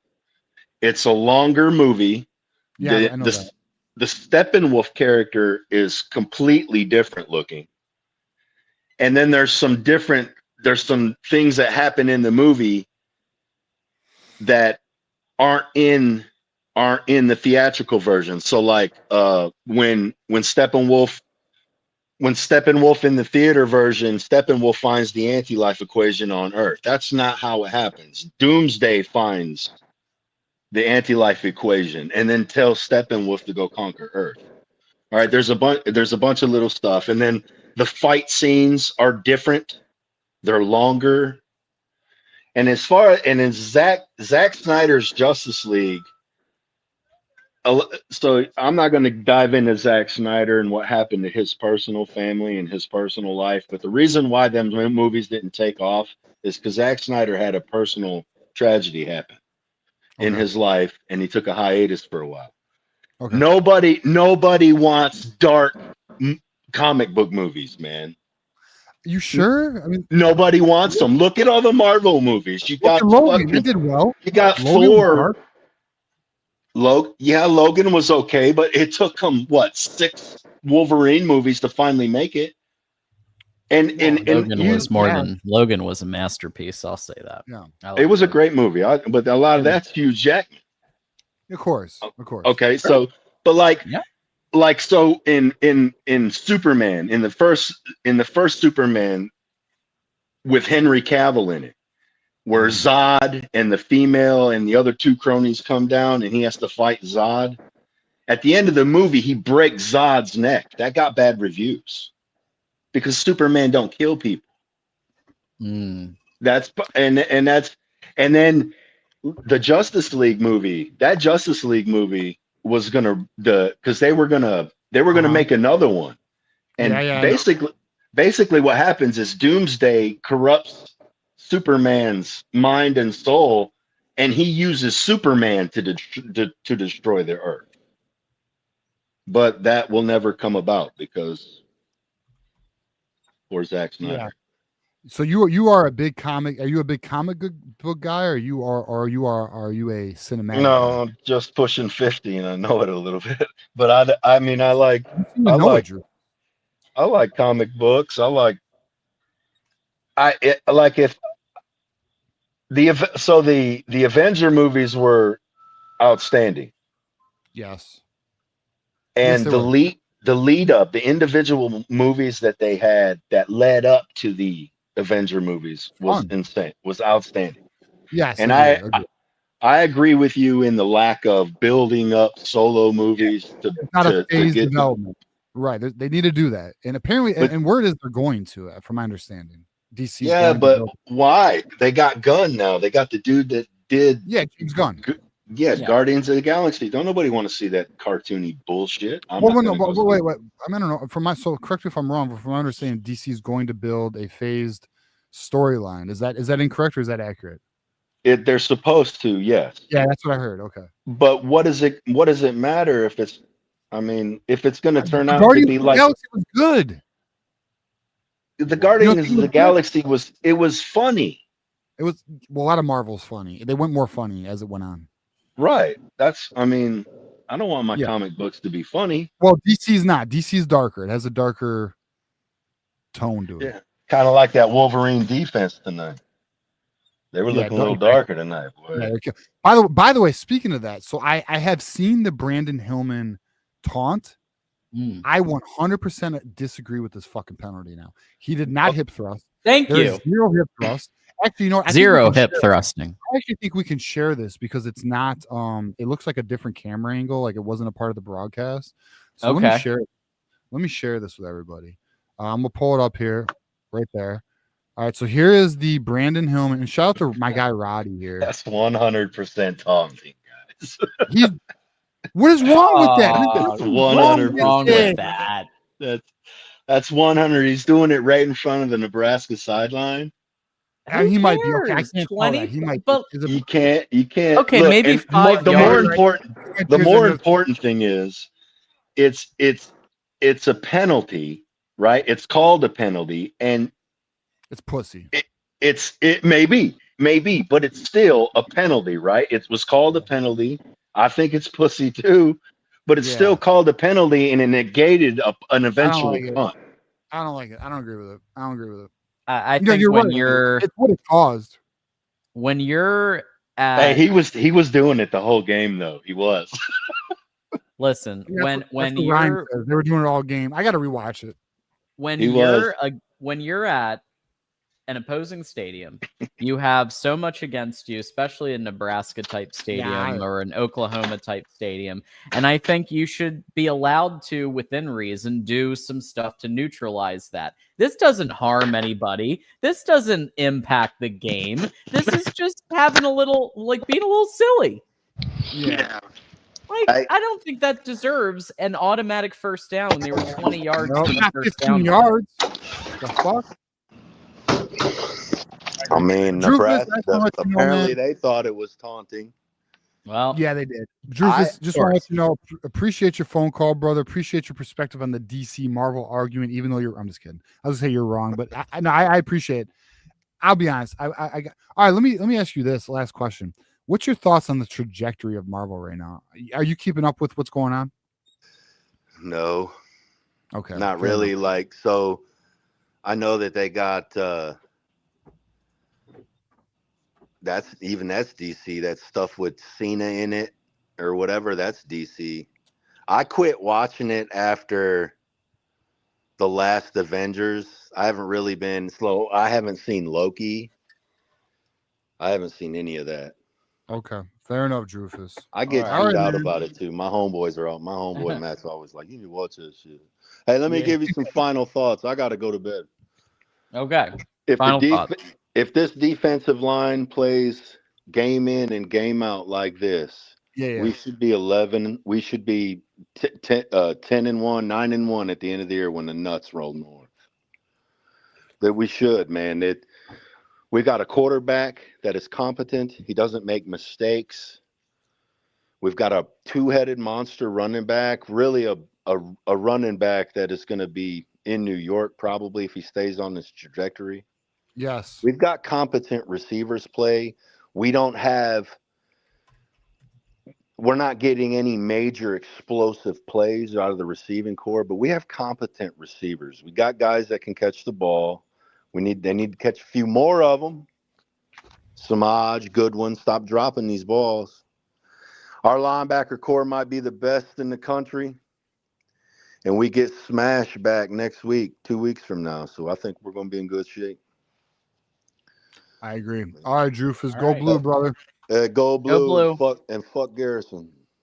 There you go. Hey, there you go. I'm just playing, Garrison. I'm just playing Garrison. You good, man. Garrison taking a screen. All right, Drufus, stay up. Hey, sleep well, my friend. Fucking Drufus. I like Drufus, man. Yeah. Fucking like. Good I guy. like. Called last week too. Here we go. We love the DC versus Marvel, but we're gonna be really tight on the 5 minutes from here. We got a lot. You know a movie I like that everybody hated? What's that? The Eternals. Everyone hated that movie. I like that movie. Like everybody, even my boys, bro. I got one of my boys is really deep into this shit. He hates it. I liked it. I thought there was a deeper meaning in that movie. I don't think a lot of people grasped, but whatever. Okay. Haven't seen it. Maybe I'll check it out. You didn't see Eternal? No, I would say that's not the one you need to look at. Okay. But I liked it. we have 1 hour left, unless we get if y'all want to put in $89 more in super chat, super stickers, memberships, whatever. Otherwise, we're gonna be 5-minute calls, and we're going fast now. I'm not playing because I want to make sure everyone gets heard. So let's go. Big Worm. Big Worm is going to be on Big it. Worm's fucking calling, boys. If Colby you know. has been waiting very, very, very patiently. Colby, my bad for skipping you. I'm sorry. Don't worry Mea about it. culpa. Go Blue. No problem with that. No, I thought the referees were terrible today. I mean, I counted at least 6 or 7 missed holding calls on Barham and Derek Moore, both, even when they made the sacks. And I don't know how you go an entire game without getting one holding call. It was incredibly ridiculous. I felt like they were a little bit scripted in the game for them to make it close, so Vegas could cover that 2.5 spread.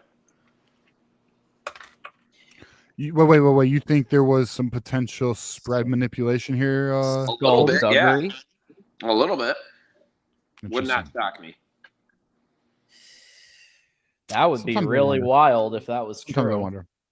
I mean, there's been really bad officiating every single game. I wouldn't lie to you about that. Yeah. I mean, despite that, I thought our defensive line played really well, but yes, it did.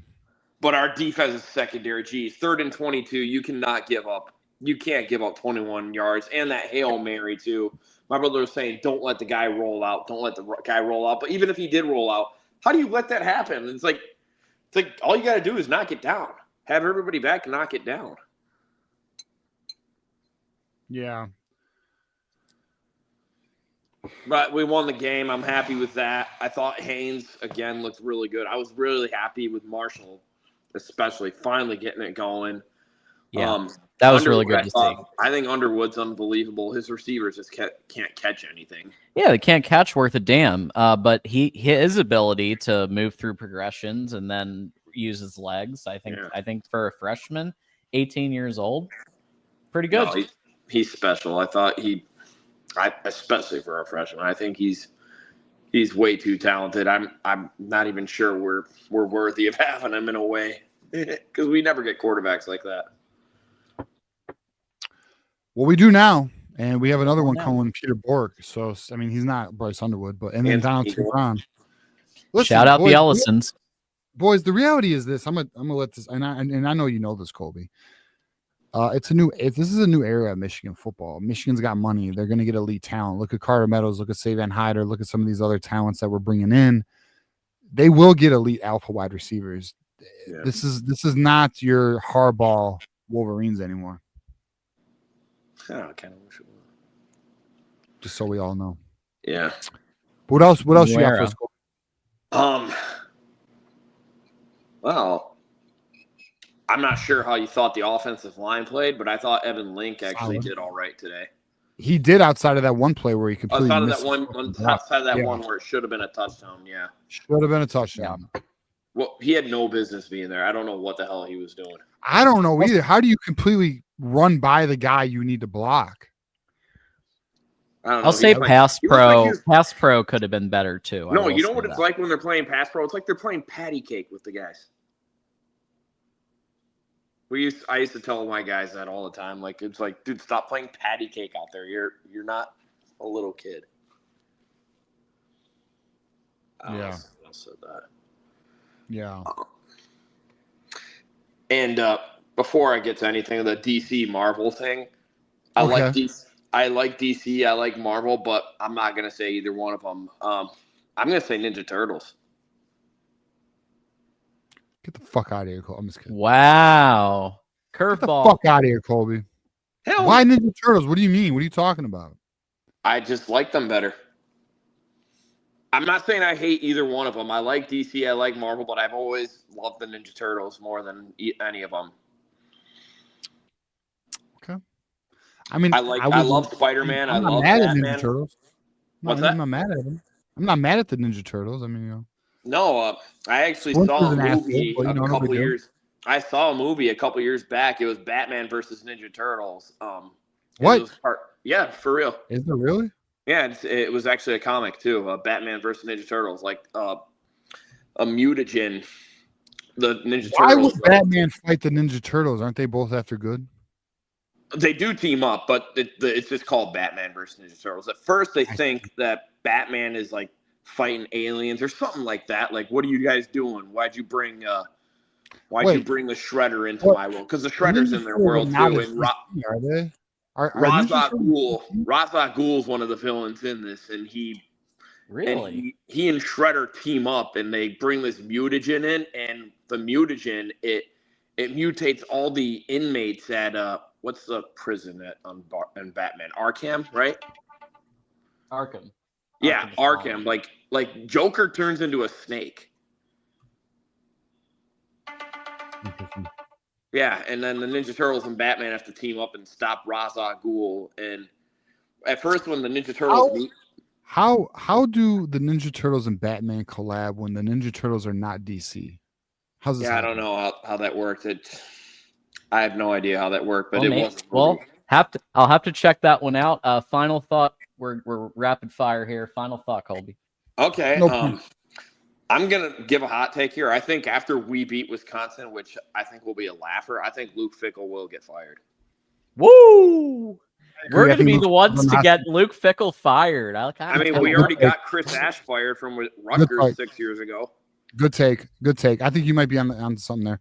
Mike Ford says, y'all nerds are still talking about this shit? Fuck yeah, we are, bro. This is a serious debate. All right, Colby. Appreciate you, brother. Yeah, no problem. Go Blue, my man. Go Blue. All right. Folks, if you would like to have more callers and more things, we still have 87 to go. Otherwise, we will be wrapping up around 12:15 a.m. Eastern. Next up, we have, of course, Voice of College Football show host, Alabama host, Chief Marketing Officer, as I call him, Jackson Johnson, joining us for 5-minute calls here. Jackson, how you doing? I'm doing all right, gentlemen. How have y'all been today? Excellent. We won. Living the dream, beating Nebraska, no big deal, Well, there you go, man. I mean, like that running game with Marshall and Haynes, that was one of the main reasons why Michigan won. I know that's a fact. I mean, it was like that was a win right there, that running game. Oh, no doubt. And Marvel over DC simply because Iron Man doing a solid for his country by making it a little easier for the government in those little congressional testimonies. Like that's what did for me right there. That what did it for you, Jackson? That, and you got Deadpool. I mean, Guardians of the Galaxy. I mean, everybody loves a little Spider-Man. I agree with you, Jackson. I'm on Team Marvel. There you go. I mean, it's like I remember watching a little bit of that 90s Spider-Man on Jetix in like the 2000s when it was on like Toon Disney. I remember watching a little bit of that. Like that was pretty cool. Fair enough, man. So what's your thoughts on Michigan, my guy? Well, life's getting a little bit easier for them. I mean, the Wisconsin Badgers, who are next on their schedule, complete disaster. The Badgers are a disaster. I mean, I know like the punting game is not looking very good for Michigan, but I just don't see Wisconsin putting any kind of pressure. They're not putting any kind of pressure. They're depressed. I mean, they got smacked by Maryland today. Really? Wisconsin. Yeah. Wisconsin got smacked by Maryland. I felt like I was watching Days of Our Lives instead of a football game. I swear to God. Did you watch Days in Our Lives, Jackson? No, but that's what it felt like I was watching, like with Maryland, Wisconsin. I mean, it's like really? Maryland smacking Wisconsin off face the earth. Nothing against Maryland, by the way, but it's more about Wisconsin. Sure. It's like that team is complete hell. Once upon a time, not long ago, Wisconsin was a solid team. They're not no more. Oh no, man! They put in the air raid. It didn't really fit Wisconsin's identity, and here we are. I still like that we're seeing UCLA Northwestern next week on the Big Ten Network. Like that should not be on any television network. If you're gonna put that one on Peacock. How about that? Or put it on Nick Jr. so that the little kids will go to bed. Yeah, just put the kids to bed. Like, it's like instead of having a lullaby song, you got a little something for the parents that'll help put the kids to sleep. Be like, oh, here you go. Here's UCLA Northwestern. These teams suck. Now go to bed. Yeah. What's your thoughts on Bryce Underwood, man? He's looking very good. I'm loving what he's bringing. I mean, he's got rocking and rolling. I'm looking at this Michigan schedule, and I'm looking at USC right now. Okay, USC's having a little slow start right now against Michigan State, but I mean, it's first quarter, not the fourth quarter, so no worries there. But we're going to find out what this USC team is like against Illinois next week. And if USC's unbeaten for Michigan, that's going to be very good right there. Well, we're watching USC right now. They're up 3-0 on Michigan State, little brother. I'm watching this game. This is a game that actually matters. I mean, if you are a Michigan fan, I would recommend keeping us on, but putting this maybe on the TV, putting us on your phone. But yeah, I mean, we'll see. I don't know. I'm trying to identify. I'm watching USC right now, seeing what potentially we can exploit. Have you watched a lot of USC this year, Jackson? I've watched bits and pieces of the Trojans, including USC Purdue. Like that was a very interesting game right there. What's your thoughts on where do you think it stands between Michigan and USC? For those who don't know, Jackson is a college football encyclopedia. And he loves this shit. So, like, Jackson, tell me what's your thoughts on USC versus Michigan next week, or not next week, but in 2 weeks, 3 weeks, 3 weeks. We got to buy. Well, we'll definitely know for sure how USC is going to be next week against Illinois on big noon kickoff. Illinois just got the ass whooped by Indiana, bro. Yeah, I mean, Illinois is looking depressed. They're looking like a disaster. Ooh, if USC can beat Illinois, which it looks like they can, then we'll know a lot more about what we're going to see from this USC-Michigan game on October 11th. And I was looking at a schedule note for one of the teams that Michigan has this year with Washington. Washington is one of the 8 teams that has not trailed throughout this season. Like, not even joking. Interesting. Oof. But I guess that is my cue for the next caller, but I will say, tell your friends, family, and cashiers at Kroger and Publix about the magic that John Diemo, TJ Ronin, and Johnny Olden Jr. bring all right here on Michigan at the Voice College Football. And if you missed who TJ is having as his new co-host for the Monday show, go back for a little bit at the go back and 3-hour mark, I'd say. Yeah, find out for yourself because we're not going to tell you. It's one of those legal analyst Michelle coming Tuesday night. That's Tuesday. Yeah. So we got Tuesday night. Yep. There we go. Before you leave, Michigander did super chat you a question. Okay. So Jackson, thoughts on the Oklahoma cheating thing today? I don't even know what that is. I haven't heard. I don't either. Oklahoma cheating. Oof. What did they cheat today? What happened?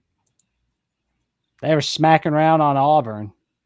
They kind of went a little too easy on them, to be honest. I didn't even hear. What's your thoughts on Oklahoma, Jackson? Look good, Scary. yeah? Yeah, looking good. I think so. They're going to make life hell for Texas on the Red River rivalry on October 11th. The fact apparently people saying that there was a touchdown that might Sooners were accused of cheating on, but I don't know. Interesting. Wow. I'm not messing with those Sooners. He put it in the group. I mean, like there's a reason like Phil still put them as the #1 surprise team on his list for 2025. And I'm not doubting Phil still. I mean, that's a dumb move right there. Yeah. Michigander also commenting, we're putting 400 yards on rushing on MSU. There we go. Yeah, I love that prediction. Oh, you guys are going to eat Michigan State like a chicken nugget. That's for sure. We will. Fuck Michigan State. They are chicken nuggets. They're bitch ass chicken nuggets. They are chicken nuggets.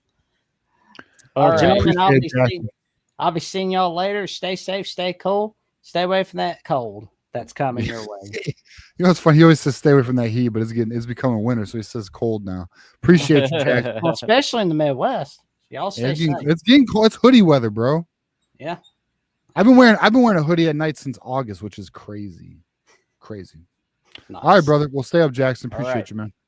Later, Jackson. All right. Next up, we have Coach Moore. Hey, guys. Thanks for having me again. What's Thank up, you. buddy? How's your suspension going? Man, good win tonight. Some things that I saw out there tonight.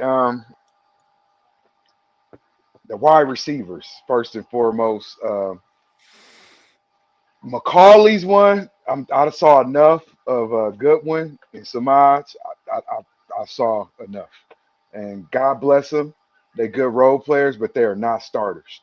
I would going forward. I would rather see Bell, Moore, Browder, the freshman. Marsh definitely need to be out there. And going forward, I want to see who's going to make themselves a third down target for Bryce. Because for us to go where we want to go, somebody has to make themselves an option on third down. To me, he hasn't found a third down option yet that he feels comfortable, a safety blanket. But the coaching too, I feel like we can give him some big targets. Macaulay's a big body target. It's just like Klein. So you're giving them shots. And Sanders, the freshman, he needs the whip we had at number 2, not Earls. And that's that. I think Earl's gonna be good in due time, but he's not ready yet. So I don't want to see him and Dotson out there playing a lot like that. Like I think we got other dudes that should be playing more in those positions. And on the Hail Mary, if we call timeout, that shouldn't even happen. But it did. I thought the personnel. Why Mason Curtis? He's 6'5". He's in at safety. Was it Mason Curtis was injured, right, John? I think so. I think he was Mason out Curtis today. was injured. I'm pretty sure he was. Okay. Well, yeah, let us know. Wasn't Mason Curtis injured? I Yeah, think he wasn't. He's not listed. Yeah, anywhere. then excuse there. But even so, why is TJ Guy throw wide receiver, throw fucking McCauley back there or Browder? You got and Jordan Mangum on that play at the end. He didn't know who he had. So when Jair Hill came over, he didn't know. If you don't know your play, then you don't need to be playing. So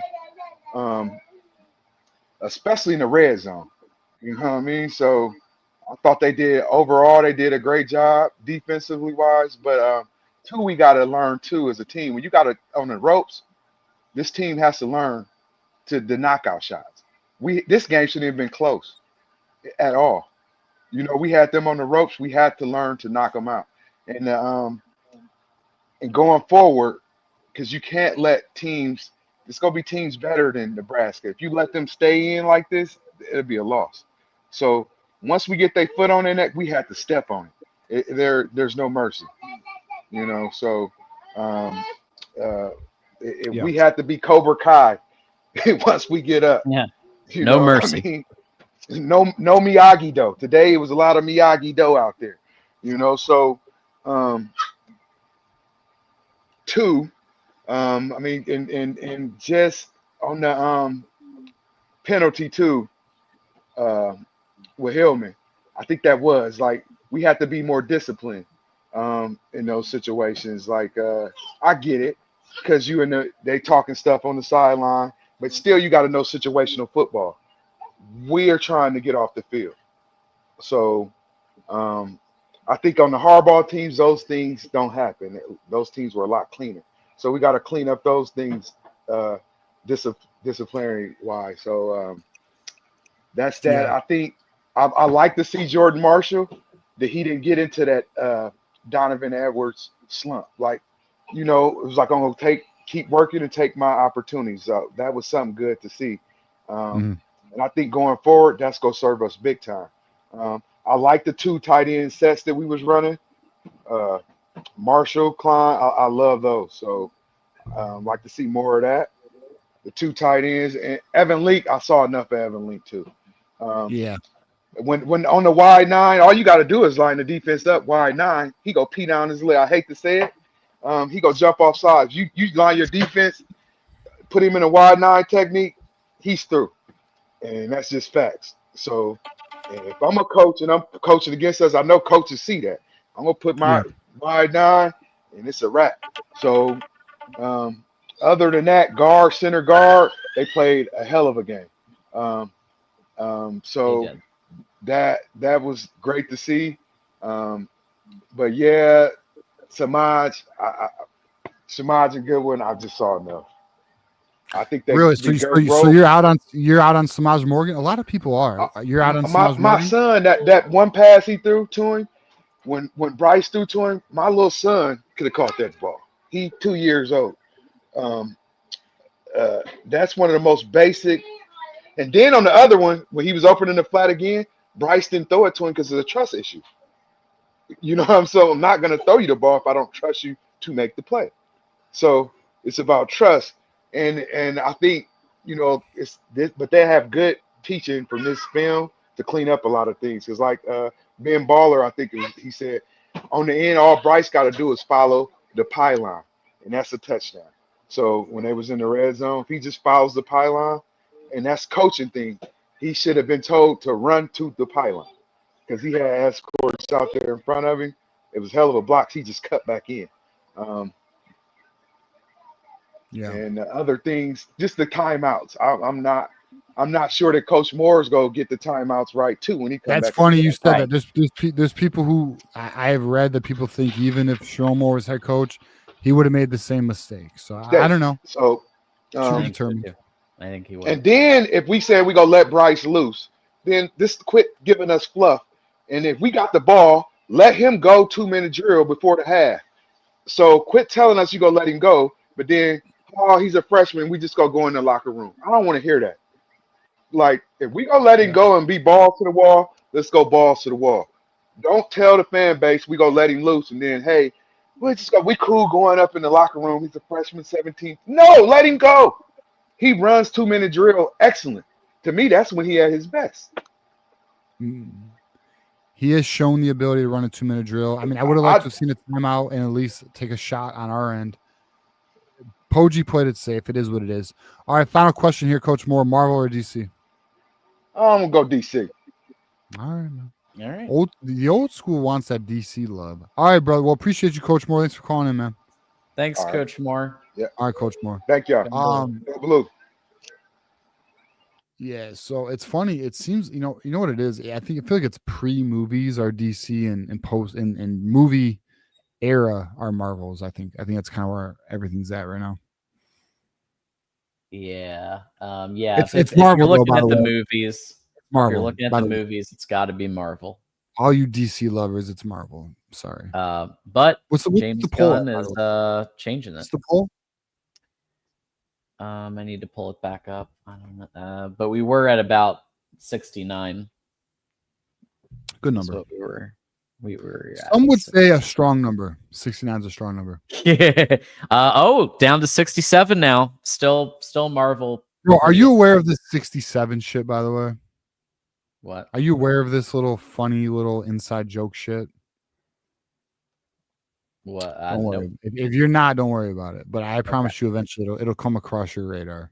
Okay, 67. All right.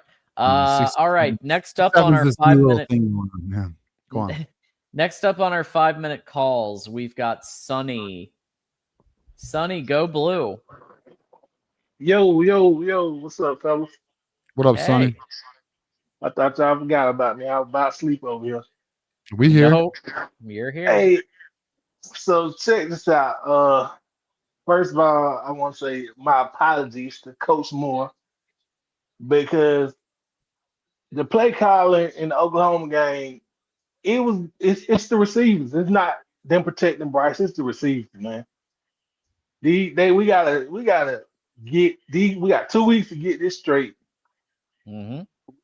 We need to work on straight hands. Like they don't need to go against. They need to just go line up, no line, just with Bryce, and we're gonna catch some passes. I've tried to tell everybody. Tried to tell bring them in. And then we can go full, practice with them going against defenders. But they need to work on their hands desperately. Yeah, but they're not gonna fix their hands issues in 2 weeks, man. I mean, it's unfortunately the reality of the program right now. Also, but I ain't gonna let the coaches off the line totally because right before halftime, why are you not calling timeout? Because they don't throw that Hail Mary if we call timeout. They punt the ball. And we get the ball. That game should have been so lopsided. We should have won by 20 or better. Yep. And it was Yes. a combination Michigan almost of beat itself. yeah, Yes. it was a combination of the small coaching mistakes that we made, and then the hands with the receivers. Like, we left too many points on the board. I mean, I'm always happy for the win, but I mean, like, I know my neighbors pissed because I was hollering at the TV, like, what are you doing? Yeah. But like I say, I'm happy for the win. We definitely got a quarterback. And I hope that these flips are getting their affairs in order so they can come on because we need you. Yeah, you talking about recruiting? Yeah, I'm talking about the guys that's already in the game that they on the second team or something like that, and they want to get with a contender. Oh, transfer portal. Yeah, yeah. Yeah, we'll see. We'll see where it's at. I mean, I think we agree with you on a lot of those points there. But yeah, I mean, I think Michigan's gonna. Listen, I feel Michigan's gonna be very aggressive in the offseason. I think Michigan's gonna close very strongly in recruiting. I feel very strongly about that, by the way. And I think Michigan's gonna do very well in the portal. I am willing to put. There's no one to bet though. I'd put $100 on that Michigan's gonna land a very good receiver, whether it be flip or portal. I feel strongly about that. That'd be nice. And not because I'm just like assuming that shit. There is a focus. Too much headwind. Well, they've tried. They've already tried. Mm-hmm. They're not done trying. So we'll see where that takes us. Oh, we lose Sonny? Oh. All right, Sonny, we'll stay up, brother. Go blue, my friend. Yeah, go blue, Sonny. All right. Next up, we got Bull back from his Italian restaurant. That's true. Living it up. Where'd you go? What restaurant you go to? So, what restaurant you go to, B-Dub? Called Pastaio or something. It was a nice restaurant. Did you wear a tie with no shirt? That's what people want to know. Sadly, guys, I cannot not wear a shirt. You let us in public down. You let us sometimes, down, okay? B-Dub. I'm gonna be honest. I get comfortable enough to now wear no shirt when I walk my kid around the block. Yeah, you Okay, should. At first it was shirt, but now it's like, fuck it, I don't do it. At the restaurant, did you go pizza and breadstick? The people want to know. No. So the thing is, I love seafood, but I also hate the work that comes with seafood. Sadly, Oh yeah, like you crab got legs. detail the Like shrimp. crabs. If I get Oh, lobster, crab you legs is a got lot of the work. shell. Crab legs is a lot of work. Yeah. Mussels. They want to give me the fucking whole I'm a thing. lobster tail guy myself. Yeah, so I love seafood, so I got the seafood thing, and sadly, like it was slightly overcooked, so like I had to eat the whole fucking thing. And I had Wait a already minute. So you went to a nice restaurant and they overcooked your shit? The scallops were perfectly cooked. The lobster was a little bit over, and they overcooked the shrimp. So at that point, I have to eat the whole thing. Because if I try to reheat that shit, it's gonna be bad. I never take home seafood, bro. Never. Yeah, so I had to eat the whole thing. You should have told them. But me and another guy were watching the game on our phones, which was funny. So it was cool. That's all right. What'd you think of the game, man? Watching it from an Italian restaurant. Yeah. By the way, time out. Yeah. First of all love to your wife. Yeah. Why are you going to an Italian restaurant during a Michigan game? I know. I'm getting you in trouble. I know I'm getting you in trouble. I'm just asking questions that people want to know. We don't ask those questions, okay, man? I'm trying over here to spice things up, try to make things all good stuff, So she's like, It let's seems do like an important question, dinner night. And I was like, all right, let's do dinner. Let's do a let's date. And go, she's yeah. like, hey, she's like, I know what time this game's about to end. I'm like, oh, yeah, do you? Like, what are we thinking? She's like, we're going to leave at 6:20. I'm like, please let them run the clock. I was really hoping for a running clock.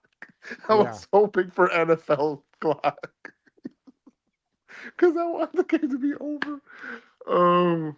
But it was good. I'll say this: I think I'll preface. I think everyone would have said the D line. Benny, man. Benny showed up. Pierce showed up.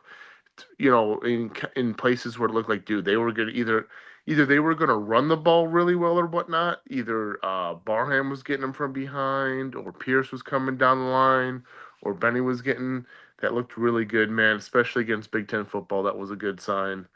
I don't like. Honestly, I would like more out there. Am I thinking number 19, right? I can't believe I can't remember his name. But safety. I'll need him out there on the back end because it seems like when we decide to blitz or have some type of disguised on some of those bailouts, right when we were showing blitz and we bailed, the back end didn't know what they were doing. Hill on that touchdown, that should have been a touchdown for Nebraska because Hill last second was like, "What? Who's covering the slot? Can someone tell me who's covering the slot?" And he literally had to run back last second. I was like, "Oh, I guess that's me," because there was no safety. Like I don't even know what happened there. Yeah, it was a weird miscommunication. It was a miscommunication where like the slot corner took the out. It was so weird. I didn't understand what it was like a weird zone that got mixed up. And then the slot guy scored, and the slot wide receiver scored a touchdown for no reason. I was like, well, that's stupid. Then it happened again, And I was just like, why can't we communicate this on blitzes, or if we're showing blitz or whatever? Like, we got to communicate these things. It just seemed really bad. I think if Moore was back there, it would be a lot smoother of communication. I see the coaches want to limit him a little bit, right? Because they don't want him to get too much physical contact out there. They're like, hey, let's let him put us in position. But he's got to play, though. Like, you got to put him out there. You can't just be all safe about him. If he gets you in the right position, that's great. But, like, he's got to tackle. He's got to do his job. Can't be scared. So they're saying Hill got caught up on. So apparently the refs got in the way a bit. For one of them. That could have been that. Yeah, that could have been that for a sec. But the other one was not. Yeah, the safety. Okay, we have the safety. Yeah, yeah, I saw that. But run game, dude. I mean, I'll be honest. I was skeptical of our O line going into this game, and they seemed pretty good. Besides for some pretty bad pass pull. I don't understand that. It was very weird. Like they're running weird pass protections with pulling linemen. I didn't understand that, but maybe in the rollouts or something that's what they plan to do. I think that on some of the rollouts, I think they might have tried to do that, and they just whiffed both times and let that one guy by for a big sack, and so that was a bit underwhelming on that side of things. So for sure. Yeah, it was. I mean, I think it was a better. It was definitely. We've come a ways from Oklahoma at this point. 2 weeks later, but yeah, still a lot to clean up. And luckily, there's a bye week. Is that coming this week, or do we play Wisconsin? I thought. Yep. I thought we play Wisconsin next Wisconsin. week. Then we do bye into USC. No. Bye and then Wisconsin. And then USC. Yeah, I believe that's after. Yeah. Okay. And I guess my final thought, even though TJ's not here, which is shame on him, that's okay, because I can always put TJ in his place, his little bitch ass. First of all, for all the public that voted for Marvel, you guys are a bunch of simps. I don't know what you guys do, what you guys. I don't know. Yeah, that's fine. You're simple people, simple-minded little monkeys. They're like, ooh, movie, Marvel. I get it. I totally get it. Congrats to you guys. But who the Godfather, the OG, okay, was DC. That's who started this whole entire thing from the rip back in the day, comic books, okay. And the stories that they put out throughout these entire years, the movies are going to pick up here, okay.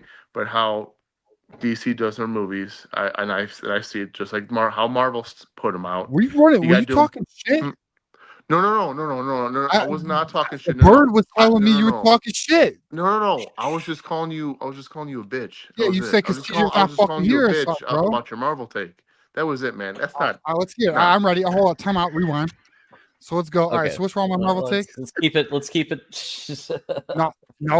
I want to know. Fuck the clock. Fuck the refs. First of all, your take is just simple-minded monkeys that think Marvel is okay. Because of the movies and stuff. All right. DC started this whole thing from the rip. They were the OGs. They were the godfathers of comics from the rip. Okay, they invented this stuff. And then number one, there's stories that they have put out over these years through their comics, through the cartoons, mainly cartoons. Let's be honest, you guys. I think the only real good cartoon that's been out there from me as a child was maybe X-Men. I liked X-Men, that's fine, but it was not nearly as good as Superman, Justice League, Batman. You think Justice League's better than the Avengers? By 1,000%. By 1,000%, dude. Fuck no. Yes. What are you, a Buckeye? What are you, like a Buckeye? What? Excuse me? No, I'm not like a First of all, they faced one of the greatest villains of all time, which is Darkseid. Okay, who I'll give you is way better than Thanos. DC has the don't do villain. nothing without his gauntlet. Darkseid has his powers already.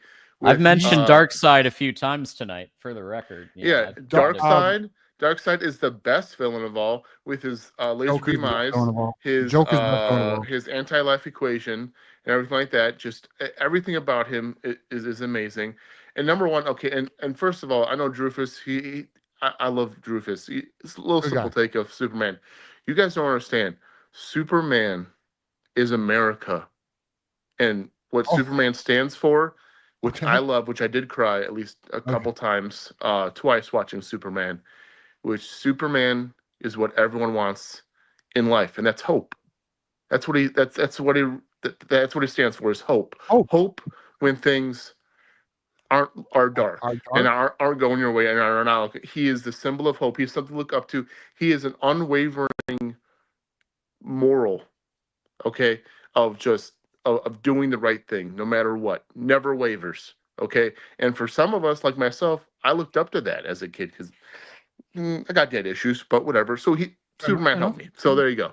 So I look up to that because it's like, okay, what would Superman do in this situation? It's like, well, he'd always do the right thing. He no matter what. And so that's something to look up to. It's what the characters mean. Okay, in DC Comics is what matters the most. Okay, so sometimes in Marvel, Marvel always went off the premise of, well, the normal human. What could the normal human do? And then things change, right? Oh, I'm a mutant. Okay, great. Or I got America. You didn't look at the Captain America. Yeah, it's a. You hate America? Injected with. You hate America. Some type of superhuman serum. So I mean, it's just all human related stuff, and that's how they were trying to get through to people, was through the human side of things. DC did it more through escapism, through their stories of. Sometimes characters that you may not be able to relate to personally, but what they stand for is what you relate to. See? So B-Dub, what you're saying is the next superhero movie we're going together? If you want to, dude. If you want to. Honestly, my wife doesn't want to go with me to any of these movies. She's like, I have to be here for fucking how long? 2.5, 3 hours? Are you fucking kidding me? I'm like, yeah, she's not invited. We're going. All right, me and you are going. We're going. All right. We're going. Okay. Deal. All right. Guess what? I know exactly where we're going to go to. The Imagine right there. Let's go. Where we're going? Imagine right there off of not of Imagine. Right, 275 and Ford Road, right? Yeah, that's right by my house. All right, it's not too far from where I live. Okay, yeah. I know where that's at. That's my old stomping grounds by my parents. That's where we used to roll. Let's fucking go. All right. Marvel's still better, but all right. Next movie, you let me know. We'll go. Yeah, guys in All right, chat, brother. don't be calling me nerd just because I know what's up. No, you're not. I'm a No, it was grown-ass actually man. good. Honestly, hey, beat up. Honestly, it was a good breakdown. I'll be honest with you. I appreciated it. I still think Marvel's better, but I'm down. Well, I mean, just because I I actually get love the it. superhero You're movies, bro. I simple-minded. love It's them. okay. You're a simp. It's okay. It's okay Oh, to be like that, bro. It's bitch, okay. you I get Buckeye it. The found movies, motherfucker. all that stuff. All right, beat up. All right, beat up. I'm gonna see you. So, all right, brother. Stay up. Enjoy your night. Later, We'll Bull. fucking talk soon, brother. Go Blues, man, Go guys. Blue. Let's go. Later. Later. You DC loving mother. Oh man. All right. Let's keep rocking and rolling here at the Yeah, I'm Voice serious College. though. We're going. Me and Beat Up are going to the movies. Sounds No like homo. a plan there. He's married All anyway. right. We're good. Nothing gay about it. Keith. Let's see if Keith is still up. Keith, you there? Keith? Keith's sleeping. This has happened a few times now. He's just falling asleep a few times waiting for us. It's happening. All right. One time he was snoring. AD. AD, let's go. What's up, fellas? AD, it's been a minute, bro. Where you been, bro? Man, dude, I'm out here snapping It's necks enough and problem, catching not a you checks, problem, man. right? I'm sorry. What's Say up? again. No, What'd what's you up? say? What'd you say, AD? Where you been, bro? Man, I'm just out here living the dream, bro. Just fucking enjoying these last few days of summer, man. Fair enough. Fall's a good time though, AD. Hey, by the way, Taves to Kane, shout out, bro. But Yeah, what's the up, word, Taves? AD? It's been a minute, bro. I missed you, man. Yeah, man. Oh, fucking just doing the thing, man, dude. Game today, man, dude. I'm probably gonna piss some people off, man. I got Justice Hayes ahead of Blake Corum. Whoa, wow, that's a big take. Whoa, Yep. strong take. 4 games. I don't know. Strong Do we have take. enough sample Strong take. size to say better than Wait, Core? you have Justice Haynes ahead of 2022. He is a better running back than Blake Corum. Wow. I don't know if I'm there yet. What do you think, John? I need a more sample size than. I mean, look, 4 games is a pretty he's had 100 plus more 4 games in a row. That's a damn good start, but it's a start. I mean, what can Blake do that Justice can't do? I can't think of anything. Hold on. All right. So first of all, I love Justice Haynes. And by the way, AD, I think this is a very interesting position. I'm not mad at you at all. Blake had a quickness in small spaces that I think is not common. Now I'm talking 2022 Blake. 2023 Blake got a little stockier post injury, but I don't know. We'll see. Would you say the level of competition that Haynes has played against? I don't know. I just think we need a little more here. Don't you? Do you not? Obviously you don't agree with that. I don't know. Chad, what do you think? Blake Corum or Justice Haynes? Interesting question. I'm not mad at this, by the way. Dude, you know I offer the best questions out here, man. Come on. You are AD. You are one of my. I'll be honest with you. If I could make a top 10 caller list, you're on it. You're on it. I appreciate it, bro. Nick's on it also. Where the fuck you been, Nick? I miss you. Nick. We need some more cocaine conversation here. Man, I mean, we're breaking. Dude, this guy does like a 50-yard run like every game pretty much, man. And with a worse offensive line. That's true. All right. That's fair. That's a great point. It is a worse offensive line. That's a fair ass point. Yeah, dude. It's just, and like, dude, all Blake's well, not all. I love Blake, man. We all love Blake. I'm not shitting on him, but dude, we've seen what he's gone to the league and done. Nothing, dude. And Justice Haynes is going to go there, and he's going to do well. Man. But AD, he's also post-injury Blake. It's post-injury Blake. It's post. AD, let me ask you: are you AD24 on Twitter? No. Okay. I got a burner on there. I was curious as myself. So Michigander, no, he's not AD24. It's a different AD. No, I do a burner on Twitter. He had a touch. Corum scored. Is it Ryan Day? Is it Ryan Day? Is it Ryan Day Love Boys Twitter? Was that the burner? No, but I'd steal that. I would use that. No, I know Blake just had half of the fucking Michigan alumni had a touchdown last weekend, dude. Everyone scored last weekend, dude. Okay. That doesn't help your Blake Corum argument. All right, well, I mean, I don't know. Like, again, what does, I can tell you some stuff Justice Haynes does that Blake can't do. I can't name anything Blake can do. AD, all right, hold up, time out. But let me just say this. Blake Corum is arguably one of the best running backs, if not the best running back in Michigan ever. So let me ask you, what do you think makes Justice Haynes better than Blake Corum? Okay, I think he's faster. I think he's a better playmaker. I think talent-wise, that's subjective, but I think he does. I think his breakaway speed is better too. I like how he pushes forward a little bit more. I think he can do I think his 1 yard, like all Blake's touchdowns in Michigan, or at least 90% of them were 1 yard. Yeah, at the 1 yard goal line. Goal line. He had a lot of goal line touchdowns. I don't disagree with that. Yeah, so it's all that right. and go ahead. Well, I was going to say, to Clay's point here, Blake wins a Heisman if not getting injured against Illinois. He would have won. I really feel strongly he would have won the Heisman in 2020. Was it 2022? If he hadn't gotten injured, he would have won. Yeah, that's right. That's right. I think he would have. He didn't even go to New York. Because he got injured, man. He got injured before the Ohio State game, man. If he was going to win the Heisman that year, he would have at least gone. I don't know. I actually think he would have. I do think he would have won the Heisman because who won the Heisman there? Was it Caleb Williams that year? Yeah, I think so. Yeah, well, they lost that game. I don't know. The way I recall it is if Blake would have, if he had a good start of the game against Illinois before he got injured, in the way Donovan Edwards performed in the Ohio State game, it is believed that Corum would have performed just as well. I think Corum would have won the Heisman, but obviously we don't know, and it's a what if. It is what I think Mike Hart's better. I think Chris Perry's better. I think Anthony Thomas is better. I love Mike Hart, and I love Chris Perry. Chris Perry is actually right. Actually, you can't see. He's right there, though. Chris Perry is my favorite running back ever. You think Mike Hart and Chris Perry is above Blake Corum? Dude, you look beyond the stats. I put Blake Corum above Chris Perry, and I love Chris Perry. Mike Hart, though, I might put above Blake Corum. Maybe. We overestimate Blake, man. Why? Just stats wise. Everyone loves to base on the because of stats. their touchdown record? Yeah. Also, I think because of what he did in the playoff run too. Yeah, the Rose Bowl game, he should have got the MVP. I agree. I love Blake, and I don't want to make this let's shit on Blake Day, but I disagree. You hate Blake. You think he sucks.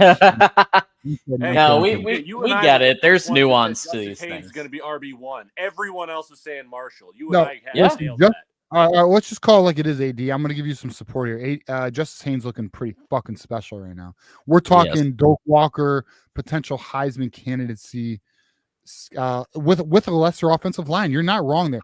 Your best, in my opinion, your best argument right now is this offensive line is nowhere near any offensive line Michigan had the last 3 years. Or I'm sorry, 2025, obviously not.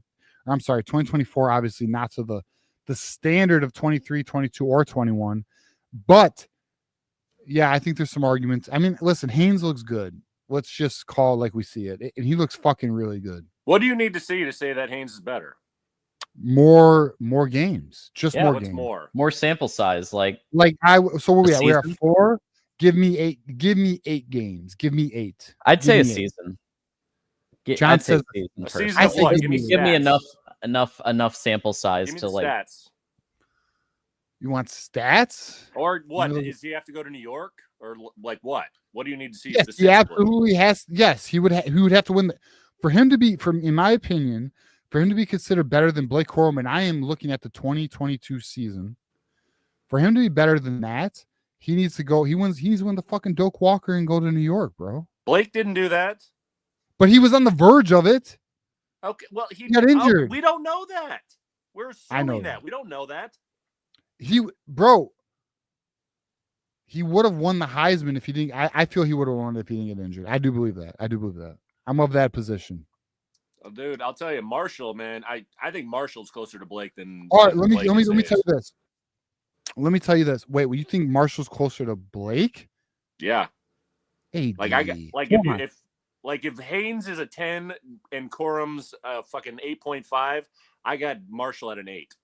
I don't have Marshall at an 8. I have Marshall like a 6.5. And let me just say this. Eddie George is considered a legend. Blake Corum's statistics are very close to Eddie George. Garrison would lose his shit if he's watching it. He might even be watching it right now. Okay, well, Garrison he's losing his shit right now when I said that. but their numbers are actually really close. Yeah, well, Garrison can blow it out of his ass. I don't care what he That's thinks. right. Dude. Tell him, Okay. AD. I like All right. AD, I miss you, man. Just want you to know that. Keep bringing I'll that be calling fire. up, man. It was just living life, man. Doing the summer. You're, hey, look at I understand. Hey, what happened? Are you guys okay? What happened to Thursday show, man? So, all right, full transparency. I'll lay it out here. So I have been busy I'm so busy. It's sad. It's so busy. I'm gonna be real with you. I'm so busy. I don't even have a personal life right now. So I own a company and I'm just fucking slammed, which is a good problem. That's not a bad problem. That's a good problem. But I essentially ran into a situation with my company where I'll just fucking straight up say it. I purchased a vehicle and now I took it to a shop and I owe like 13 grand. Now it's a lot of fucking money and it was a big situation I had to deal with on Thursday. And it's a lot of fucking money. So at the end of the day, I'll be very transparent. I didn't want to talk to anybody. I didn't want to talk to anybody. I needed to figure out what the fuck was going on with my own company, my own situation, get my shit together. And at the end of the day, 2 days later, we're in a good spot. We'll figure it the fuck out. We're still in a good position. But it's a lot of fucking money. So it made me sick to my stomach. I'll be honest with you. Like, let me tell you right now, I hate fucking up. I hate fucking up. I am very strategic in everything I do. And I made a misplay. I made a bad fucking decision and it pisses me off. And I needed a day to figure it the fuck out. So I couldn't do the Thursday show. I appreciate everyone's patience on it. Yeah. But we're good. I would have filled in. Yeah. So TJ did ask me if I could fill in. And I said, well, I would if I wasn't literally getting on an airplane. So right, I reached out to John.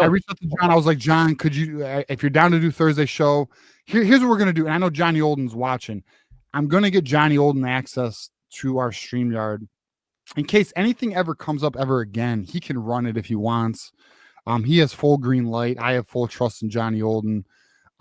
He's obviously a brother to me. But like at the end of the day, I just was in a situation Thursday. I could not. I was just mentally. I was not. You boys would not have wanted me Thursday. I was in a pissed off situation. So, at the end of the day, it is what it is. But in the future, we'll have a plan B. I promise that.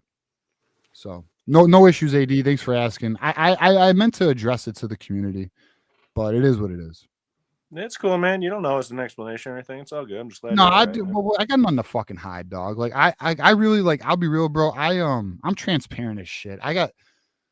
There's nothing to hide, bro. Like, I mean, listen, I fuck up. I fucking and I also give everything my best to the best of my ability, and sometimes it doesn't work out. So, it is what it is, and we keep pushing.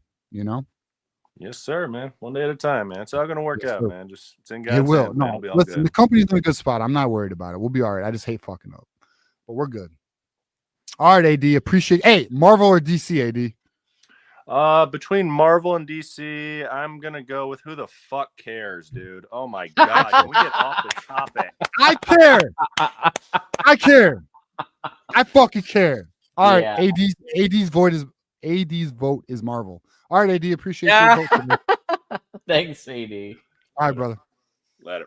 Who the fuck cares? I fucking care. How do you not fucking care? It's important, bro. What do you mean? All It's right. important, AD. What are we talking about? Let's rock and roll with Who the fuck? That pisses me off, AD. where are we? So next up we got Jay Scott in the house. Jay, how you doing? What's Go up, brother? Blue. What's going on, boys? You tell me, my guy. First and foremost, go blue. Go What up, Blue. my guy? Probably should have won that game like 45 to what, like 13, maybe. Hard facts. We should have. It is what I would it say is. at least 30 Go to ahead. 14. Go ahead. Sorry. What was that? No, I would say just like 30 to 14. I don't know about. And by the way, USC just scored a tutty. Fuck, little Woo. brother. Yeah, I know. I'm watching that game too. I don't understand. People said in the chat they're rooting for little. How could you ever They root are. for little brother? I'll tell you why. My dad's like this. And I know my dad's watching the show, by the way. I mean, to be honest, dude, I want USC to win because I want to play them when they're undefeated and have their, have us be their first loss. So that makes us look better, obviously. A lot of people in Michigan They do root for both teams. They do.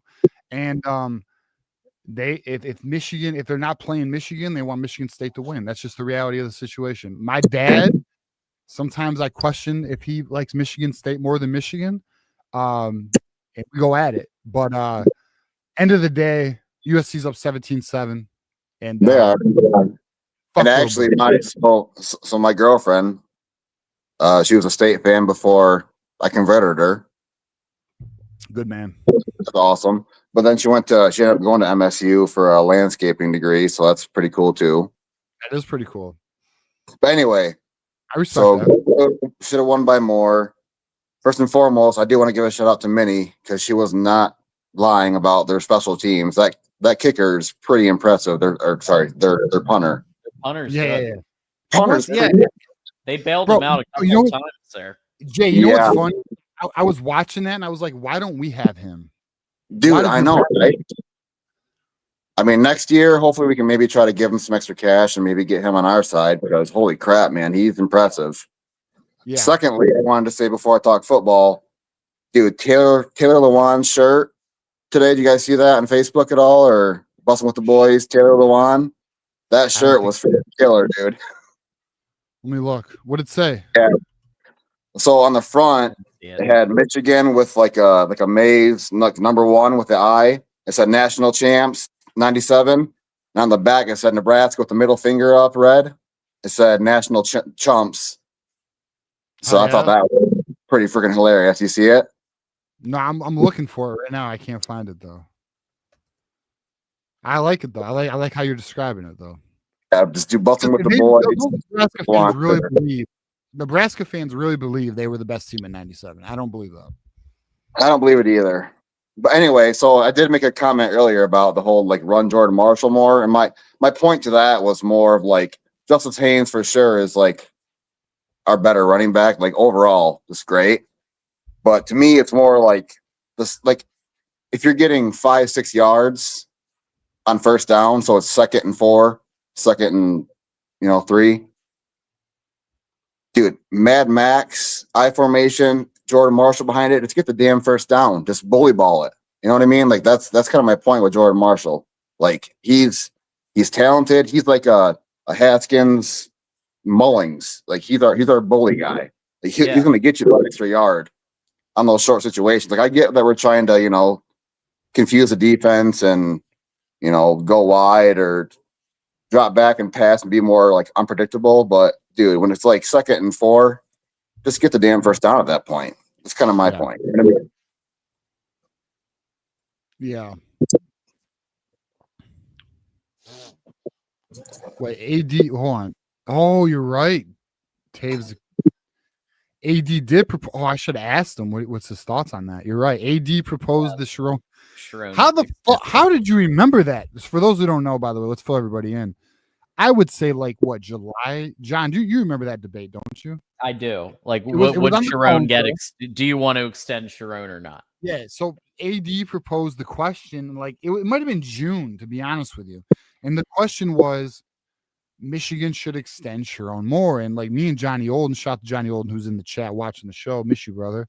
It's been 2 weeks since we did our show, but fucking me and Johnny Olden were like, no, we need to see more and like a lot. But dude, it was this.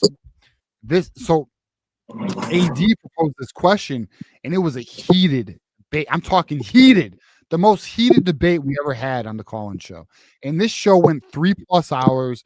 We had a poll, and the poll was like 50-50. It was actually insane. And Josh, we'll let you go some more because I'm kind of running here. But or I'm sorry, not Josh, Jay. But you're good. Like long story short, like it was a crazy debate. It was actually an amazing show. And long story short, I wish I would have asked AD. We'll get his opinion next time. But I guess Jay, give us some final thoughts here, brother. What do you think about Michigan, the trajectory of it, and where we're heading this season? Final thoughts. I think we're looking pretty good, and yeah, I mean, I don't know. I think we're looking pretty good. What's your concern?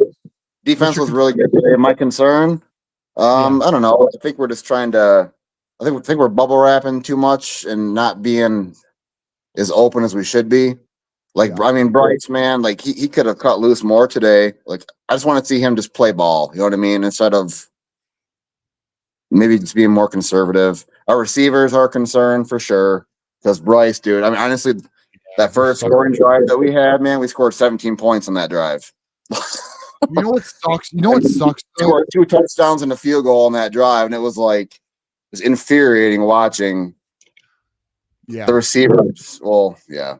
Yeah, like a drop touchdown and another, like even we had like the 5-yarder to Samaj that he dropped, or like these gimme throws that got dropped. It's so to your point, right? To your point, it's like it's almost like the wide receivers are making the offense more it's adding greater challenge to the offense. I guess that's how I want to word it, right? There's more challenge to the offense due to the lack of skill at wide receiver. And you're right, because there's drops on like 2nd and 7 or 2nd and 5 or whatever. It makes make it a long 3rd down, and then Bryce has to fucking improvise.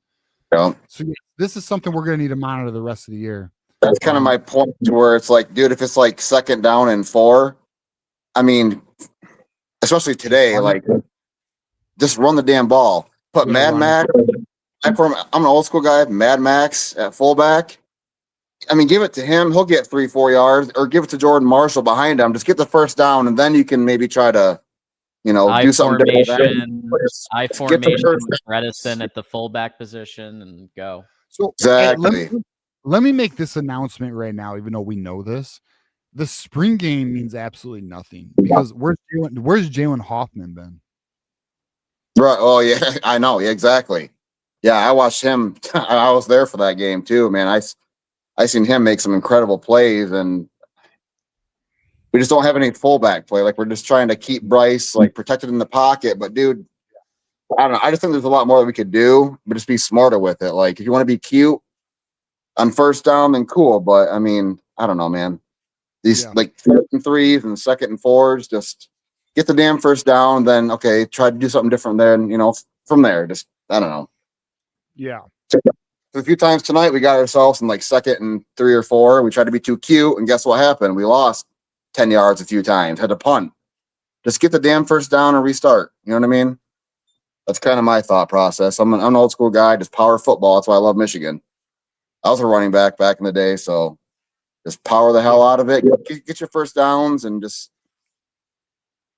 go from there. I don't know. Yeah, no, you're not wrong. You're not wrong. So thanks, guys. Appreciate it. Hold on. Wait. Did we get your take on? Did I already ask you? I might have. I've been drinking. Did I ask you about Marvel? What's your take?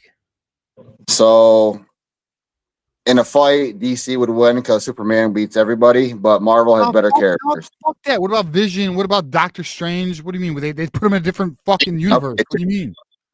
Galactica is probably like the number 1, right? Over Thanos, I mean, I can go with. I'm a nerd too. I can go into this shit forever, but I mean, to be fair, Superman, he wins everything. I mean, DC came out with Superman first. He lost the Batman. He lost the Batman. Only because of the kryptonite thing, but technically, like your previous callers, there's no kryptonite first technically. So if you just have Superman here, you know what? How about a Wolverine Superman team up? That would be like the unstoppable force right there. Wolverine Superman team up.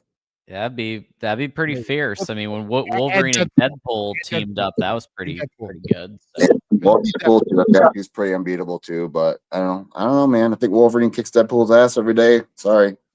All right, I'm gonna be real with you. I gotta learn. I'm probably like I need to learn more. But I appreciate it, Jay. Appreciate you, man. brother. Enjoy your night, my friend. Go Blue. Good game. Cheers. Cheers. I got a boy named Greg. My guy. When I grew up with him, I've known him since like fucking 4th grade, and he was literally my neighbor. He was my neighbor growing up, and he schools me all the time on this superhero shit. I gotta learn more. I gotta learn more, but I'm a Marvel guy. I gotta learn more. And I think it matters. For everyone who's like, oh, it doesn't. It matters. This is an important debate. One of the world's most important debates. Probably top 5 in the world right now.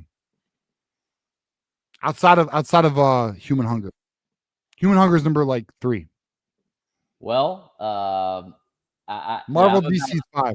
I'm about tapped out on superhero debates, but I'll tell you, but I'll tell you what. We got one more caller. We got Keegan. I promised him he could get a couple minutes. Let's bring on Keegan. Keegan, how you doing? Go Blue. Yeah, what's up, boys? Big win today. Big win. Yeah, super excited about the team. We got what we wanted today. We wanted to see if this team is going to actually come together and contend for a playoff chance, and I think that's what we saw.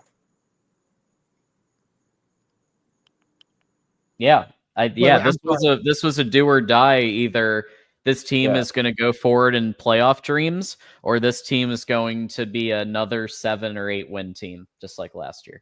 That was really the inflection point of what was happening today, and Michigan met the moment. Yeah, exactly. Really encouraging game. I know that it should have been a blowout. Not calling a timeout by Biff in the first half to make them punt was 7 points. The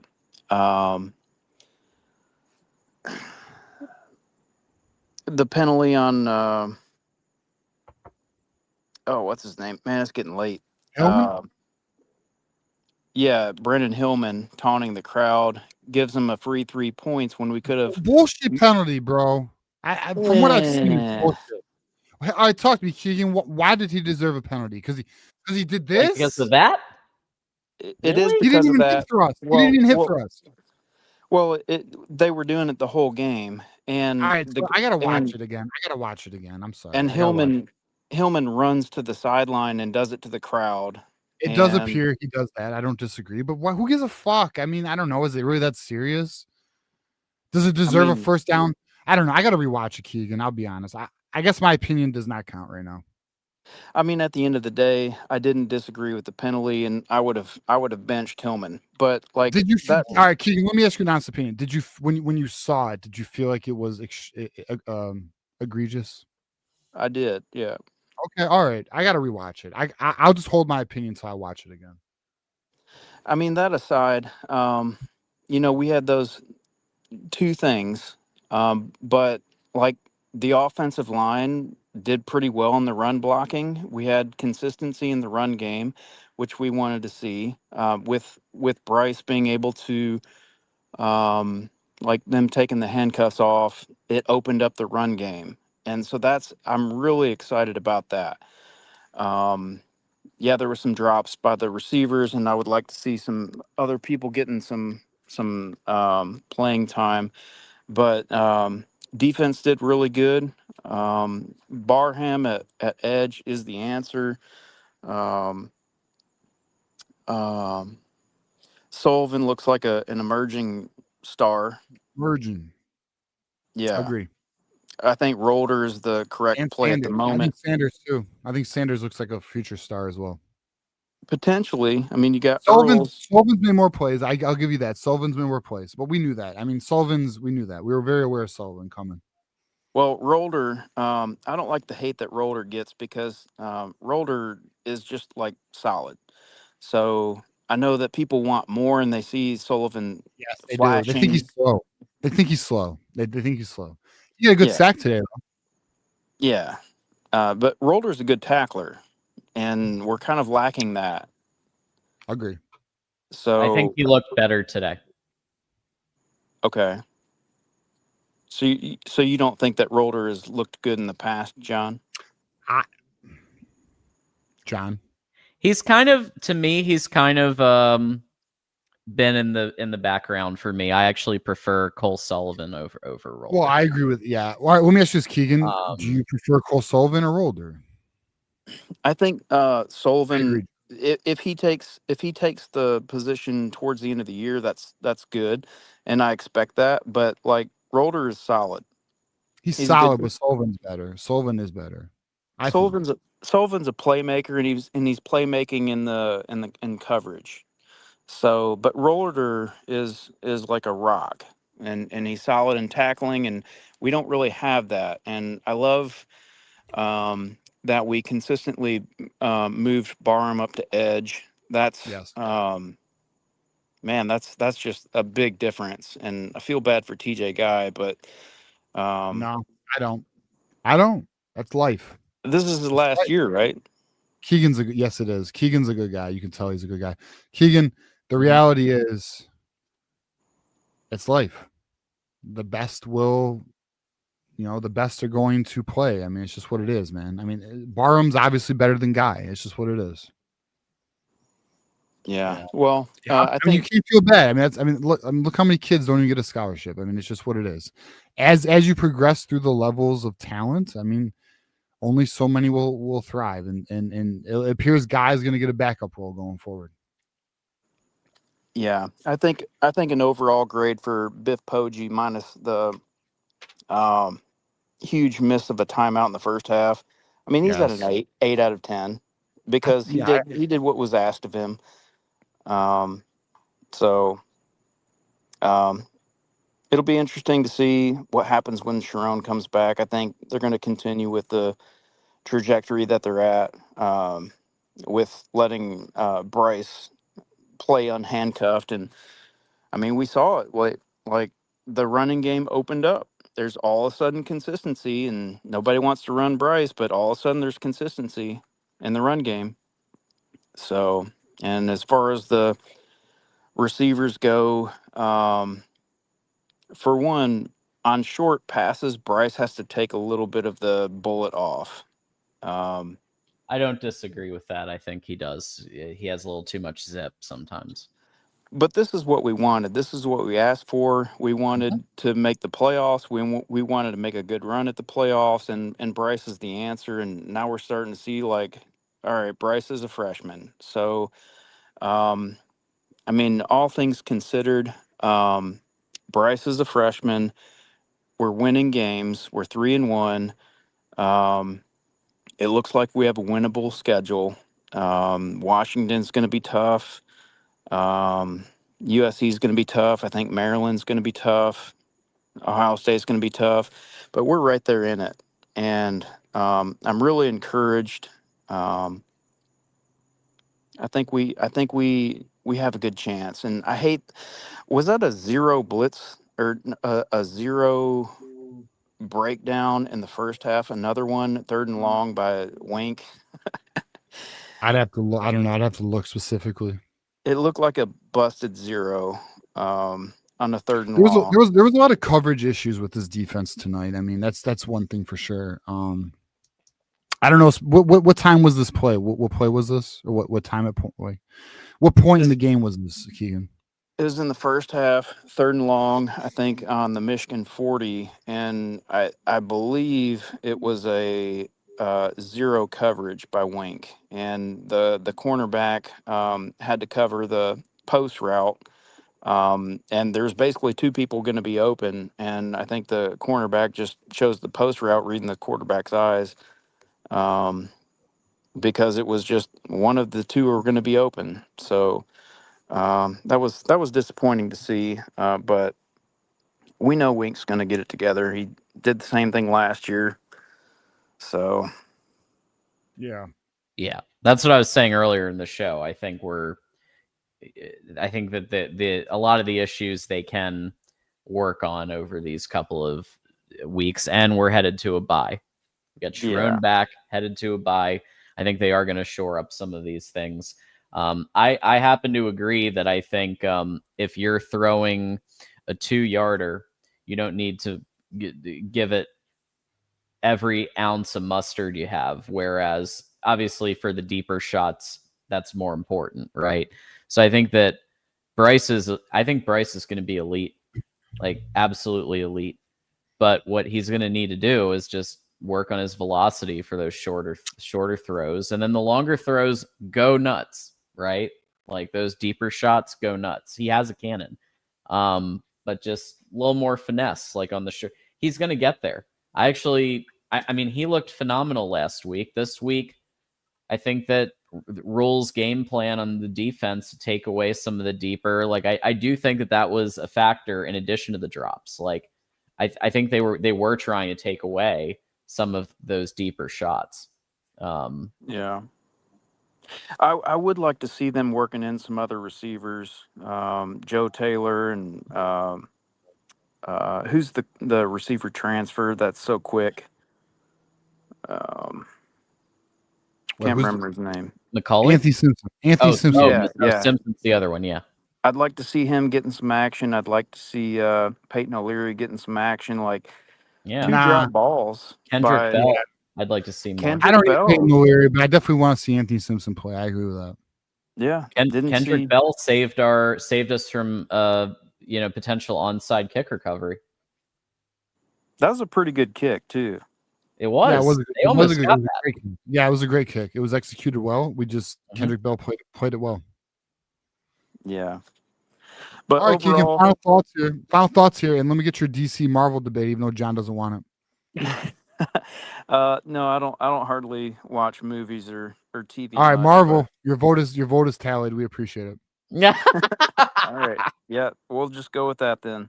All right, appreciate it, Keegan. Thank you for your vote. All right, guys. All right, go buddy. Blue. Appreciate it. Go Blue. Go Keegan. Blue. John, I want to play a video I just found of Biff Poggi. It's really quick. It's like 12 seconds.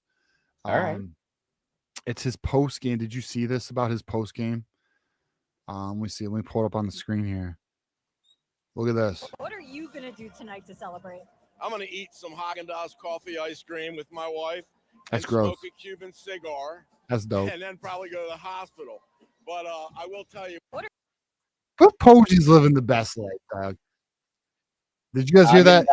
Coffee ice cream. Gross. And then a cigar. Excellent. That's a good time. That's yeah, a good cigar, time. good time. Good cigar is a good time. I'd rather smoke some bleezies.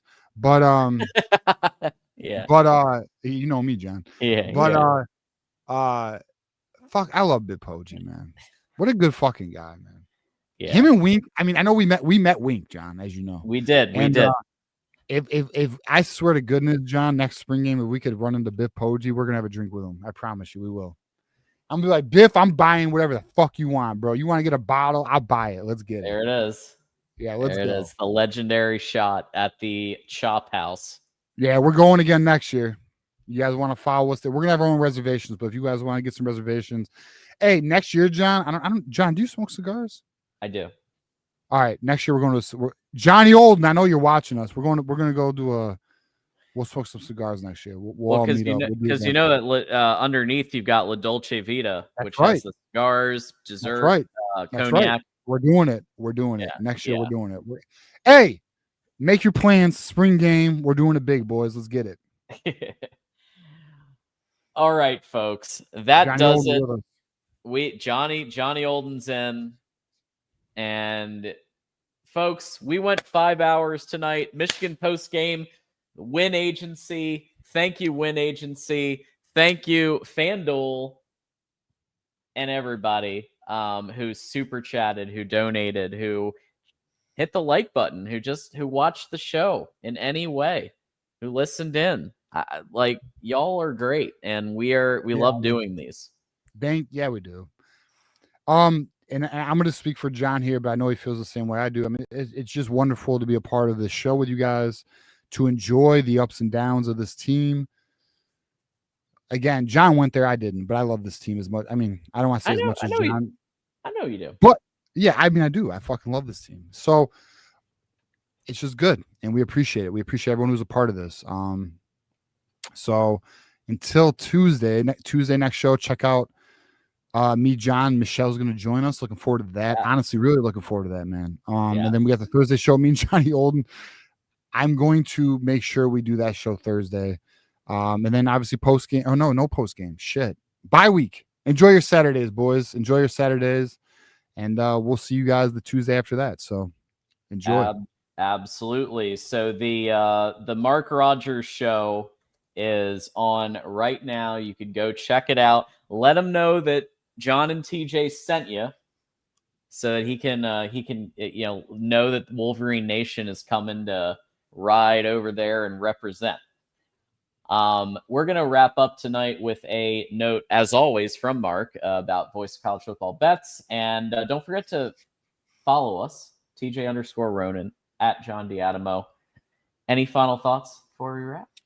Final thoughts is we had over 6,000 people watch us tonight. So appreciate all of you. And that's kind of crazy. That's like a small, like high school. That's like a Texas high school stadium watching us.